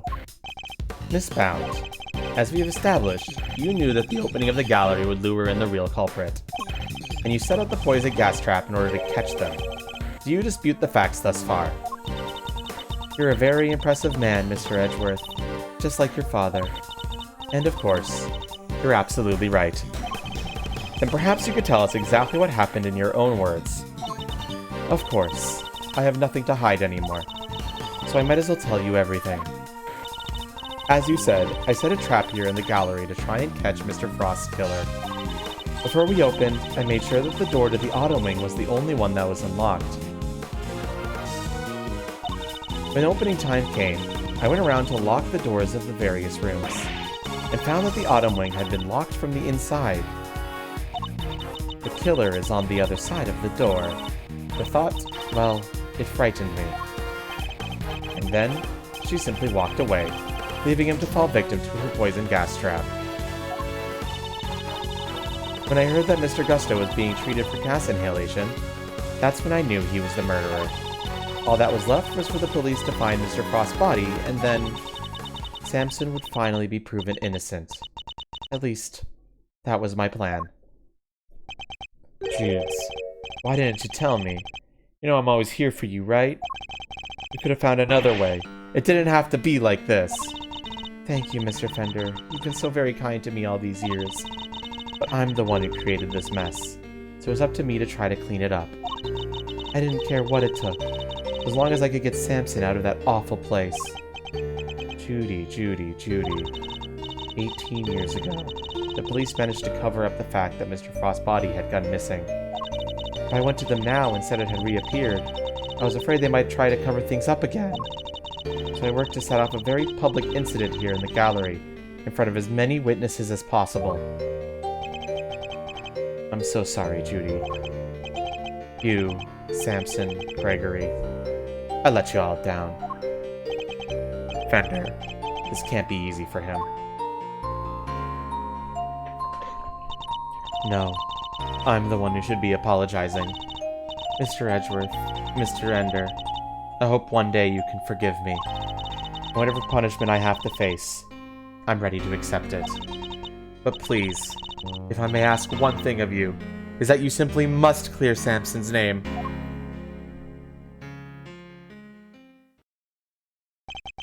The way the truth of these past 18 years had come to light was unexpected, to say the least.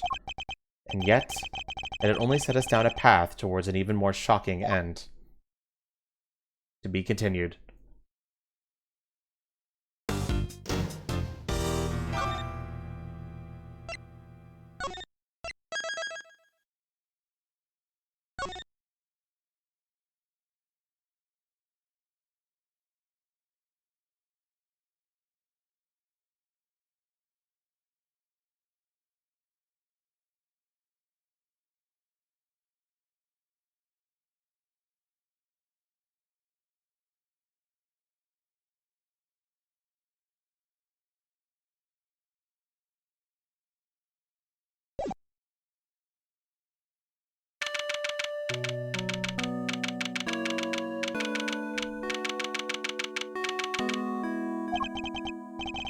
Miss Bound, are you feeling a little calmer now?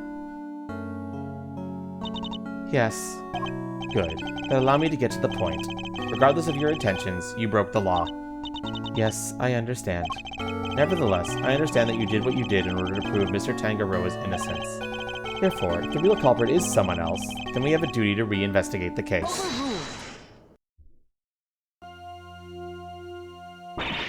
There is nothing to suggest that anything nefarious took place in the official IS-7 incident records. And right now, there's nothing to suggest that we should take Miss Bound at her word either. So our first order of business should be to arrest the culprit of the case before us, Miss Bound herself. Official records cannot always be trusted, Judge Gavelle, especially since there are those prosecutors who would think nothing of twisting the facts. Are you suggesting that the committee at the time overlooked just such a prosecutor? That's for you and your people to figure out. However, it is a fact that the autopsy report was faked, seeing as Mr. Frost's body was only found just now. There really is something of Mr. Von Karma in you, Mr. Edgeworth. How so, exactly? By continuously defying the will of the committee and bending the truth to fit your needs. That's how.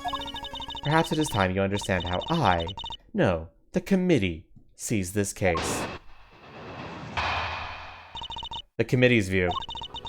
The committee is willing to accept that Mr. Von Karma falsified Mr. Frost's autopsy report. Even still, Mr. Von Karma only managed to have Mr. Tangaroa convicted as an accomplice.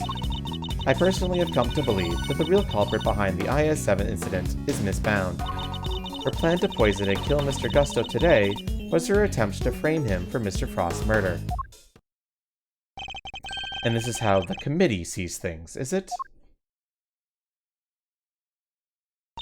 It is. As always, I act solely in the service of law and order. It sounds to me like all she's doing is acting in service of the committee and covering up the truth. And if I can't change her mind, there will be no saving Mr. Tangaroa or Miss Bound.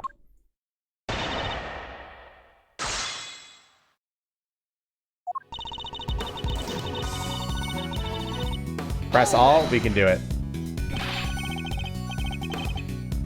If you accept that Miss Von Karma falsified the report, then why won't you reinvestigate the case? Because the goddess of justice is never wrong. Her verdict remains true, despite Miss Von Karma. Despite blatant evidence tampering? You sure your precious goddess is into that? Almost makes you think the committee might have other reasons for not wanting this looked into again. Further investigation is simply unnecessary since the goddess of justice has already spoken. Is that right? Only managed to have Mr. Tango convicted as an accomplice. I believe it was a confession that sealed Mr. Tangaroa's fate in the end. A confession secured by Ms. Von Karma, which should surely cast doubt on the final verdict itself. Samson Tangaroa confessed to the initial investigating officer, one Detective Ian Seidman. The official records state it was his interrogations that led to the conviction. Therefore, all I could say to you is the Goddess of Justice had already spoken. Unbelievable, she just won't budge at all. These committee guys really that big of a deal? In many ways, they are a prosecutor's worst nightmare. So kind of like how the police are to a great thief, huh? Funny how you don't seem to have a problem working with the police when it suits you, though.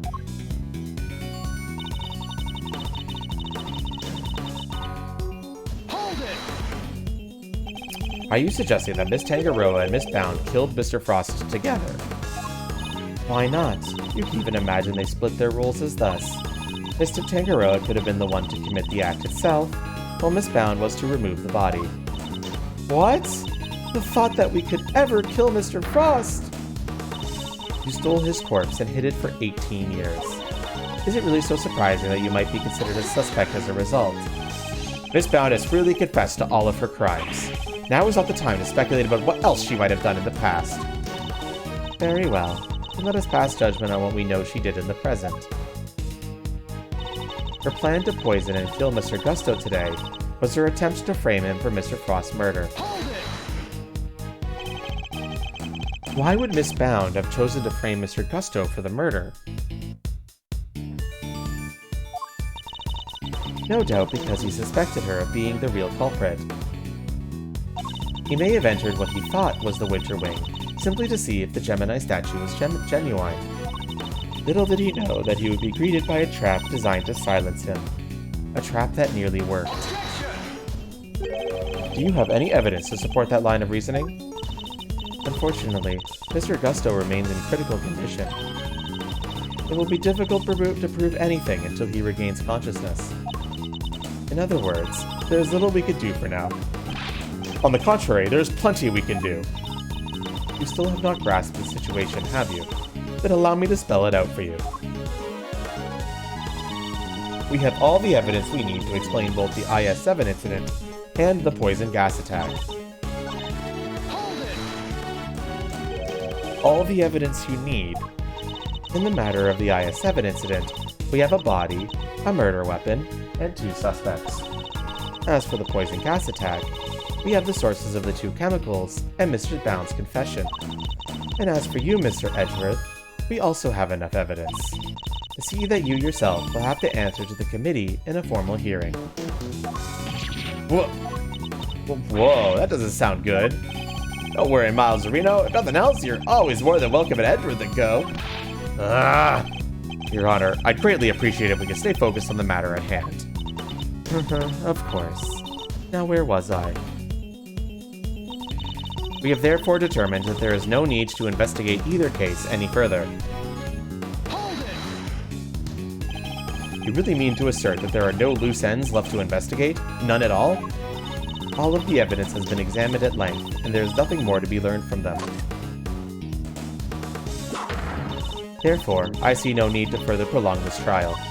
This court finds the defendant, Miss Judy... Your Honor, I'm certain there's something that still needs to be examined. The hammer is about to fall, Mr. Edgeworth. Only hard evidence can stop it now. Present what you think requires further deliberation now, assuming there's really anything left that there is. This isn't over yet, not by a long shot. There's still one thing we don't have an answer to, and it's up to me to point it out to Judge Cavell.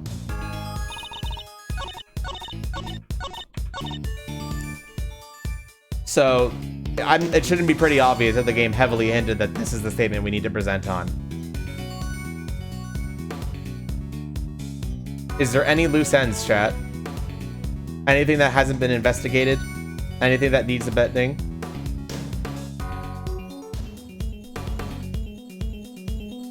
Any unknowns?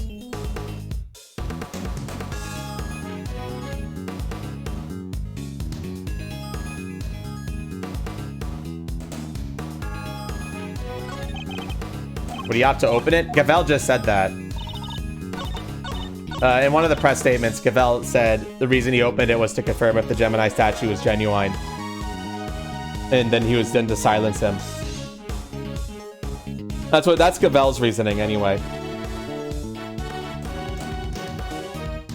It was in one of the press statements.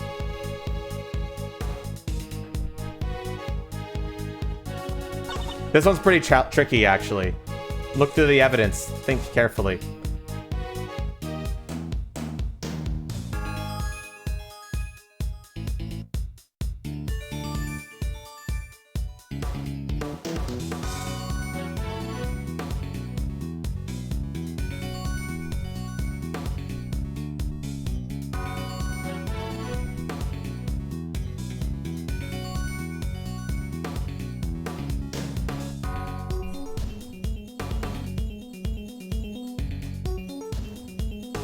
Can you press that one again? Hold it. Oh no, why would you bound on chose to frame him for murder? No, because he suspected being the real culprit. He may have entered what he thought was the Winter Wing simply to see if the Gemini statue was genuine. Little did he know that he would read by a trap designed to silence him. A trap that nearly worked.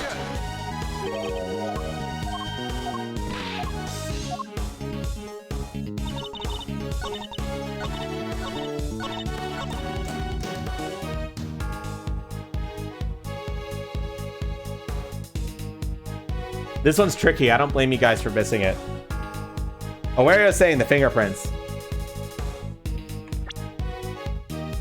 These.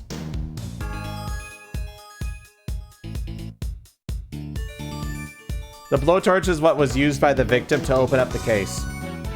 That's what we know about the blowtorch so far.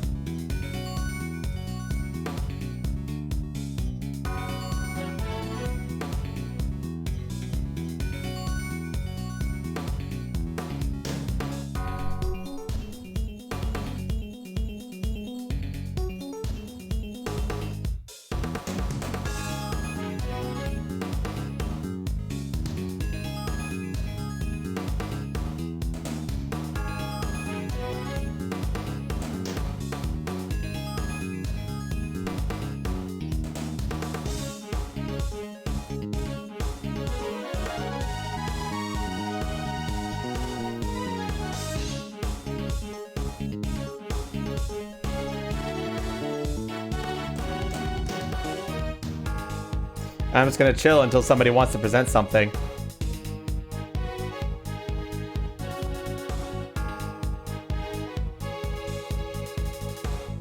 Time for me to surf the internet. I'm just enjoying myself.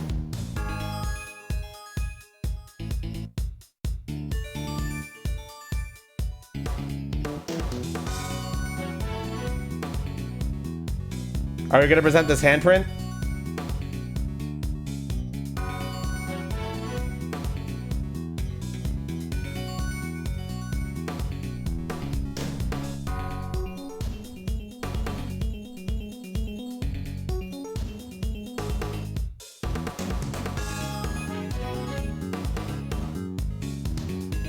Any objections? Objection!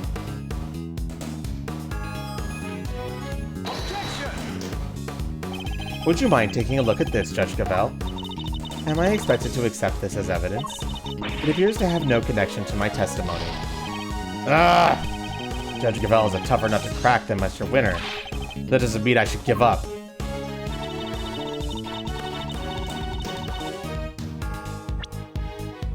You might need a hint for this one, chat. Maybe.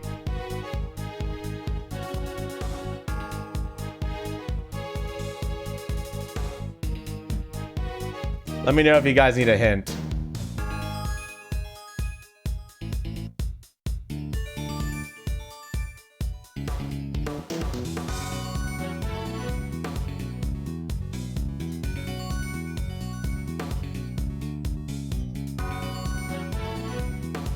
This is the Winter Wing photo.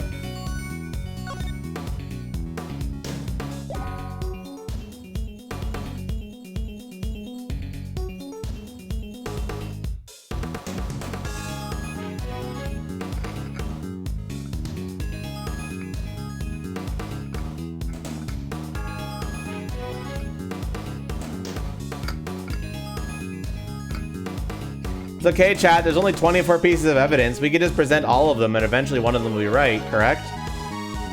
That's one way to go about it.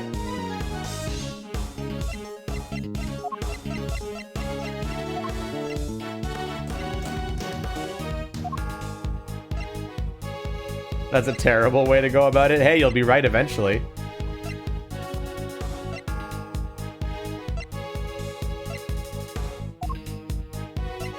Save scumming is in this game. Let's start with badge. Catagrim, you're so right. The badge has to be it.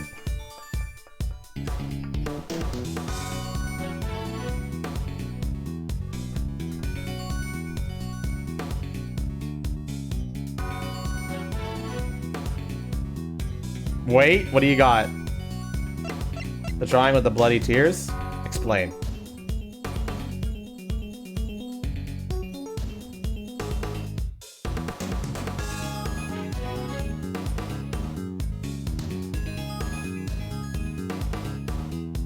Was it explained or did you miss it? It was explained. The red tears is the ubiquium.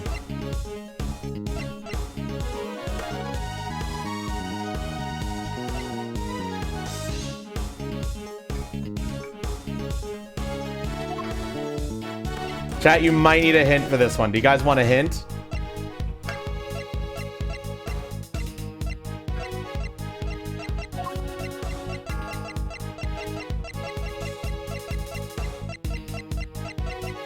Sure? You've given up? There is something mentioned in the evidence that might need forensic investigation.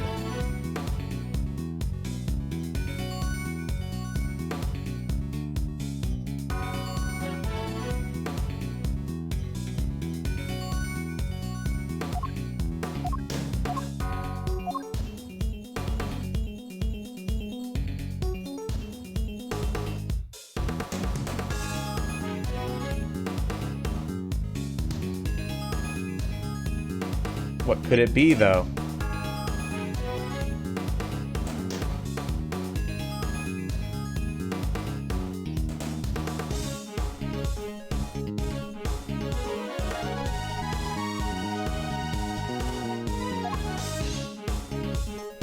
Your imagination saying the salt lamp?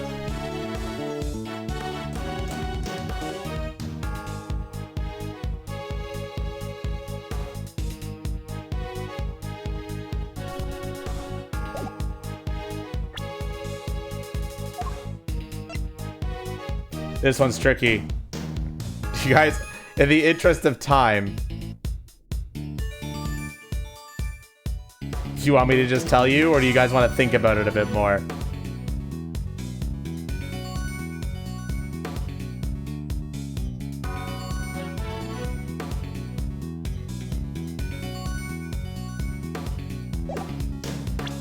Make sure you read the evidence and stuff too. The cloth?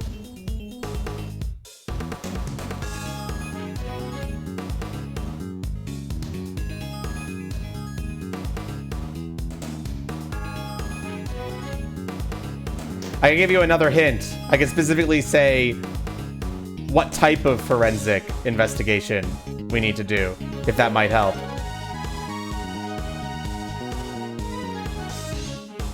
Like, like whether or not it's fingerprint, blood, DNA, those kind of things. Which I can tell you which one it is. If you want another hint.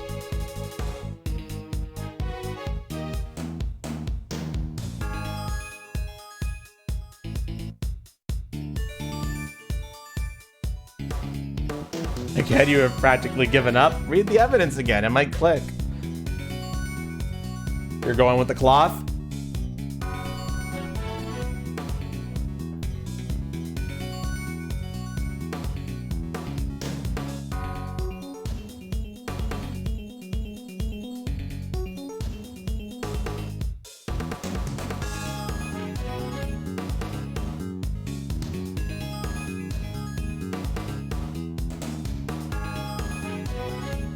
Okay.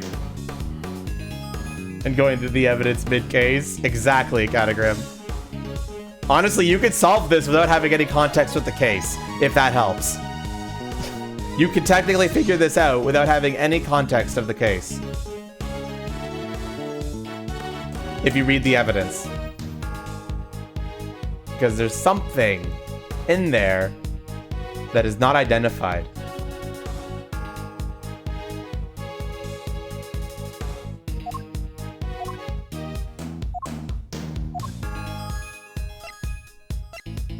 And it's not these, because we've already tried that. The burner, what we know, the burner was used to open up the glass case, which caused the ubiquium to melt and caused the thing. Tell us the forensics test? What forensics test? Makiri, everything you want is, if you click on the evidence, it'll show you everything you want, so you can open it up and read it yourself.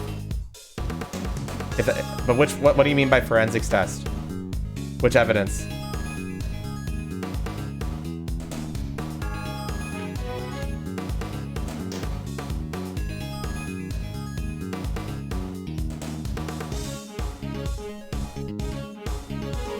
Oh, right. Blood.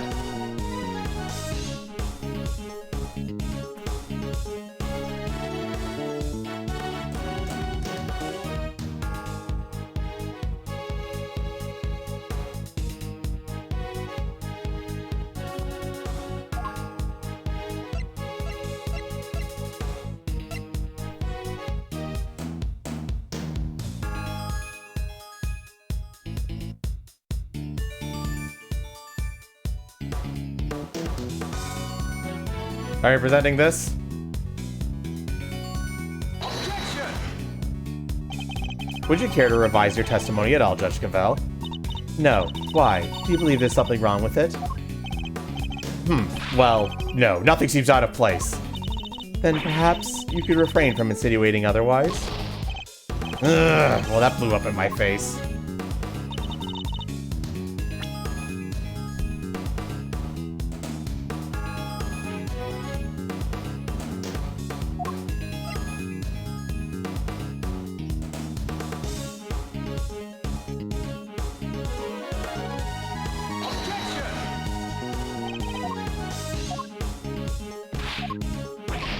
Boom. Now this one's tricky, chat. You guys give up? Oh no, we never presented the lamp yet. That was the first time we presented the lamp. So no, it wasn't done yet. Do you guys give up?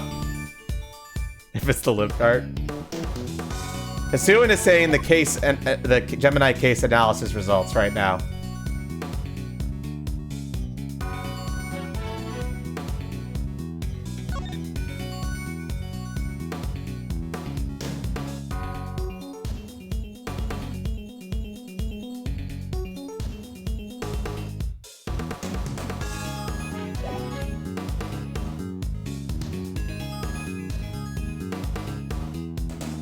Hisuin is saying we never matched the blood that's been detected in the Gemini case analysis results. That's Hisuin's current thought process.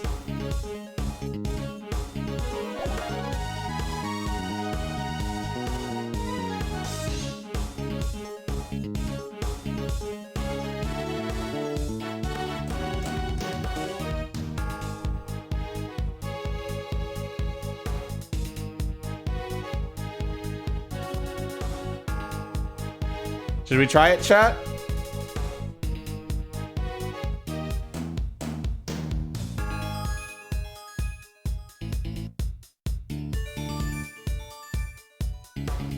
Objection!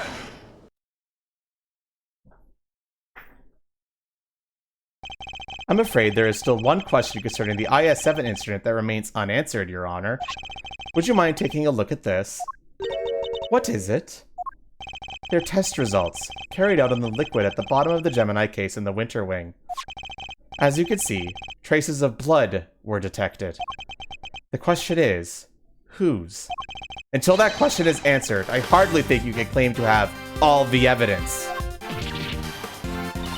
There was blood in the Gemini case? Why did I not hear about this from Eustace? Because Detective Gumshoe informed me of the results directly. I was planning to tell Mr. Winnett about it myself, of course. You kept this to yourself until now, despite having no jurisdiction here whatsoever. Mark my words, the committee will hear all about what you have done here today. As ever, my interest is in the truth, and if mistakes were made in the past, they must be rectified. If you must report me to the committee, then so be it. But in return, you must be allowed to investigate this case to the very end. That is not my decision to make. You will need to discuss it with Eustace. Guess who's back, losers? And with good news, too.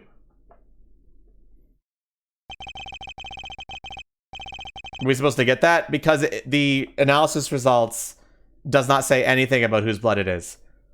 At all. It was a close call for a minute there, but Carmelo Gusto is alive. Gusto. He made it. You're the ones who found me? Yep. Long time no see, Gusto. You're the attorney's assistant. You've grown, and you have an assistant of your own now. Assistant? No, I... He hasn't got the gig just yet. This is Gregory Edgeworth's son. Prosecutor Miles Edgeworth, at your service. Fate moves in mysterious ways. I'm in your debt. If you haven't found me in time, I wouldn't be here to thank you. Oh, you're very welcome. After all, if you hadn't lived, we wouldn't be able to ask you what really happened 18 years ago. Huh? What are you talking about? We figured out quite a bit while you were out cold, including the fact that you're probably the guy who offed poor Artie Frost.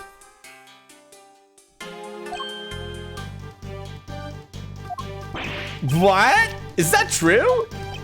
Miss Bounds set up a very elaborate trap to catch Mr. Frost's murderer. A trap that involved rigging the Pisces case with poison gas. Perhaps in light of that fact, you could tell us in your own words what happened back then? Or perhaps you'd rather exercise your right to remain silent. Oh, it's not that. Gustos here's a fan of the old meditation, you know? And all that jazz. Wow, sleeping while standing seems pretty cool. That's one heck of a talent. Except there's no sleeping involved in meditation, Kay. Hey, Gusto, old pal, how about you snap out of it and tell us what way back down, way then? Fuck. Tell us what the fuck happened. I was caught in the girl's trap, so I must be the killer? Is this your idea of a joke? I'm the victim here. Indeed you are, Mr. Gusto, and there's no evidence that you have done anything wrong yet.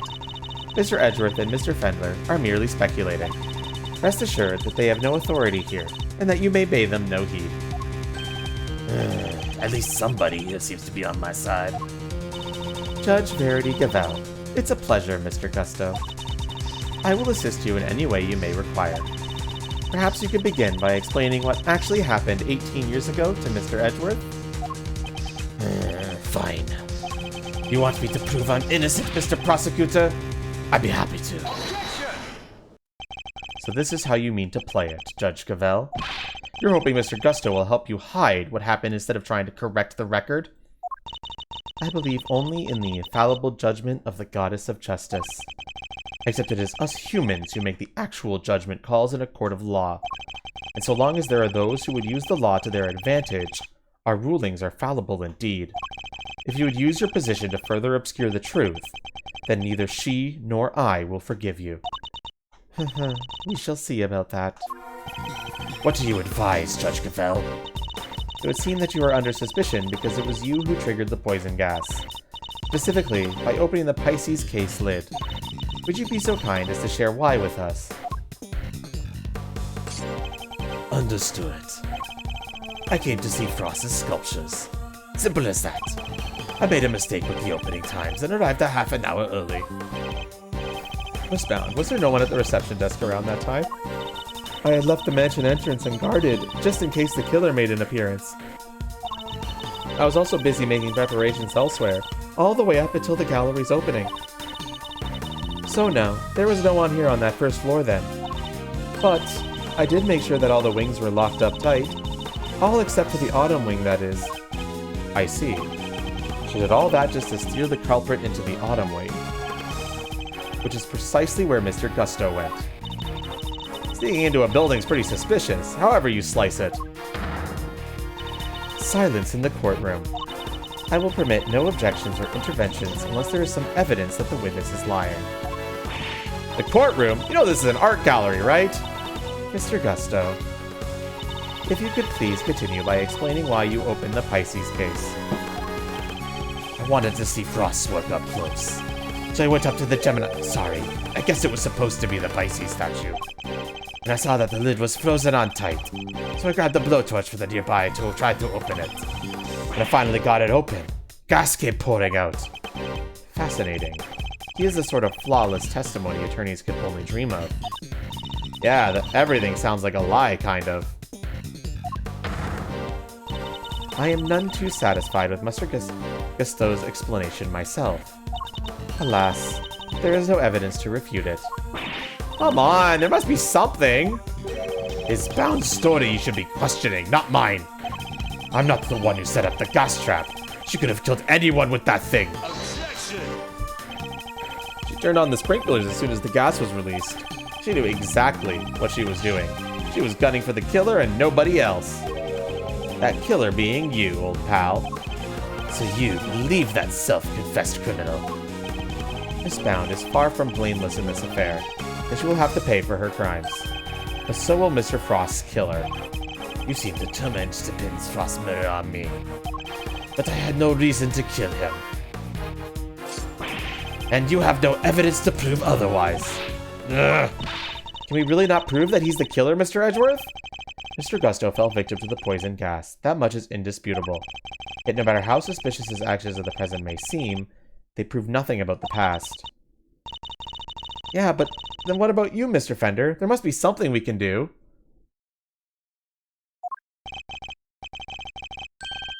You're right, we may not have evidence, but we have plenty of intel. Let's see now. If Gusto killed Frost, he must have had a reason. He claims to not have a motive, but that can't really be true, can it? If he did it, he has one. Not many people commit murder just for fun. In fact, your old man had a little back and forth with Von Karma about a probable motive too, remember? How could you possibly say that without any certainty? If their relationship had broken down for some reason, that could very well have been the motive behind this murder. Von Karma wouldn't let us talk to Gusto back then, but we can now. If we can pull the pieces together, I think the picture we've been looking for might just emerge. Yes, I think you might be right. I need to think back over everything we know about the IS-7 incident, especially the questions that never got answered. And the finger marks? Were you the one wearing the gloves? Iscone denied that the finger marks in the frame were hers. What if they were Mr. Gusto's? Perhaps he had wanted to take a look through the ultimate cookbook for himself? So he asked me to go put in a new cartridge. He seemed to think there should have been more shots left than there were. In other words, the film ran out sooner than expected? Yes, the number of shots he took didn't line up with the number of shots remaining. But he thought maybe he just lost track somewhere along the way. My father noticed these things for a reason. I just need to piece them together correctly. In the absence of evidence, it's the only way to the truth. Murder. Gusto insists he had no reason to kill Artie Frost. More film had been used up than Tangaroa expected. Did someone else use the camera? Gusto helped Frost in the final, but the favor wasn't returned. Had Gusto's goal been to look through the ultimate cookbook all along?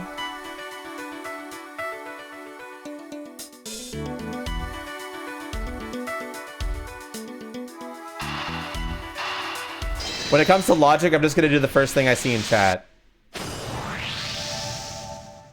Photographing the cookbook's contents would be the perfect way to steal its secrets undetected. And what if Mr. Gusto did just that?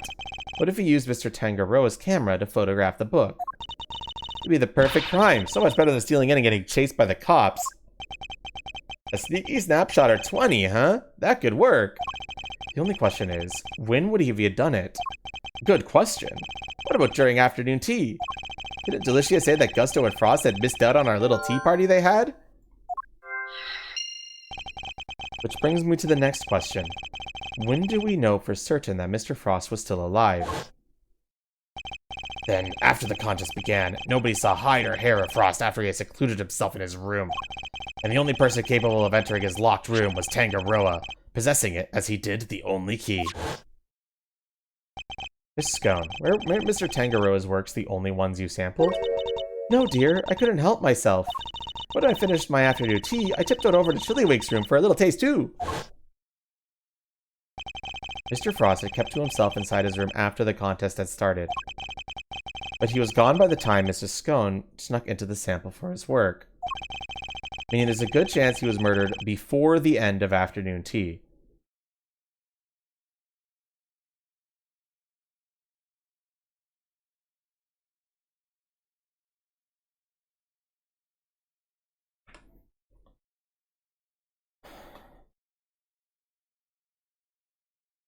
The fucking hell. Alright, next one. Murderer's motive. Gusto says he had no reason to kill Artie. Gusto helped Frost in the final, but his flavor wasn't returned. Frost and Gusto didn't attend afternoon tea. Jack, you're the one who did this to me.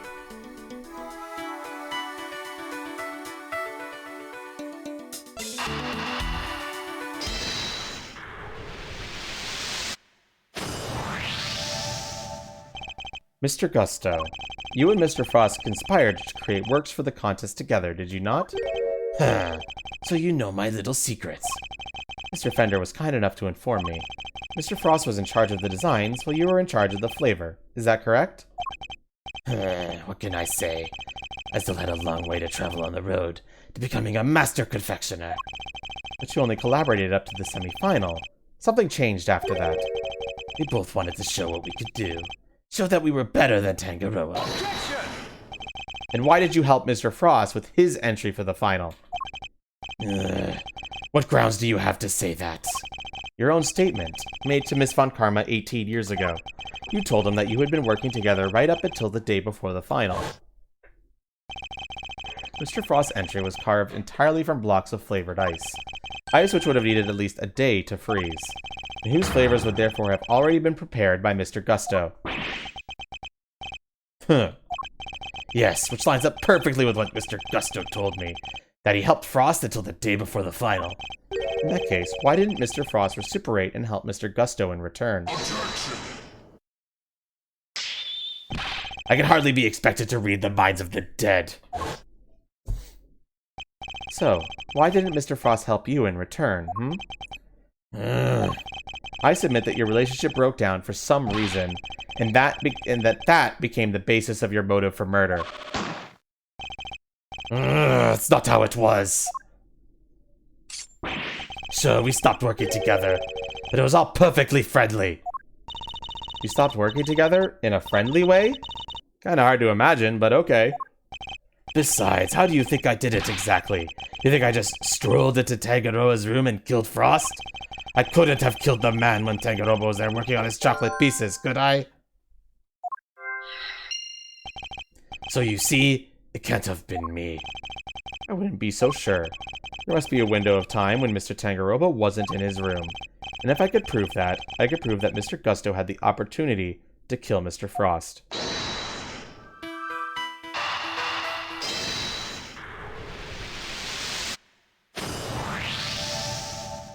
I'm not waiting for chat because there's only one choice there. We could be sure that Mr. Frost was alive until the beginning of afternoon tea, making tea time the only window during which Mr. Gusto could have killed him. Are you satisfied with Mr. Gusto's story now, Mr. Edgeworth? Sadly, I'm afraid I'm still a little rather unsatisfied. But things are finally starting to become clear, and the truth will soon come to light at last. Do you mean to say that you have uncovered a new evidence? Evidence? No. I was hoping I might convince Mr. Gusto to open up to us about it instead. Oh, is it mind games time again? It is. Mr. Gusto, I have a question for you. I said, I have a question for you. What is it? You chose to make your entry for the final on your own. I told you I wanted to test myself. I wanted to prove I was the best in the world. If that were the case, then you surely wouldn't have chosen to cheat in the first place. But tell me, Mr. Justo, why did you feel the need to team up with Mr. Frost?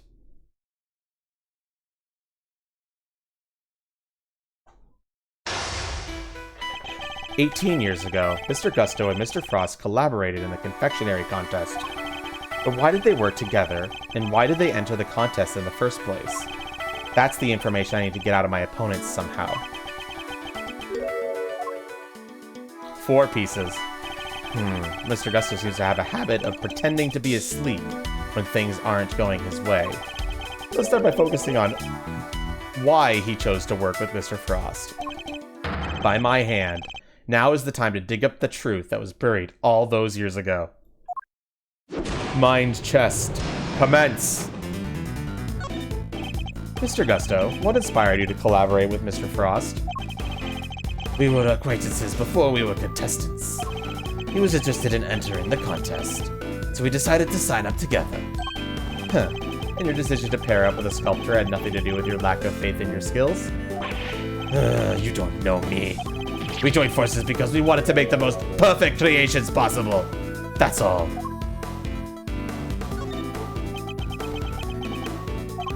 Frost's son and mine were in the same grade at school, so we got along pretty well, too.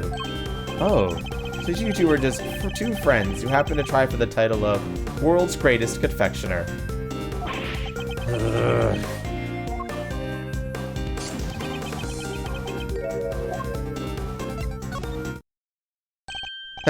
Pretending to be asleep when the going gets tough won't work on me, I'm afraid.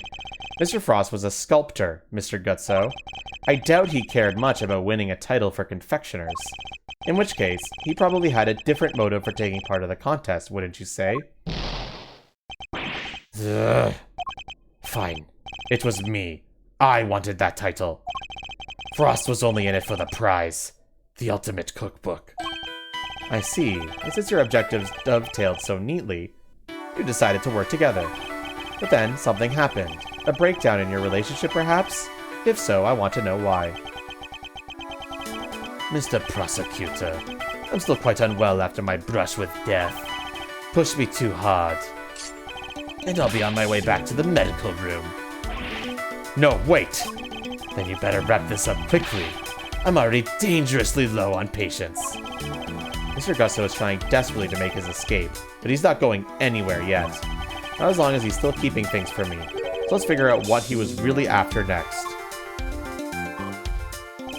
There's no time to lose. I need to pick the right line of questioning, and fast. You too had your eyes on something other than the title, didn't you? After all, I'm not sure the title of World's Greatest Confectioner even counts for that much. Jack, the cookbook is actually a book of, like, medical ingredients and, like, pharmaceutical recipes, not literal recipes. We still don't know why he'd be interested in it, but that might give a little bit of context that it's not like a literal cookbook.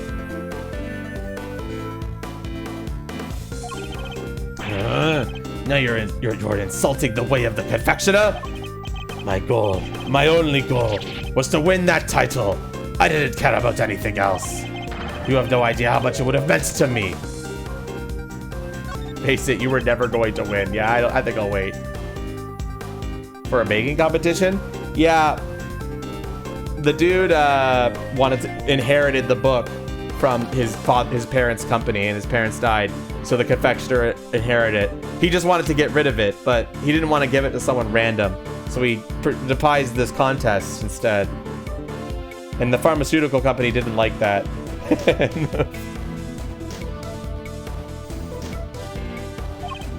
Look, my sense of design may not have been up to snuff back then, but you should see me now. Oh, so you've improved. You bet I have. I didn't do all that training at Zangfa for nothing.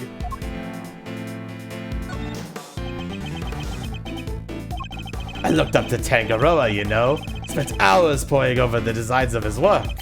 Even used to watch his show with my son. Sounds to me like Mr. Tangaroa's work was especially influential to your early studies. And with his recipe book, he might have even become the best someday. Maybe. The book was a real treasure, no doubt about that. Any confectioner would have wanted it.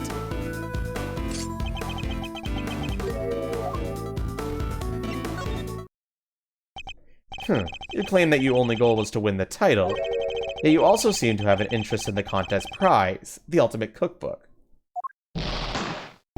The greatest collection of recipes by the world's greatest confectioner. I can't say I had absolutely no interest in it. And even if I did, what exactly is so wrong with that? Nothing, I suppose. Only that the book contains recipes for medicines, not desserts. And everyone who entered the contest supposedly knew that. I feel like I'm finally getting somewhere. I can't let him slip from my grasp now. I just need to stay calm and keep the pressure on. Next, let's find out why he wanted the cookbook. So your plan was to win the cookbook and use it to help you with your own creations? What else? A book like that could have improved my craft tenfold. You could have made a lot of money if you sold it. I don't know much about what was actually in there, but it was worth more than money, I'll tell you that.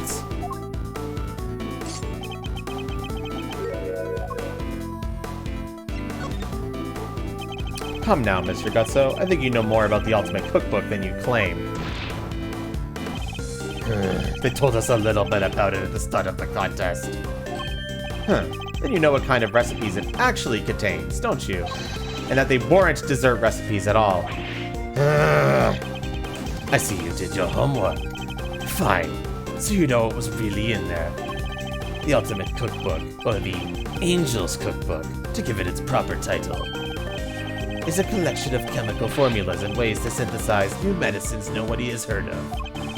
So did he know that the cookbook actually contained recipes for medicines? This could be an important clue. Did you know how valuable the cookbook really was? What kind of a question is that? It was a collection of Tangaroa's recipes. There wasn't a confectioner in the world who wouldn't have wanted to get their hands on it. Your designs may have improved thanks to your training in Zheng Fa, but you clearly didn't do enough work on your skills of deception. You already admitted that you knew the Ultimate Cookbook was a collection of recipes for medicines. Thereby making your interest not gastronomical, but pharmaceutical in nature.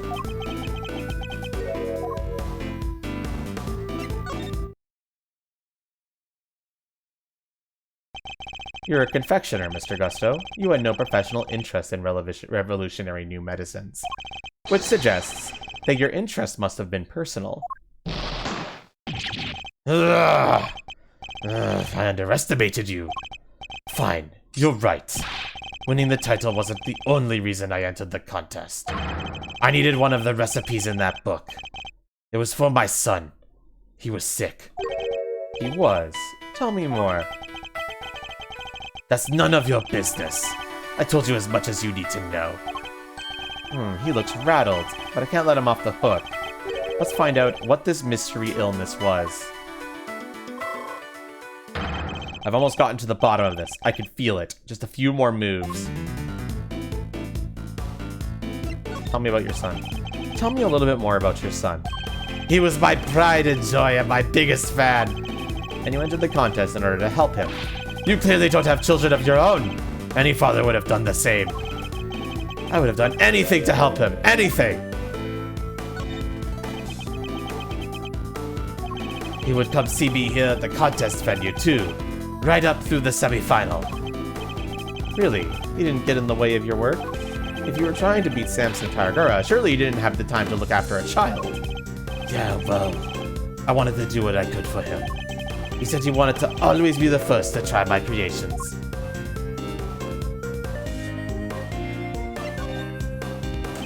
You said your son was sick, Mr. Gutso, and yet he was able to come and join you for the contest. It wasn't that kind of illness. Nothing life-threatening, anyway. This feels like it could be an important clue. So you needed the cookbook to cure your son. Yeah, nowadays you can get the medicine he needed everywhere. But back then, that book was our only hope. Which is why I didn't dare waste my time on fancy tea parties.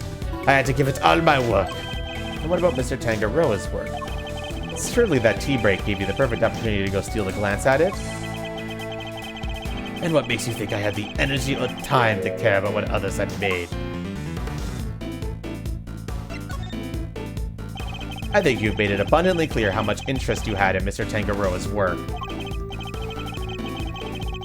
What's more, if you were that determined to win the ultimate cookbook, I seriously doubt you would have passed up on a chance to take a peek at your competitor's entries. I had plenty of chances through the contest to see and sample my rival's work, you know. But each time I did, nothing seemed to have any flavor. Must have been nerves or something. Nothing Mr. Gusto tasted had any flavor. That seems like it could be an important clue. Could you tell me about the name of the disease your son suffered from? You're a real cold customer, Mr. Prosecutor. Isn't it enough that he was seriously ill? Why would you force me to tell you more? Time to deploy my clue. You already shared with me that your son's illness wasn't life-threatening. So why are you so reluctant to share any further details? I may not have been life-threatening, but that doesn't mean it hasn't been life-altering. I see. That must have been very hard on both of you. Of course it was. That's why I did everything I could to find a cure. We were desperate. He couldn't taste anything. Not even his favorite desserts.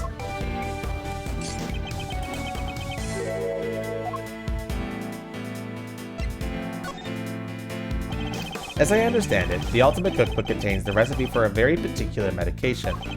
One that Mr. Tangaroa used to cure himself of his own taste disorder. So he had it too? Two, you say. So your son has a taste disorder then, am I correct? How did I let that slip? You've been asking me to believe that you needed to win the cookbook in order to cure your son. But was that really the case? Of course it was. What are you saying? I'm saying that I'm not so sure that it's true based on everything you've told me. Time to deploy my clue. Taste disorders are difficult to live with. It isn't easy not being able to enjoy your food. You should know, after all, you just told me you experienced something like that during the contest. You said that nothing you sampled had any flavor. Those were your words, correct? Which would seem to suggest that you were suffering from a taste disorder. A confectioner without a sense of taste? Not exactly ideal. Are you sure it wasn't actually your own condition you were seeking a cure for, Mr. Gusto? I've had enough of your speculations. I've managed just fine in that contest. Made all my own entries, no problem.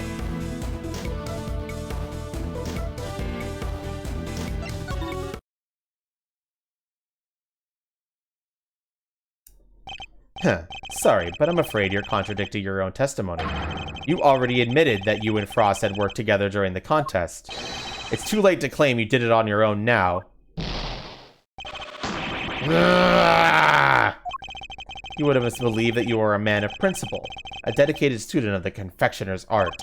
Yet you abandoned those principles and conspired with Mr. Frost to rig the contest. All so you could cure your own taste disorder.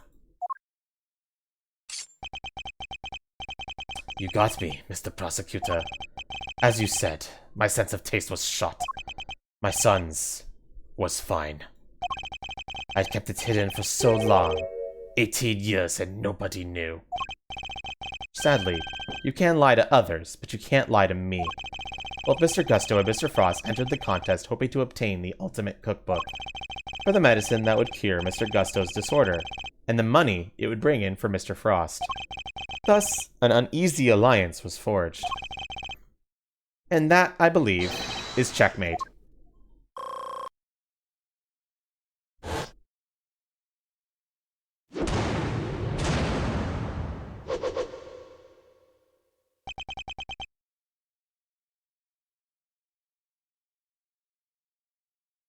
Ugh.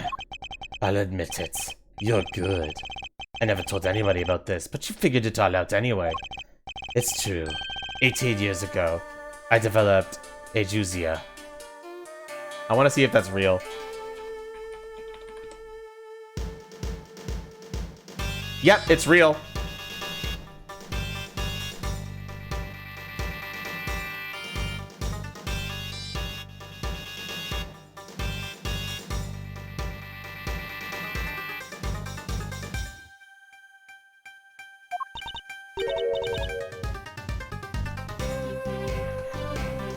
Must really suck. Yeah, and the Wikipedia article says there's an uptick in it due to COVID-19. What's Ajuzia? It's a taste disorder that makes it so that you can't taste anything at all. Like affectiona's worst nightmare. Mr. Fender, is this what Mr. Tangaroa had as well? No, the big man had what they call dissociated taste disorder. Basically, some things he could taste just fine, while others had no flavor at all. So he suffered too. Can't have been easy. Not when there wasn't a way to cure it on the market. Which is why you needed Mr. Tangaroa's cookbook. You admit it now that it was the real reason you entered the contest. It was only one of the reasons. I wasn't lying when I said I wanted the title. When I put my mind to something, it gets done. And I won't lose to anyone. I may not have been able to taste it then, but I still knew my stuff was good enough to win. Oh, so you went into the final thinking you stood a good chance of winning? Of course. What was it that Fender said about what Mr. Tangaroa thought of Mr. Gusto's creations? Mr. Gusto's creations were a perfect balance of flavor and design, at least up through to the semi-final. But disappointingly, his entry for the final was subpar on both accounts. We were told that your entry for the final was far from the prize-winning taste ascension you described. What happened, Mr. Gutso? What went wrong that day? Fine. You want me to talk? I'll talk. But you're not going to like what I have to say. I'm refilling my water because this guy's voice is hard to do. Be right back.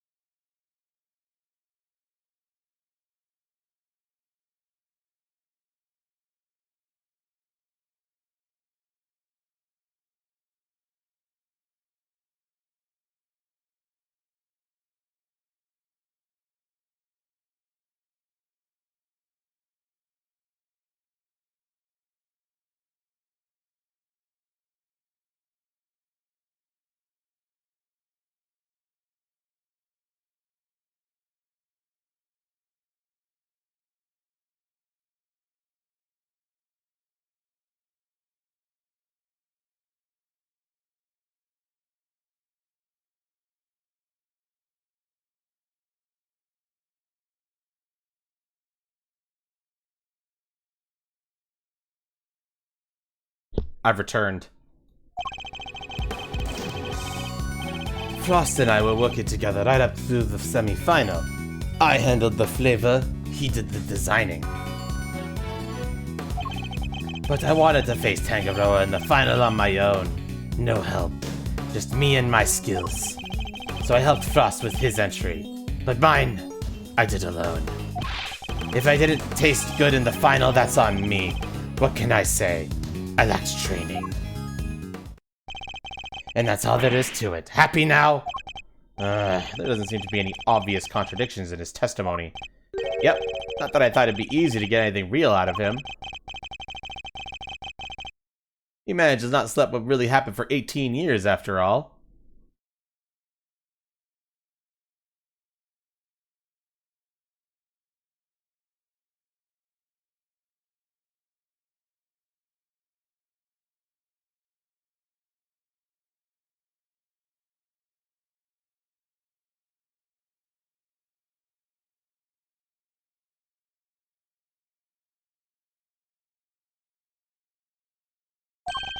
Why don't you try pushing him a little bit, Miles Areno? See if you can't shake something loose.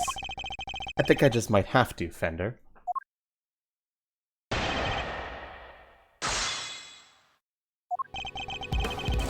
Frost and I were working together right up to the semi-final. I handled the flavor, he did the designing. Hold it! Frost was in charge of designing the work you both submitted, while you handled the taste. Yes, he was a sculptor, a craftsman, and his sense of design was second to none. But he was clueless about confectionery, which is where I came in. We each did what the other couldn't. And boy, did you not have an eye for aesthetics, not even the shrimple stuff.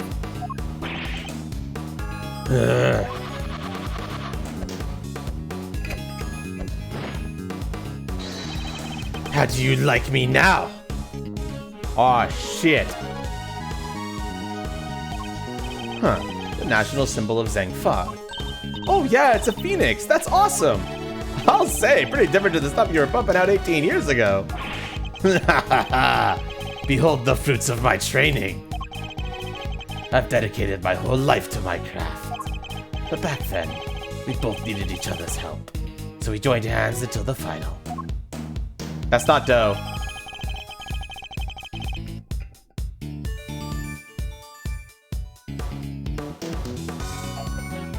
It's pumped sugar, I believe. Like air-filled sugar. Hold it!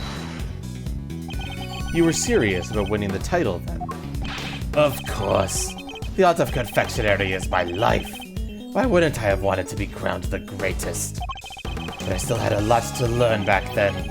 Guess I'm still surprised my work wasn't up to scratch. But the title wasn't the only thing you wanted. There was the cookbook, too. And you wanted the book even more than you wanted the title. Isn't that right, Mr. Gusto? Mr. Edgeworth, you are badgering a witness who is still suffering the effects of today's attack. I cannot allow this harassment to continue. I understand, Your Honor, but... Ignore him, Mr. Gusto. You need not answer that vile prosecutor's question. But please, do continue your testimony in your own time. So I helped Frost with his entry, but mine, I did alone. Hold it! So you're saying Mr. Frost didn't help you at all, but he helped you up until then, correct? It's a bit strange for him to stop so late in the contest, no? Strange or not, it's the truth. Could be he had his reasons too. I wouldn't know. If he's lying, it's gonna be a headache to prove. 18 years is a long time. Unless that gizmo of yours has a built-in lie detector, Kay. If it did, I'd have stolen the show from Mr. Edgeworth long before now. Don't worry, Fender. I could tell when he's lying. No doohickeys assistance required. We don't know. Please, Mr. Gusto, continue your testimony. We don't know other than the fact that it was subpar. If it didn't taste good at the final, that's on me. What can I say? I lacked training. Hold it! And yet, I heard that your creations prior to the final were scored highly for their flavor. So what went wrong? Was there some kind of cooking accident on that day? No, nothing like that. It was, I told you, I had a taste disorder. My sense of taste failed me. It's as simple as that. Mr. Frost's entry was complimented on its flavor. Your sense of taste hadn't failed you then. Did something happen overnight?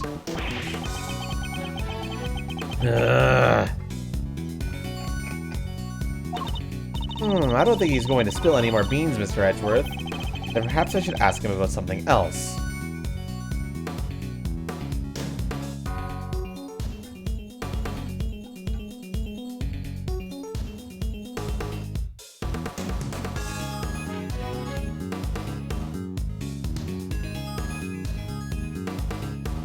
What are we asking about, chat?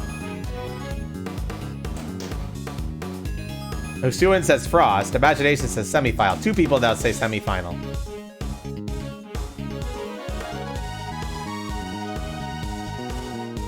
Osuin now agrees on semifinal. Did something change between the semifinal and the final, Mr. Gusto? Not really. The only difference between the semifinal and the final was that Frost wasn't helping me. Hold it! So you really complete your final entry without Mr. Frost's help.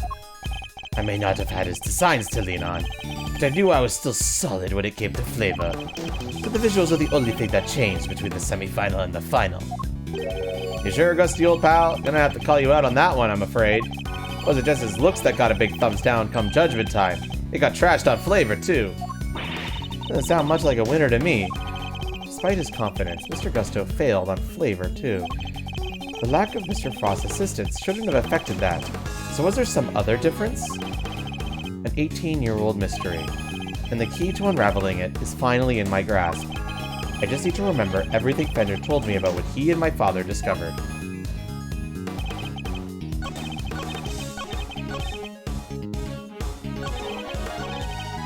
Well, chat.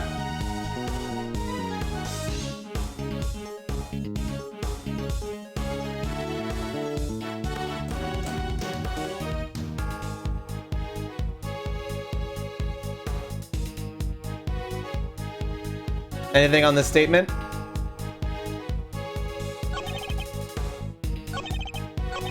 Go back to the training one.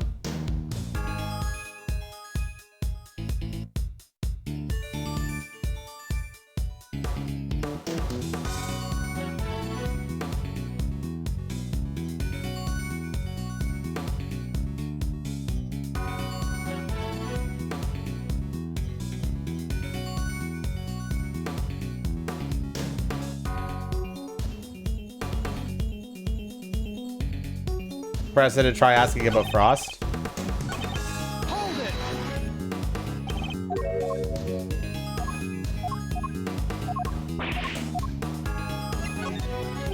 You knew Mr. Frost before the contest, correct? You remembered, I see. My son and Frost used to go to elementary school together. So that changes the final statement to this and the other one. So this statement is, my son and Frost used to go to the elementary school together. The other statement was, nothing changed between the semifinals and the finals. Hold it. It was no coincidence that you both entered the contest, correct? Yes, I heard about it first. Then I told Frost. I knew he'd be interested. He was always short of cash for his cookbooks. That's right. Mr. Frost was supposedly always in financial trouble, wasn't he? The cookbook is really worth that much, huh? See that glint in your eye, kiddo? But don't get your grand thieving's hopes up. It was worth a lot back then. But these days, you can find most of the stuff in there on any drugstore shelf. Oh, bummer. Literally every last contestant only ever had eyes for that cookbook, I said. I see. An 18-year-old mystery. You finally escaped work?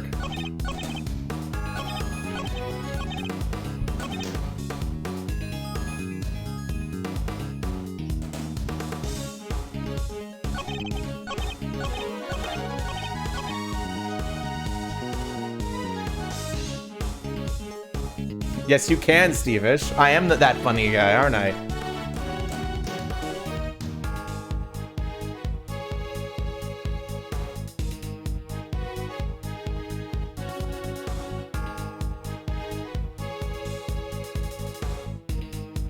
Well, chat, what are we gonna do? Do you want to switch back to the other statement?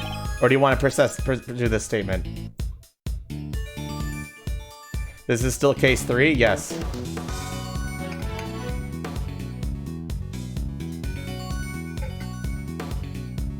What were statements 2 and 3 again?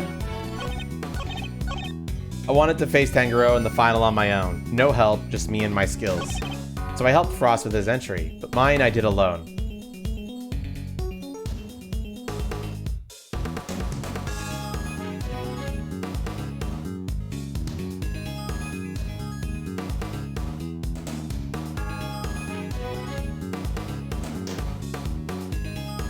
Well, chat. And we have a final statement that can be switched around. What happens if we stay course on 4? Let's find out. Hold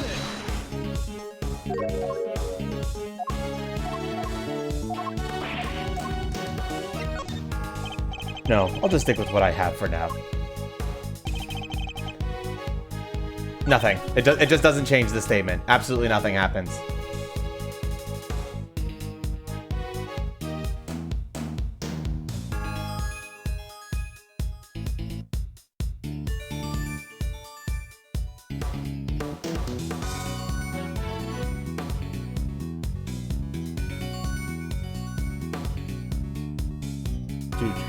do do do do do do do.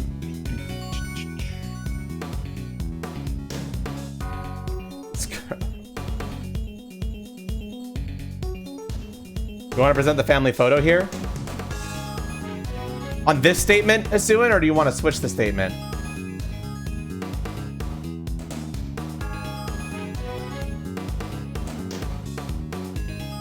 On this statement, right, Asuin? I think you do want this one? Okay.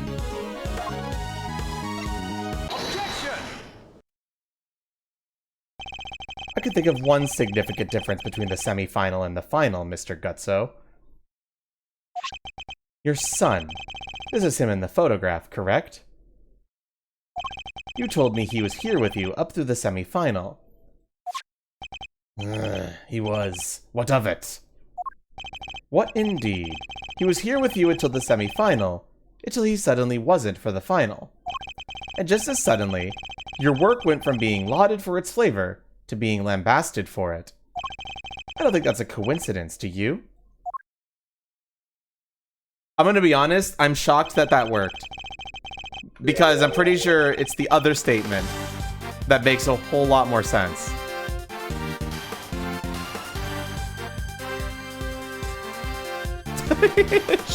Like, it really should have been the other one. I don't know why it still worked. Was that a glitch? Maybe?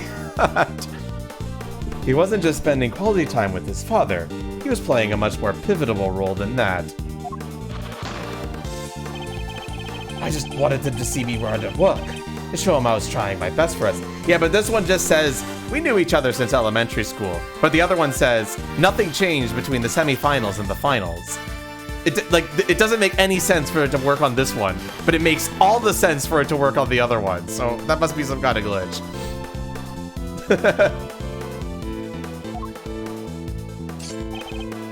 Who knows? Maybe it was just him being there that helped me do so well in those early rounds. He talks a good game, but nothing about this guy screams super dad to me. Indeed. Thankfully, we should only have to give such an idea credence if his story were true. After all, how much could the encouragement of one small boy affect the taste of a grown man's work? Mr. Gutso prided himself on the flavor of his creations, but then he lost his sense of taste. He must have had a tough time maintaining his high standards after such a devastating loss. Unless... I'm sure your son was here to cheer you on. But that wasn't all he was here to do, was it? You're a very suspicious man, Mr. Prosecutor. But why not try answering yourself for a change? What was an elementary school kid doing here other than to support his father?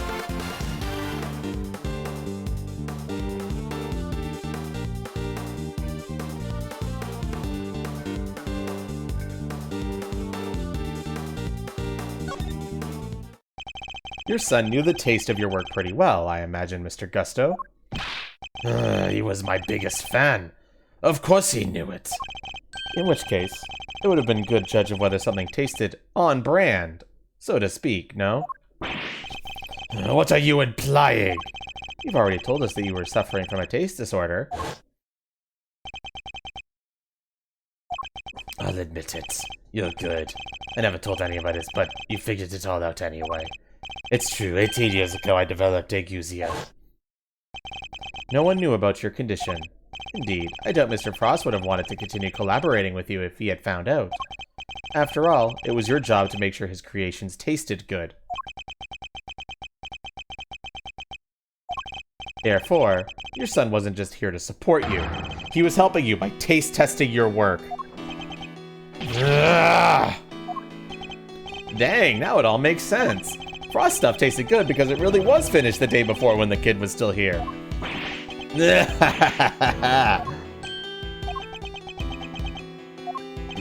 have a vivid imagination, Mr. Prosecutor.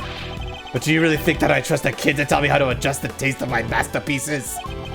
I have some pride, you know, even back then. Did you now? My designs may not have been much to write home about back then, but I always knew my work tasted better than anyone else's. You think I'd risk everything by putting my reputation in the hands of a child? This is just more speculation. That's all it is. In that case, I ask to speak with your son this instant. Let's see how much of your story he can corroborate.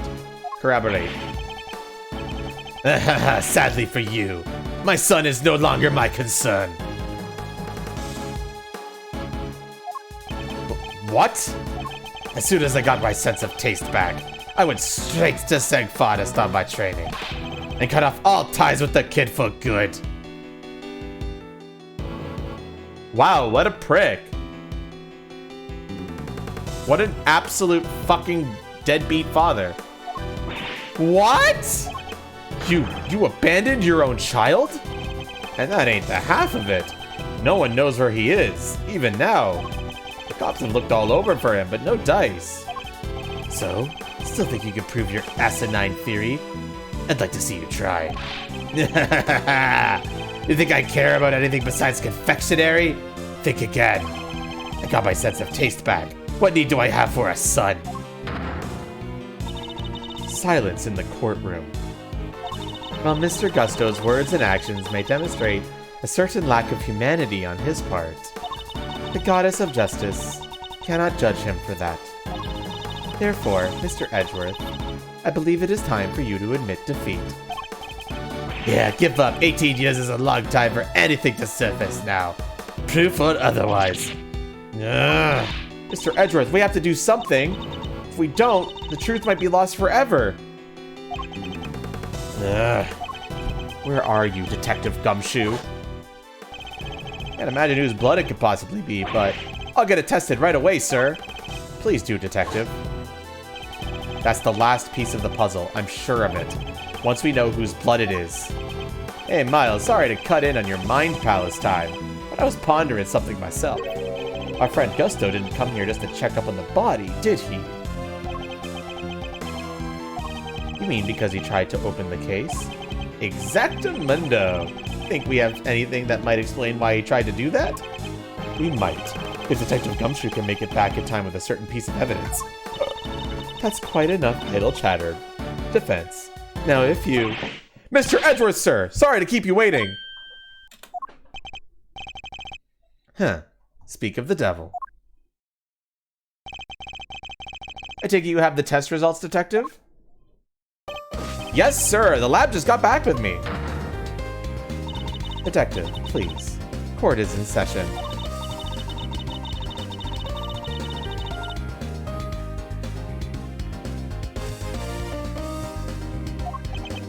What? Hey, no fair! Why didn't anyone tell me about any of this? It is indeed the evidence in question, Your Honor. It needed testing, so I asked him to carry it out. What the? Why is everyone always helping you? I'm supposed to be the one in charge here. Mr. Winner, I'm sorry I didn't involve you, but this is important. Can we at least hear what the detective has to say? Well, all right. So, Detective Gumshoe, what did the test results have to tell us? You're not going to believe this, but the owner of the blood we found in the liquid at the bottom of the Gemini case is Carmelo Gusto, the victim of the poison gas attack.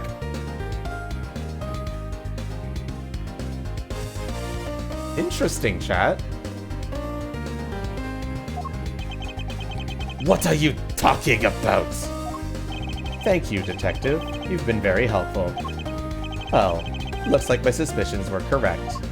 What do you mean, Mr. Edgeworth? Yes, what do you mean? Explain yourself. What is the significance of this blood to this case? It's only the very thing the perpetrator of the IS-7 incident has been trying to hide all these years. The fact that your blood was found inside the Gemini case, Mr. Gusto, is as good as us finding your blood lying right next to Mr. Frost's body. Ah!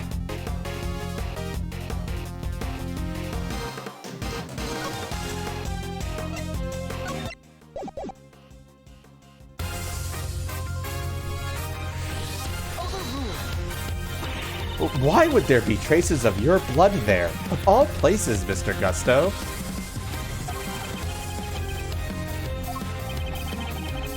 If you won't answer, Her Honor, Mr. Gusto, then I will.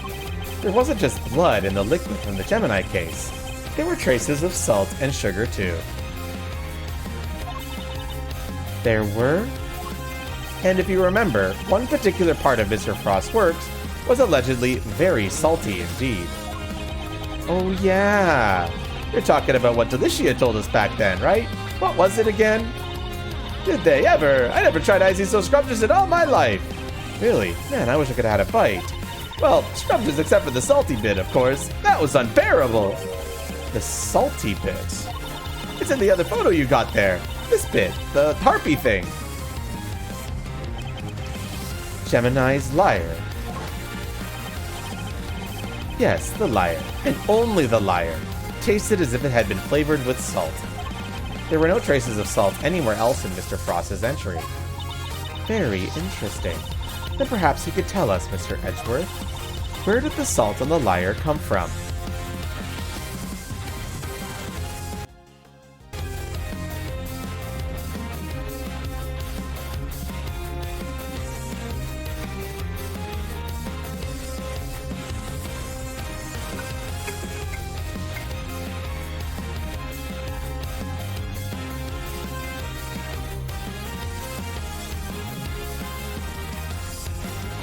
Asuid is saying the salt lamp.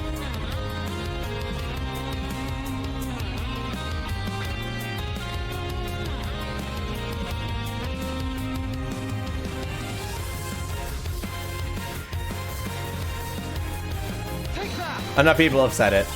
This is the lamp from the IS-7 incident. Indeed, and I believe that the salt gave the lyre its flavor came from just such a lamp. Mr. Von Karma had established that full start lamps were in Mr. Tangaroa's room at the time of the crime. One of them was used to kill Mr. Frost, and it was stained with his blood. But no corresponding pool of blood was found in Mr. Tangaroa's room. Right, because the culprit had chucked a piece of chocolate with that right on it into the little stream. Furthermore, aside from the lyre, no traces of salt were found anywhere else in Mr. Frost's room either.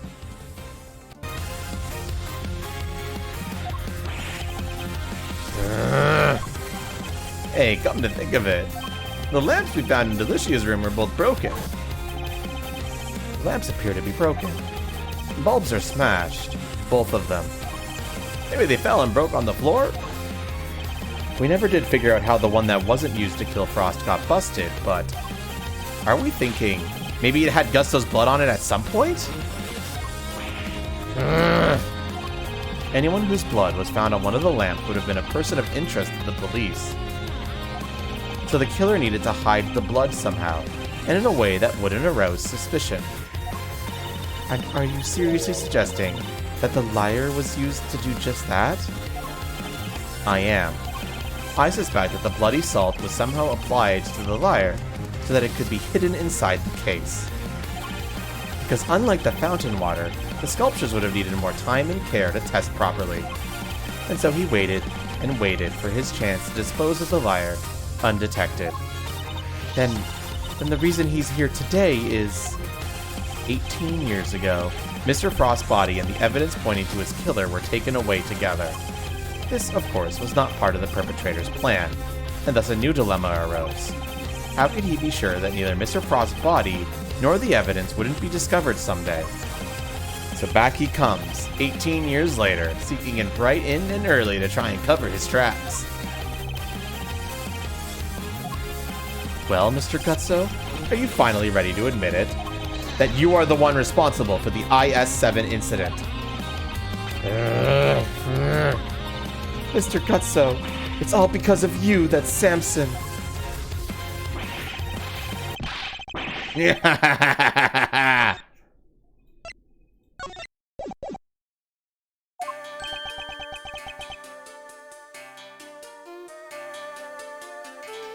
Scraped it off.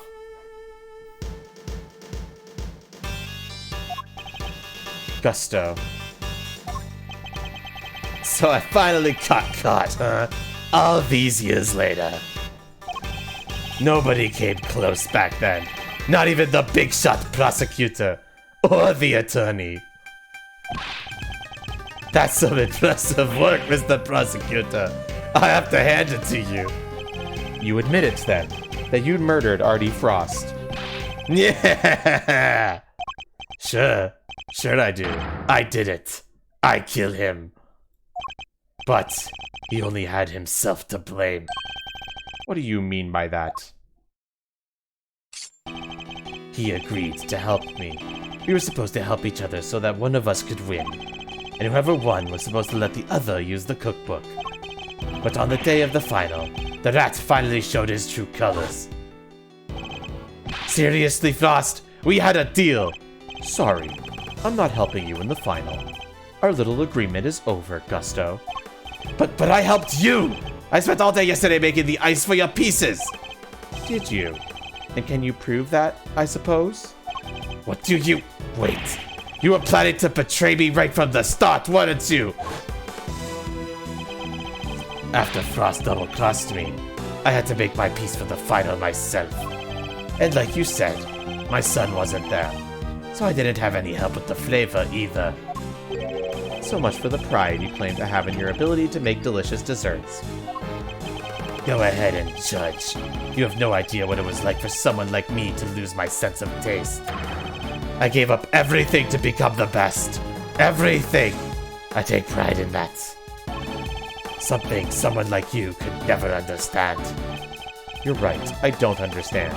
Do you take pride in the fact that you resorted to murder? Or that you abandoned your son? Why would I want to understand someone who could do such things? A man can't afford to rely on other people. I learned that the hard way, 18 years ago. My son never showed up on the day of the final. And in hindsight, I wouldn't be surprised if Frost was the reason why. Why would you think that? What exactly happened to your son? How am I supposed to know? I told you, he's none of my concern anymore. And according to you guys, nobody knows what he is now either. And you don't care? You're horrible! So with his disappearance, so too went your chances of winning, correct? Yeah. I had to find another way of getting my hands on that book. That's when inspiration struck. I decided to skip afternoon tea and snuck into Tangaroa's room. It should have been so easy. All I had to do was photograph the formulas I needed and get out of there. But then Frost showed up. I thought I might find you here. Stealing recipes from the famous cookbook, Frost! What's this? A cure for taste disorders? Oh no, that's just too tragic. A confectioner who can't taste anything? What will people say? If you tell anybody, I'll... Ah! You'll what? You can't even hit me, you miserable worm! Why, you! Frost shoved me hard, and when I went to punch him, knocked me clean off my feet. I crashed into one of the lamps. Must have been when my blood got on it. So Mr. Frost wasn't the first to get hurt. When it was all over, I realized I had to get rid of that blood somehow. So I scraped off all the bloodied bits. I dissolved those salt shavings into some flavored ice mixture and brushed it all over the hub. And that's how you made the evidence linking to you to the murder vanish. Frost was going to blackmail me. He would have made me give him money to keep quiet about my condition. So you decided you had to kill him. Yeah, I guess I did. Why would I let him live? Would you want someone holding something like that over your head? Besides, he's the one who drew first blood. Makes for a solid case of self-defense, don't you think? Drank it?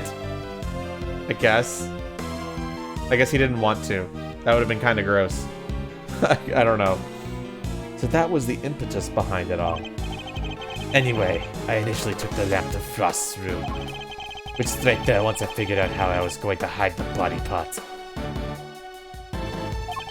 Inspired by all the ice sculpting tools lying about the place, I guess. You're not as dumb as you pretend to be. Yeah, figured I could use them to chip it off and grind it up. Once that was done, painting the stuff all over the hub was easy.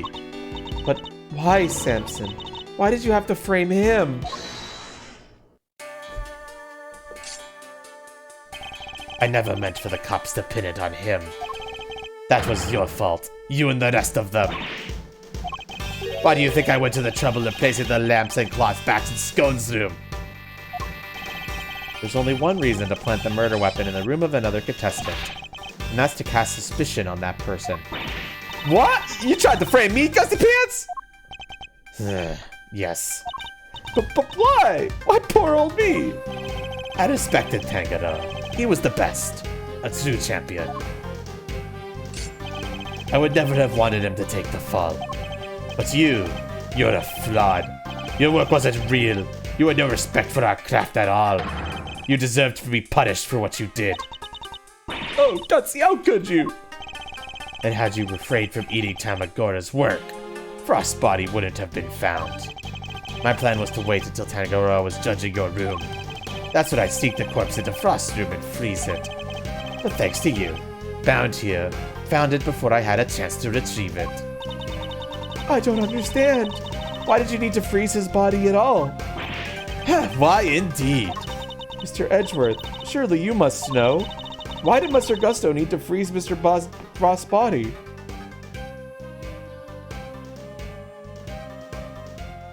Well, chat?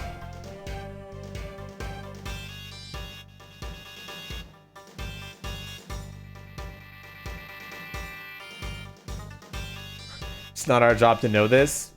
Yes, it is, chat. It is, in fact, your job to know this.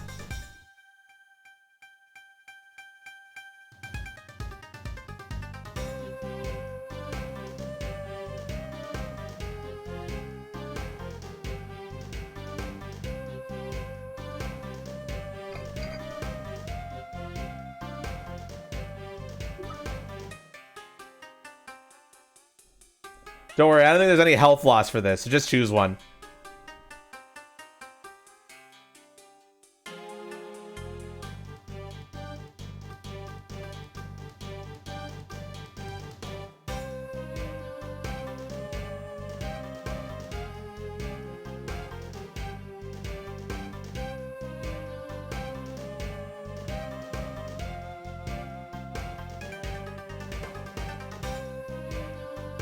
We are a prosecutor, not a detective. Doesn't matter. You're a detective now, motherfucker. Deal with it. So I'm seeing people say 2 and 3. We're gonna choose 2 first, just because we're just gonna go from top to bottom. Mr. Gusto needed to freeze Mr. Frost's body in order to obscure the time of death.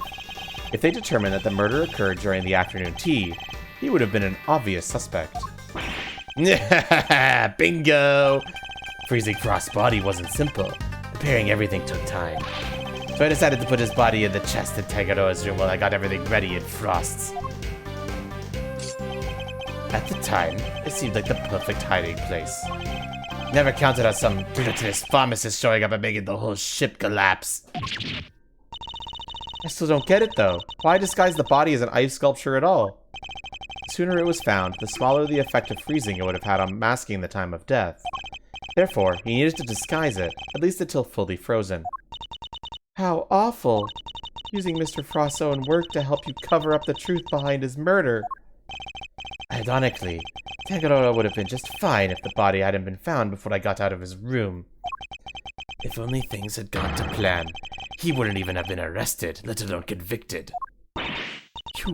You mean it was my fault?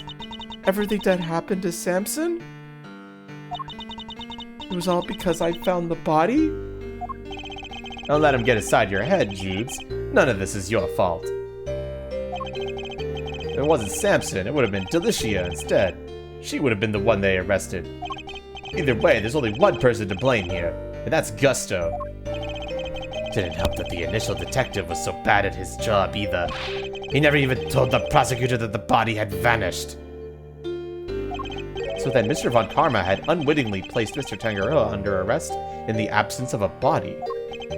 I mean, I guess it would explain why he was so keen to wrap things up. So you'd think he'd notice something was big as that if he'd taken a look at a few reports, right? Not if someone had been deliberately distorting the facts of the case, though. Either way, it seems that Mr. Von Karma didn't know about the body until after the arrest had been made. but admitting that would have been spoiled his perfect record. So he kept it to himself and proceeded to prosecute Mr. Tangaroa regardless. Can this really be true? You don't feel bad at all? Somebody spent 18 years in prison because of you.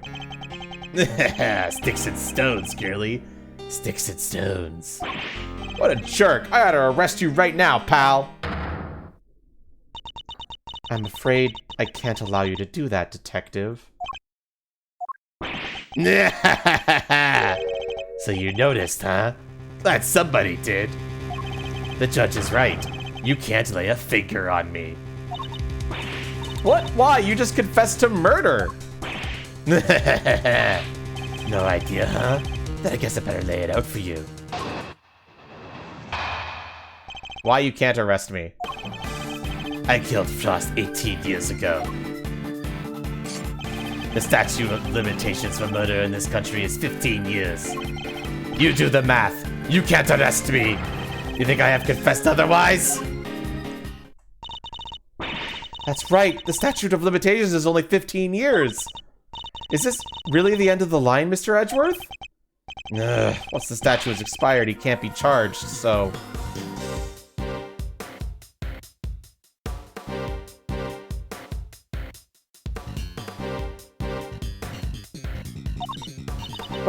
But... How unfortunate, Mr. Edgeworth. I'm afraid that both Mr. Gutso's confession and your deductions will have to be struck from the record.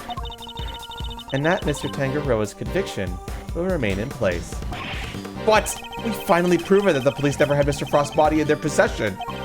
Even if we can't arrest Mr. Gusto, surely Mr. Tangaroa has grounds for a retrial on that basis. Does he?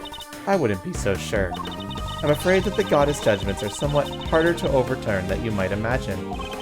So the committee means for the verdict from 18 years ago to stand no matter what? Bad luck, Mr. Prosecutor. There must be something we could do. Something to bring Mr. Gusto down.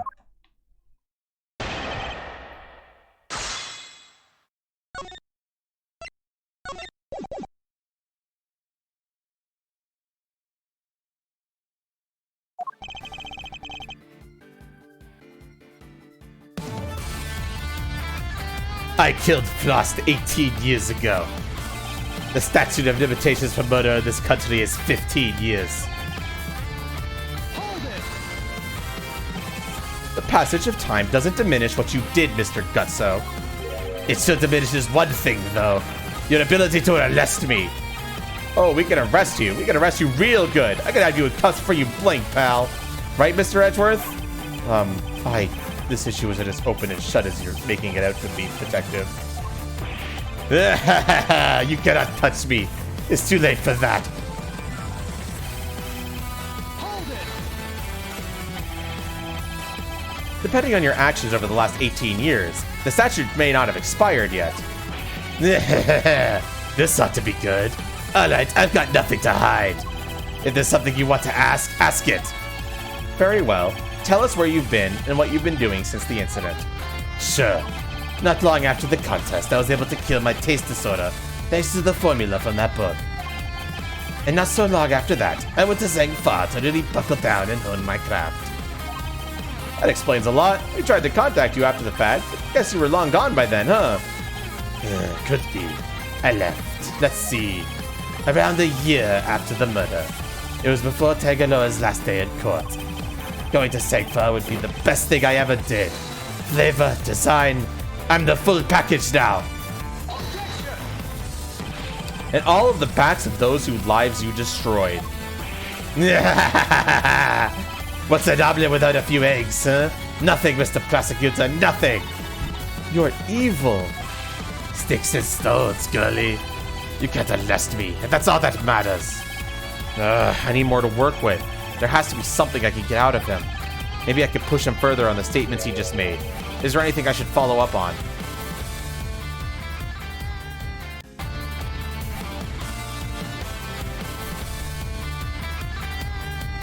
Anything we should follow up on, chat?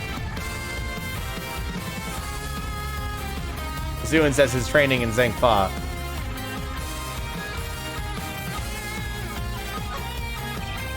I'd like you to tell us more about your training in Zhangfa, if you wouldn't mind. Fine. I later went to Zangfa to train, and I finally became the best in the world.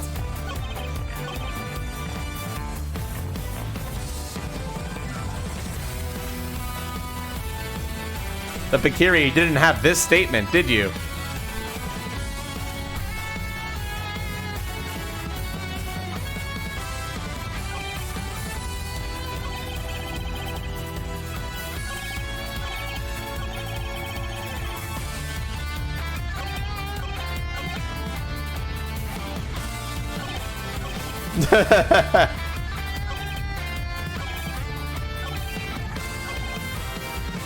Hold it! Zangfa? And you were there for a while, I imagine. Yeah, I left some time after the investigation had wrapped up. I've been meaning to go there and start my studies for a while. And thanks to the hard work I put in,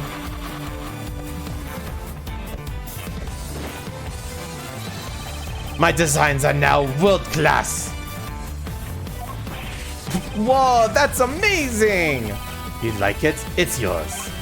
Really? Alright. So you spent some time in Zangfa training.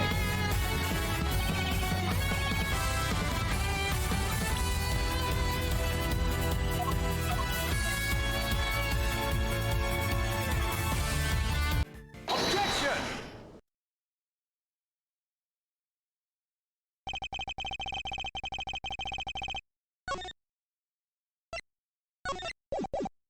The statute of limitations for murder is subject to the following condition. The statute is suspended should the suspect flee to a foreign country, which means that the time you spent abroad doesn't count towards the total time under the statute. No way! So it's like someone hit pause while he was in Zangfa? It appears that there may be time left on the clock yet. But that will depend on how long you stayed in Zangfa, Mr. Gusto. It was 3 years exactly. 3 years? Hold on! Nobody say anything until I've done the math. The murder happened 18 years back. The statue is 15 years. Add 3 over years. 15 plus 3 makes exactly 18, which means no way! Mr. Edgeworth, you did it! The statue hasn't expired after all.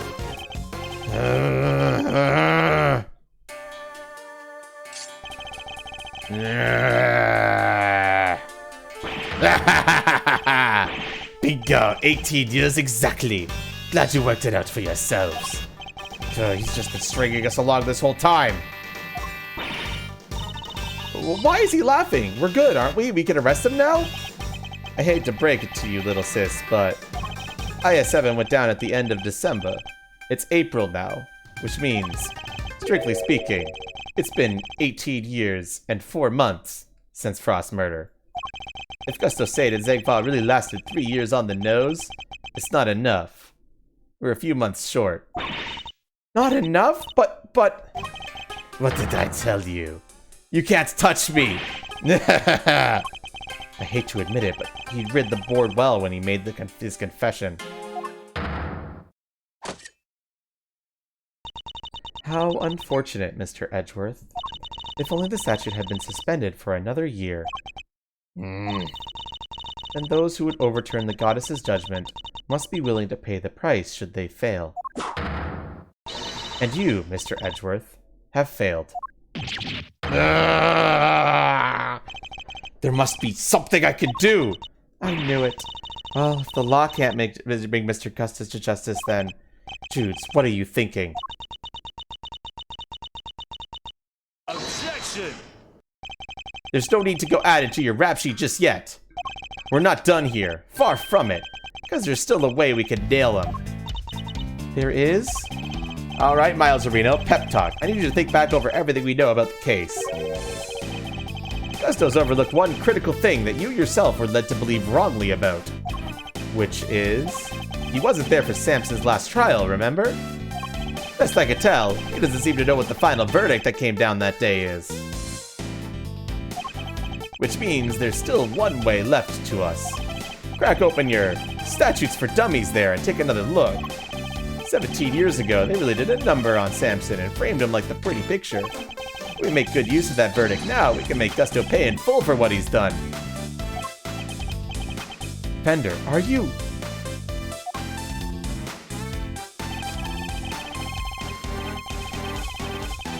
Those who would be overturned, the goddess judgment must be willing to pay the price should they fail.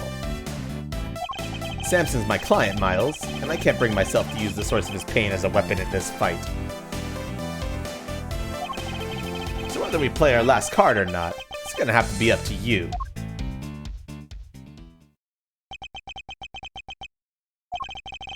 Bringing Mr. Gusto to justice can only happen if I use the outcome of that hard-fought trial. So, should I raise an objection and play that card or not?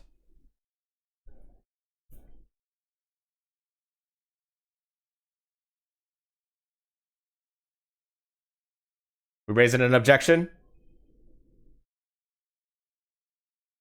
Of course we are. My father and Mr. Von Karma. One sought to reveal the truth, the other to hide it. I know which path I choose to follow. The one that seeks to reveal the truth. This court has reached its final verdict. The record will state that Mr. Gusto has been found not guilty on all counts. Objection! No, Your Honor. Mr. Carmelo Gusto is absolutely guilty, and I refuse to let him walk away. His crimes are too unspeakable to go unpunished. Do you mean to suggest that you have grounds upon which to call for his arrest? I do. Now to show Judge Cavell something that proves the statute of limitations hasn't yet expired.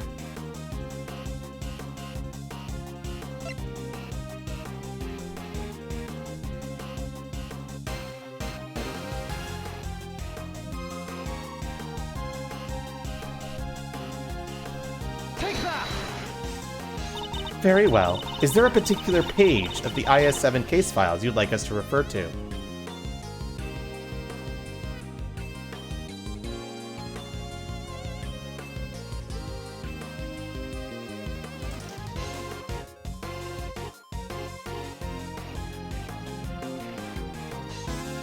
Which page, chat?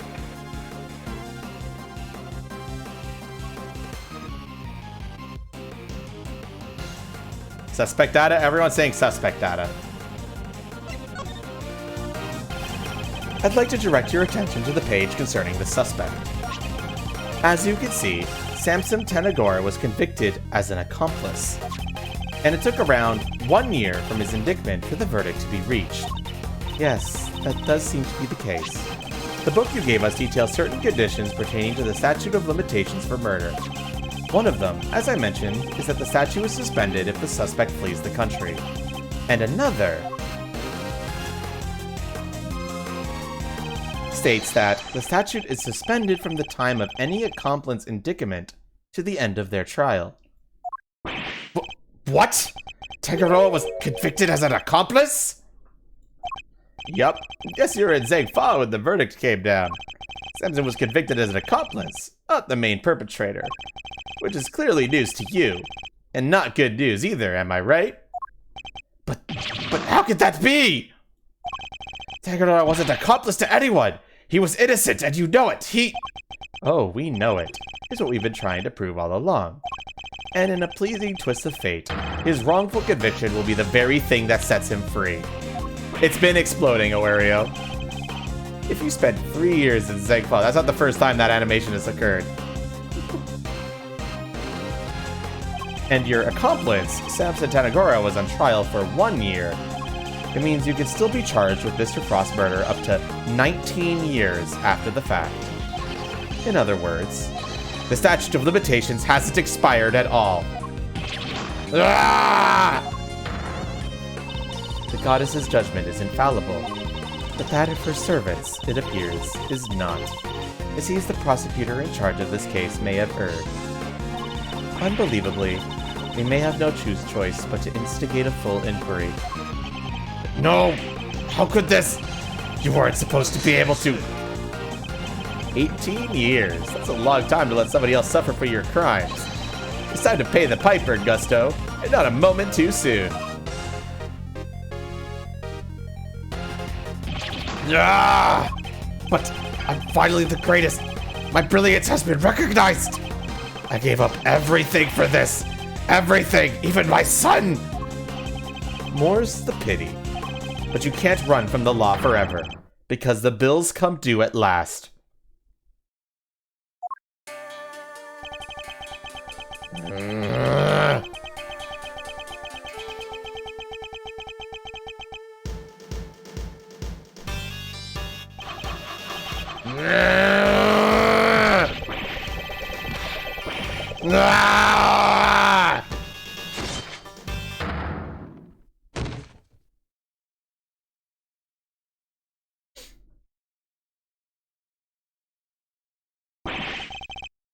Mr. Guts is all set for his trip downtown, sir. Oh, good. Which means it's your turn next, right? I suppose so. Could that be considered a suicide? I suppose so.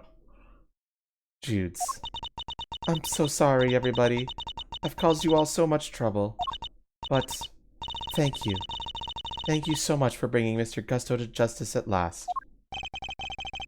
I'm afraid there's no escaping the consequences of your actions, Miss Bound. But those actions were born of the legal mistakes that were made all those years ago. We all know that. So allow me to apologize in return, on behalf of the prosecution. Oh, no. I have no one to blame for myself for it all. Starting with those sculptures. Hey, Judes, you think maybe you want me to represent you? I'm not some nervous newbie anymore. And there's no way I'm letting you take the rap for everything. Oh, I'd be honored. Thank you, Mr. Fender.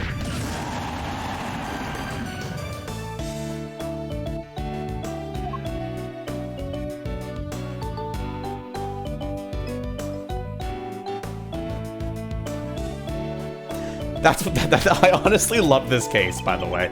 I think this is a really good case overall. Sorry, ma'am, but you gotta come with me now. Of course. There's a lot of great twists and turns, and the fact that it's the final case of Edgeworth's father, it just adds a lot to the story. What a great case. Judge Gavelle, why did you lie to us? Lie? What are you talking about? You implied that there was no cause for a retrial, but as we've proven, that wasn't true. Surely anyone truly committed to seeing justice done would have called one as soon as the body was found. I am under no obligation to answer such questions. And you clearly have no intention of doing so either. Truly, you are proving to be quite a threat to the Committee for Pastoral Excellence. As such, you give me little choice but to report back on your continued transgressions. No doubt you will be called to appear before the committee in due course.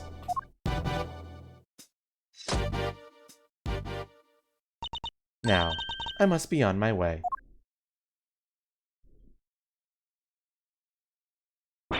What the heck? After you caught the real killer and everything? Isn't that what prosecutors are supposed to do? Regardless of how it may all play out, I will never regret what we accomplished here today. Mr. Edgeworth. Hey, Mr. Edgeworth! Yes? Why did you stick your nose in this case anyway? You weren't even on the job!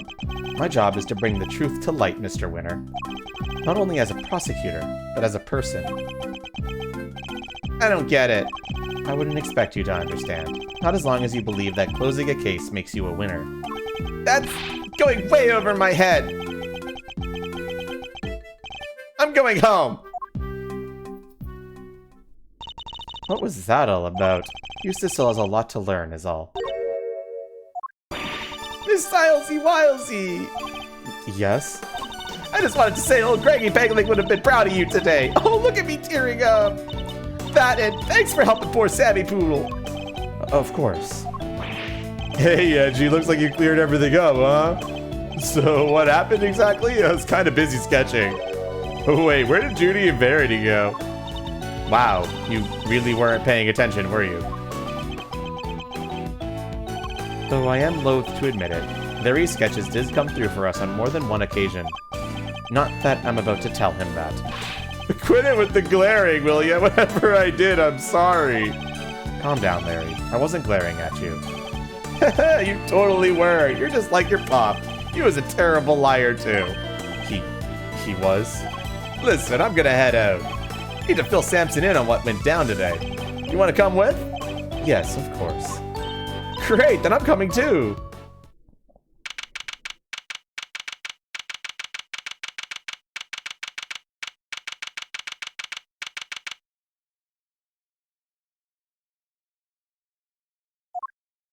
Let him have it, I know, right? So what's Mr. Tangaroa like? I can't wait to finally meet him. Oh, he's a real sweetheart. You'll love him. Even when locked up, he can up and make all sorts of cookies and cakes for everyone. That's why 3 p.m. cake extravaganza is a thing for prisoners and guards alike. Really? That sounds awesome. You think there'll be any left for us to try? Didn't we find a few slices of chocolate cake in the prison the other day? Could they have been some of Mr. Tangaroa's baked goods?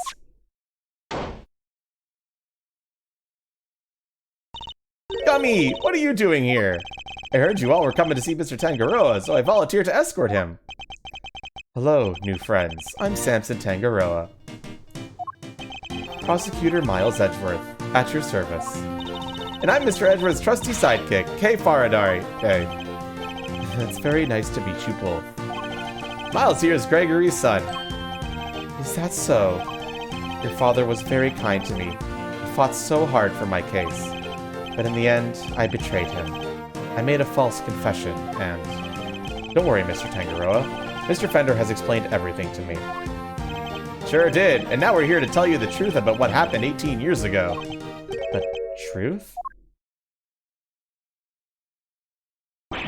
Judy did all that? For me? Crazy kid racked her brain for 18 years until she finally figured out how to set you free. What can I say? Turns out she really would do anything for you. Oh, Judy. I never did anything to deserve such devotion. Come now, Mr. Tangaroa. I think we all know that's not true. The bond between the two of you has held strong for all these years, after all. You think so? I guess I better show him. Which piece of evidence is proof of the bond Mr. Tangaroa and Mr. Bound share?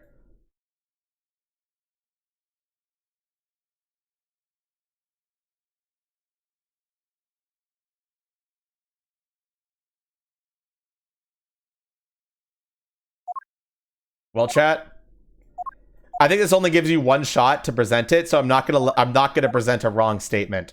But I want you guys to at least tell me what it is. You do this in the original Ace Attorney series as well. Your imagination says the chocolate.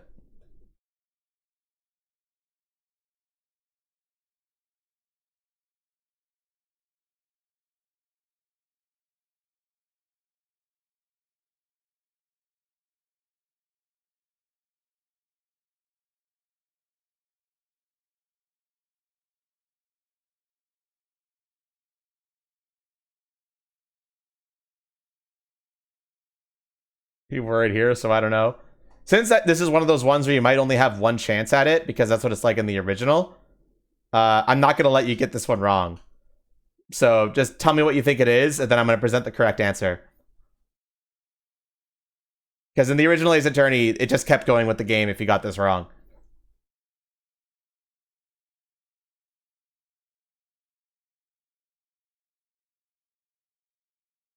Anyway, yeah, it is the chocolate. Take that! So some people got it right. Those chocolates. Judy made them, didn't she? Yes, she did. They're super delicious and sweet. Miss Bound continued making them just as you taught her, even after that fateful day. There would always be some waiting for you when you finally came home. Judy. I bet they're beyond super sweet then, aren't they? Very much so, I'm afraid. I only wish we could hand them to you. Don't worry, sir. I'll make sure he gets them later. Which would be a clear breach of prison policy. Not that I have the authority now to stop him anyway. Thank you very much. You know, Detective, something about you reminds me of Detective Bad. Really, pal? Because I look up to him a lot. He's my role model. You don't say. Seems fate like to bring people of all sorts together, huh? You hang in there, Samson. Just a little longer. I should be able to get you out soon. I'm sorry it's taken so long. Nobody should have to wait 18 years to get justice. Don't be silly, Eddie. I'm the one who should be saying sorry. Or rather, thank you. Truly. Samson. Well, I guess it's my turn to wait for Judy to come home now. I better make sure there's something delicious on the table for her when she finally wakes through that door. Don't let me down, Eddie. Leave it to me, big guy. The IS-7 incident. It's been 18 long years, but this case we've inherited from my father is finally coming to a close.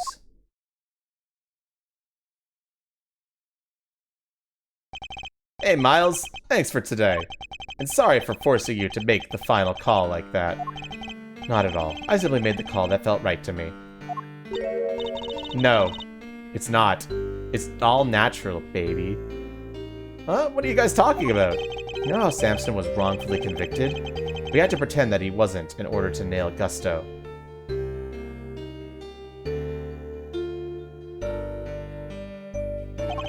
But to use his false conviction against him, even to save him, as his lawyer, I just couldn't bring myself to do it. Yeah, I could see that. But now that Gusto's behind bars, I can finally start to get that wrongful conviction overturned.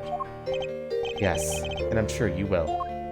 Wait a minute. Does this mean that even if you were only doing what's right, if the false conviction had to be overturned before today, Mr. Gusto would have gotten away scot-free? Yep. It's what we folks of the trade like to call a legal contradiction. The law is far from perfect. Because of things like legal contradictions, right? Yeah, but you never know. Things might change. The law's always evolving, just like us humans. Your Uncle Eddie and Miles Areno included, am I right? The potential for growth and change. In people and the law, huh? So, Miles, are you going to keep fighting crime as a prosecutor, or help people as an attorney? Something tells me you've got a big decision ahead of you. One only you can answer. I know. Well, let's just say I won't complain if you show up at the office one day. And on that note, it's time for me to skedaddle. I owe you big time. I'll always repay my debts, but for now... Thanks. Again for today. I mean it.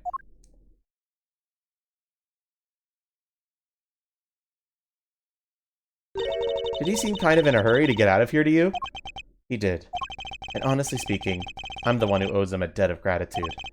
After all, he gave me the chance to reckon with my father's final case. When I was a boy, all I ever dreamed of was becoming an attorney like my father. But then, during my time with Mr. Von Karma, I learned the way of the prosecutor instead. Eventually, with the help of some good friends, I found my own voice and a new way to live. But now my career as a prosecutor is at risk of being taken away from me. It may be time to take another long, hard look at how I want to live my life, whether I like it or not. I thought he was sus. No, he's a total bro to the end, dude.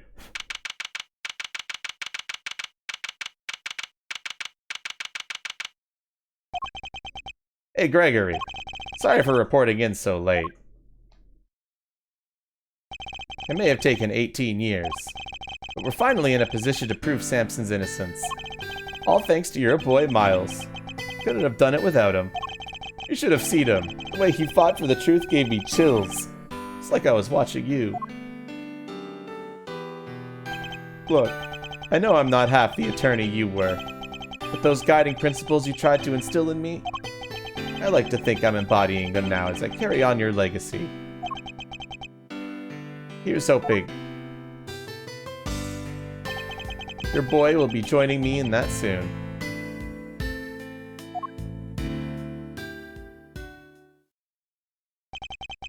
Am I going to fight crime as a prosecutor, or help people as an attorney? What is the right answer? Which path should I choose?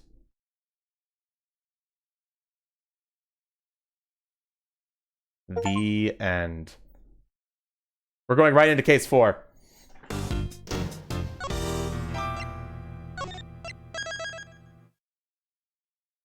A turnabout forsaken.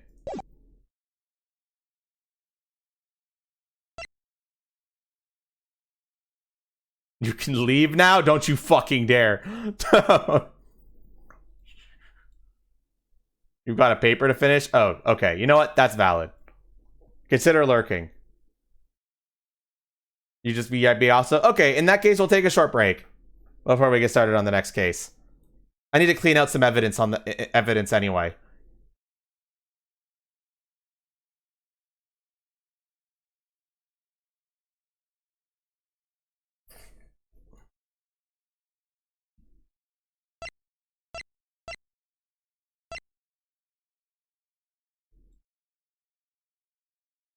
Is he a Giga Jab protagonist on the prosecution side? Gonna watch the intro, then head to bed? Fair enough. And I'm also gonna ping the Discord to let them know that we're on case 4 in case anybody wants to join right on the beginning of a case.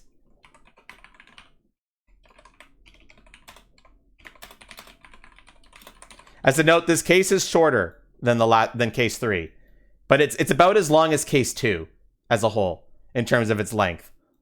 And case 5 is the longest in the game. That's why I need to start this now, because I still need to beat this by fucking the end of this week.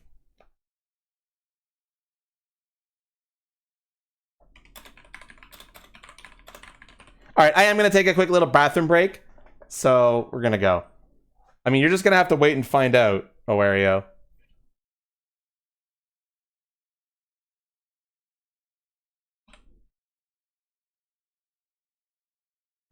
All right, I'll be right back.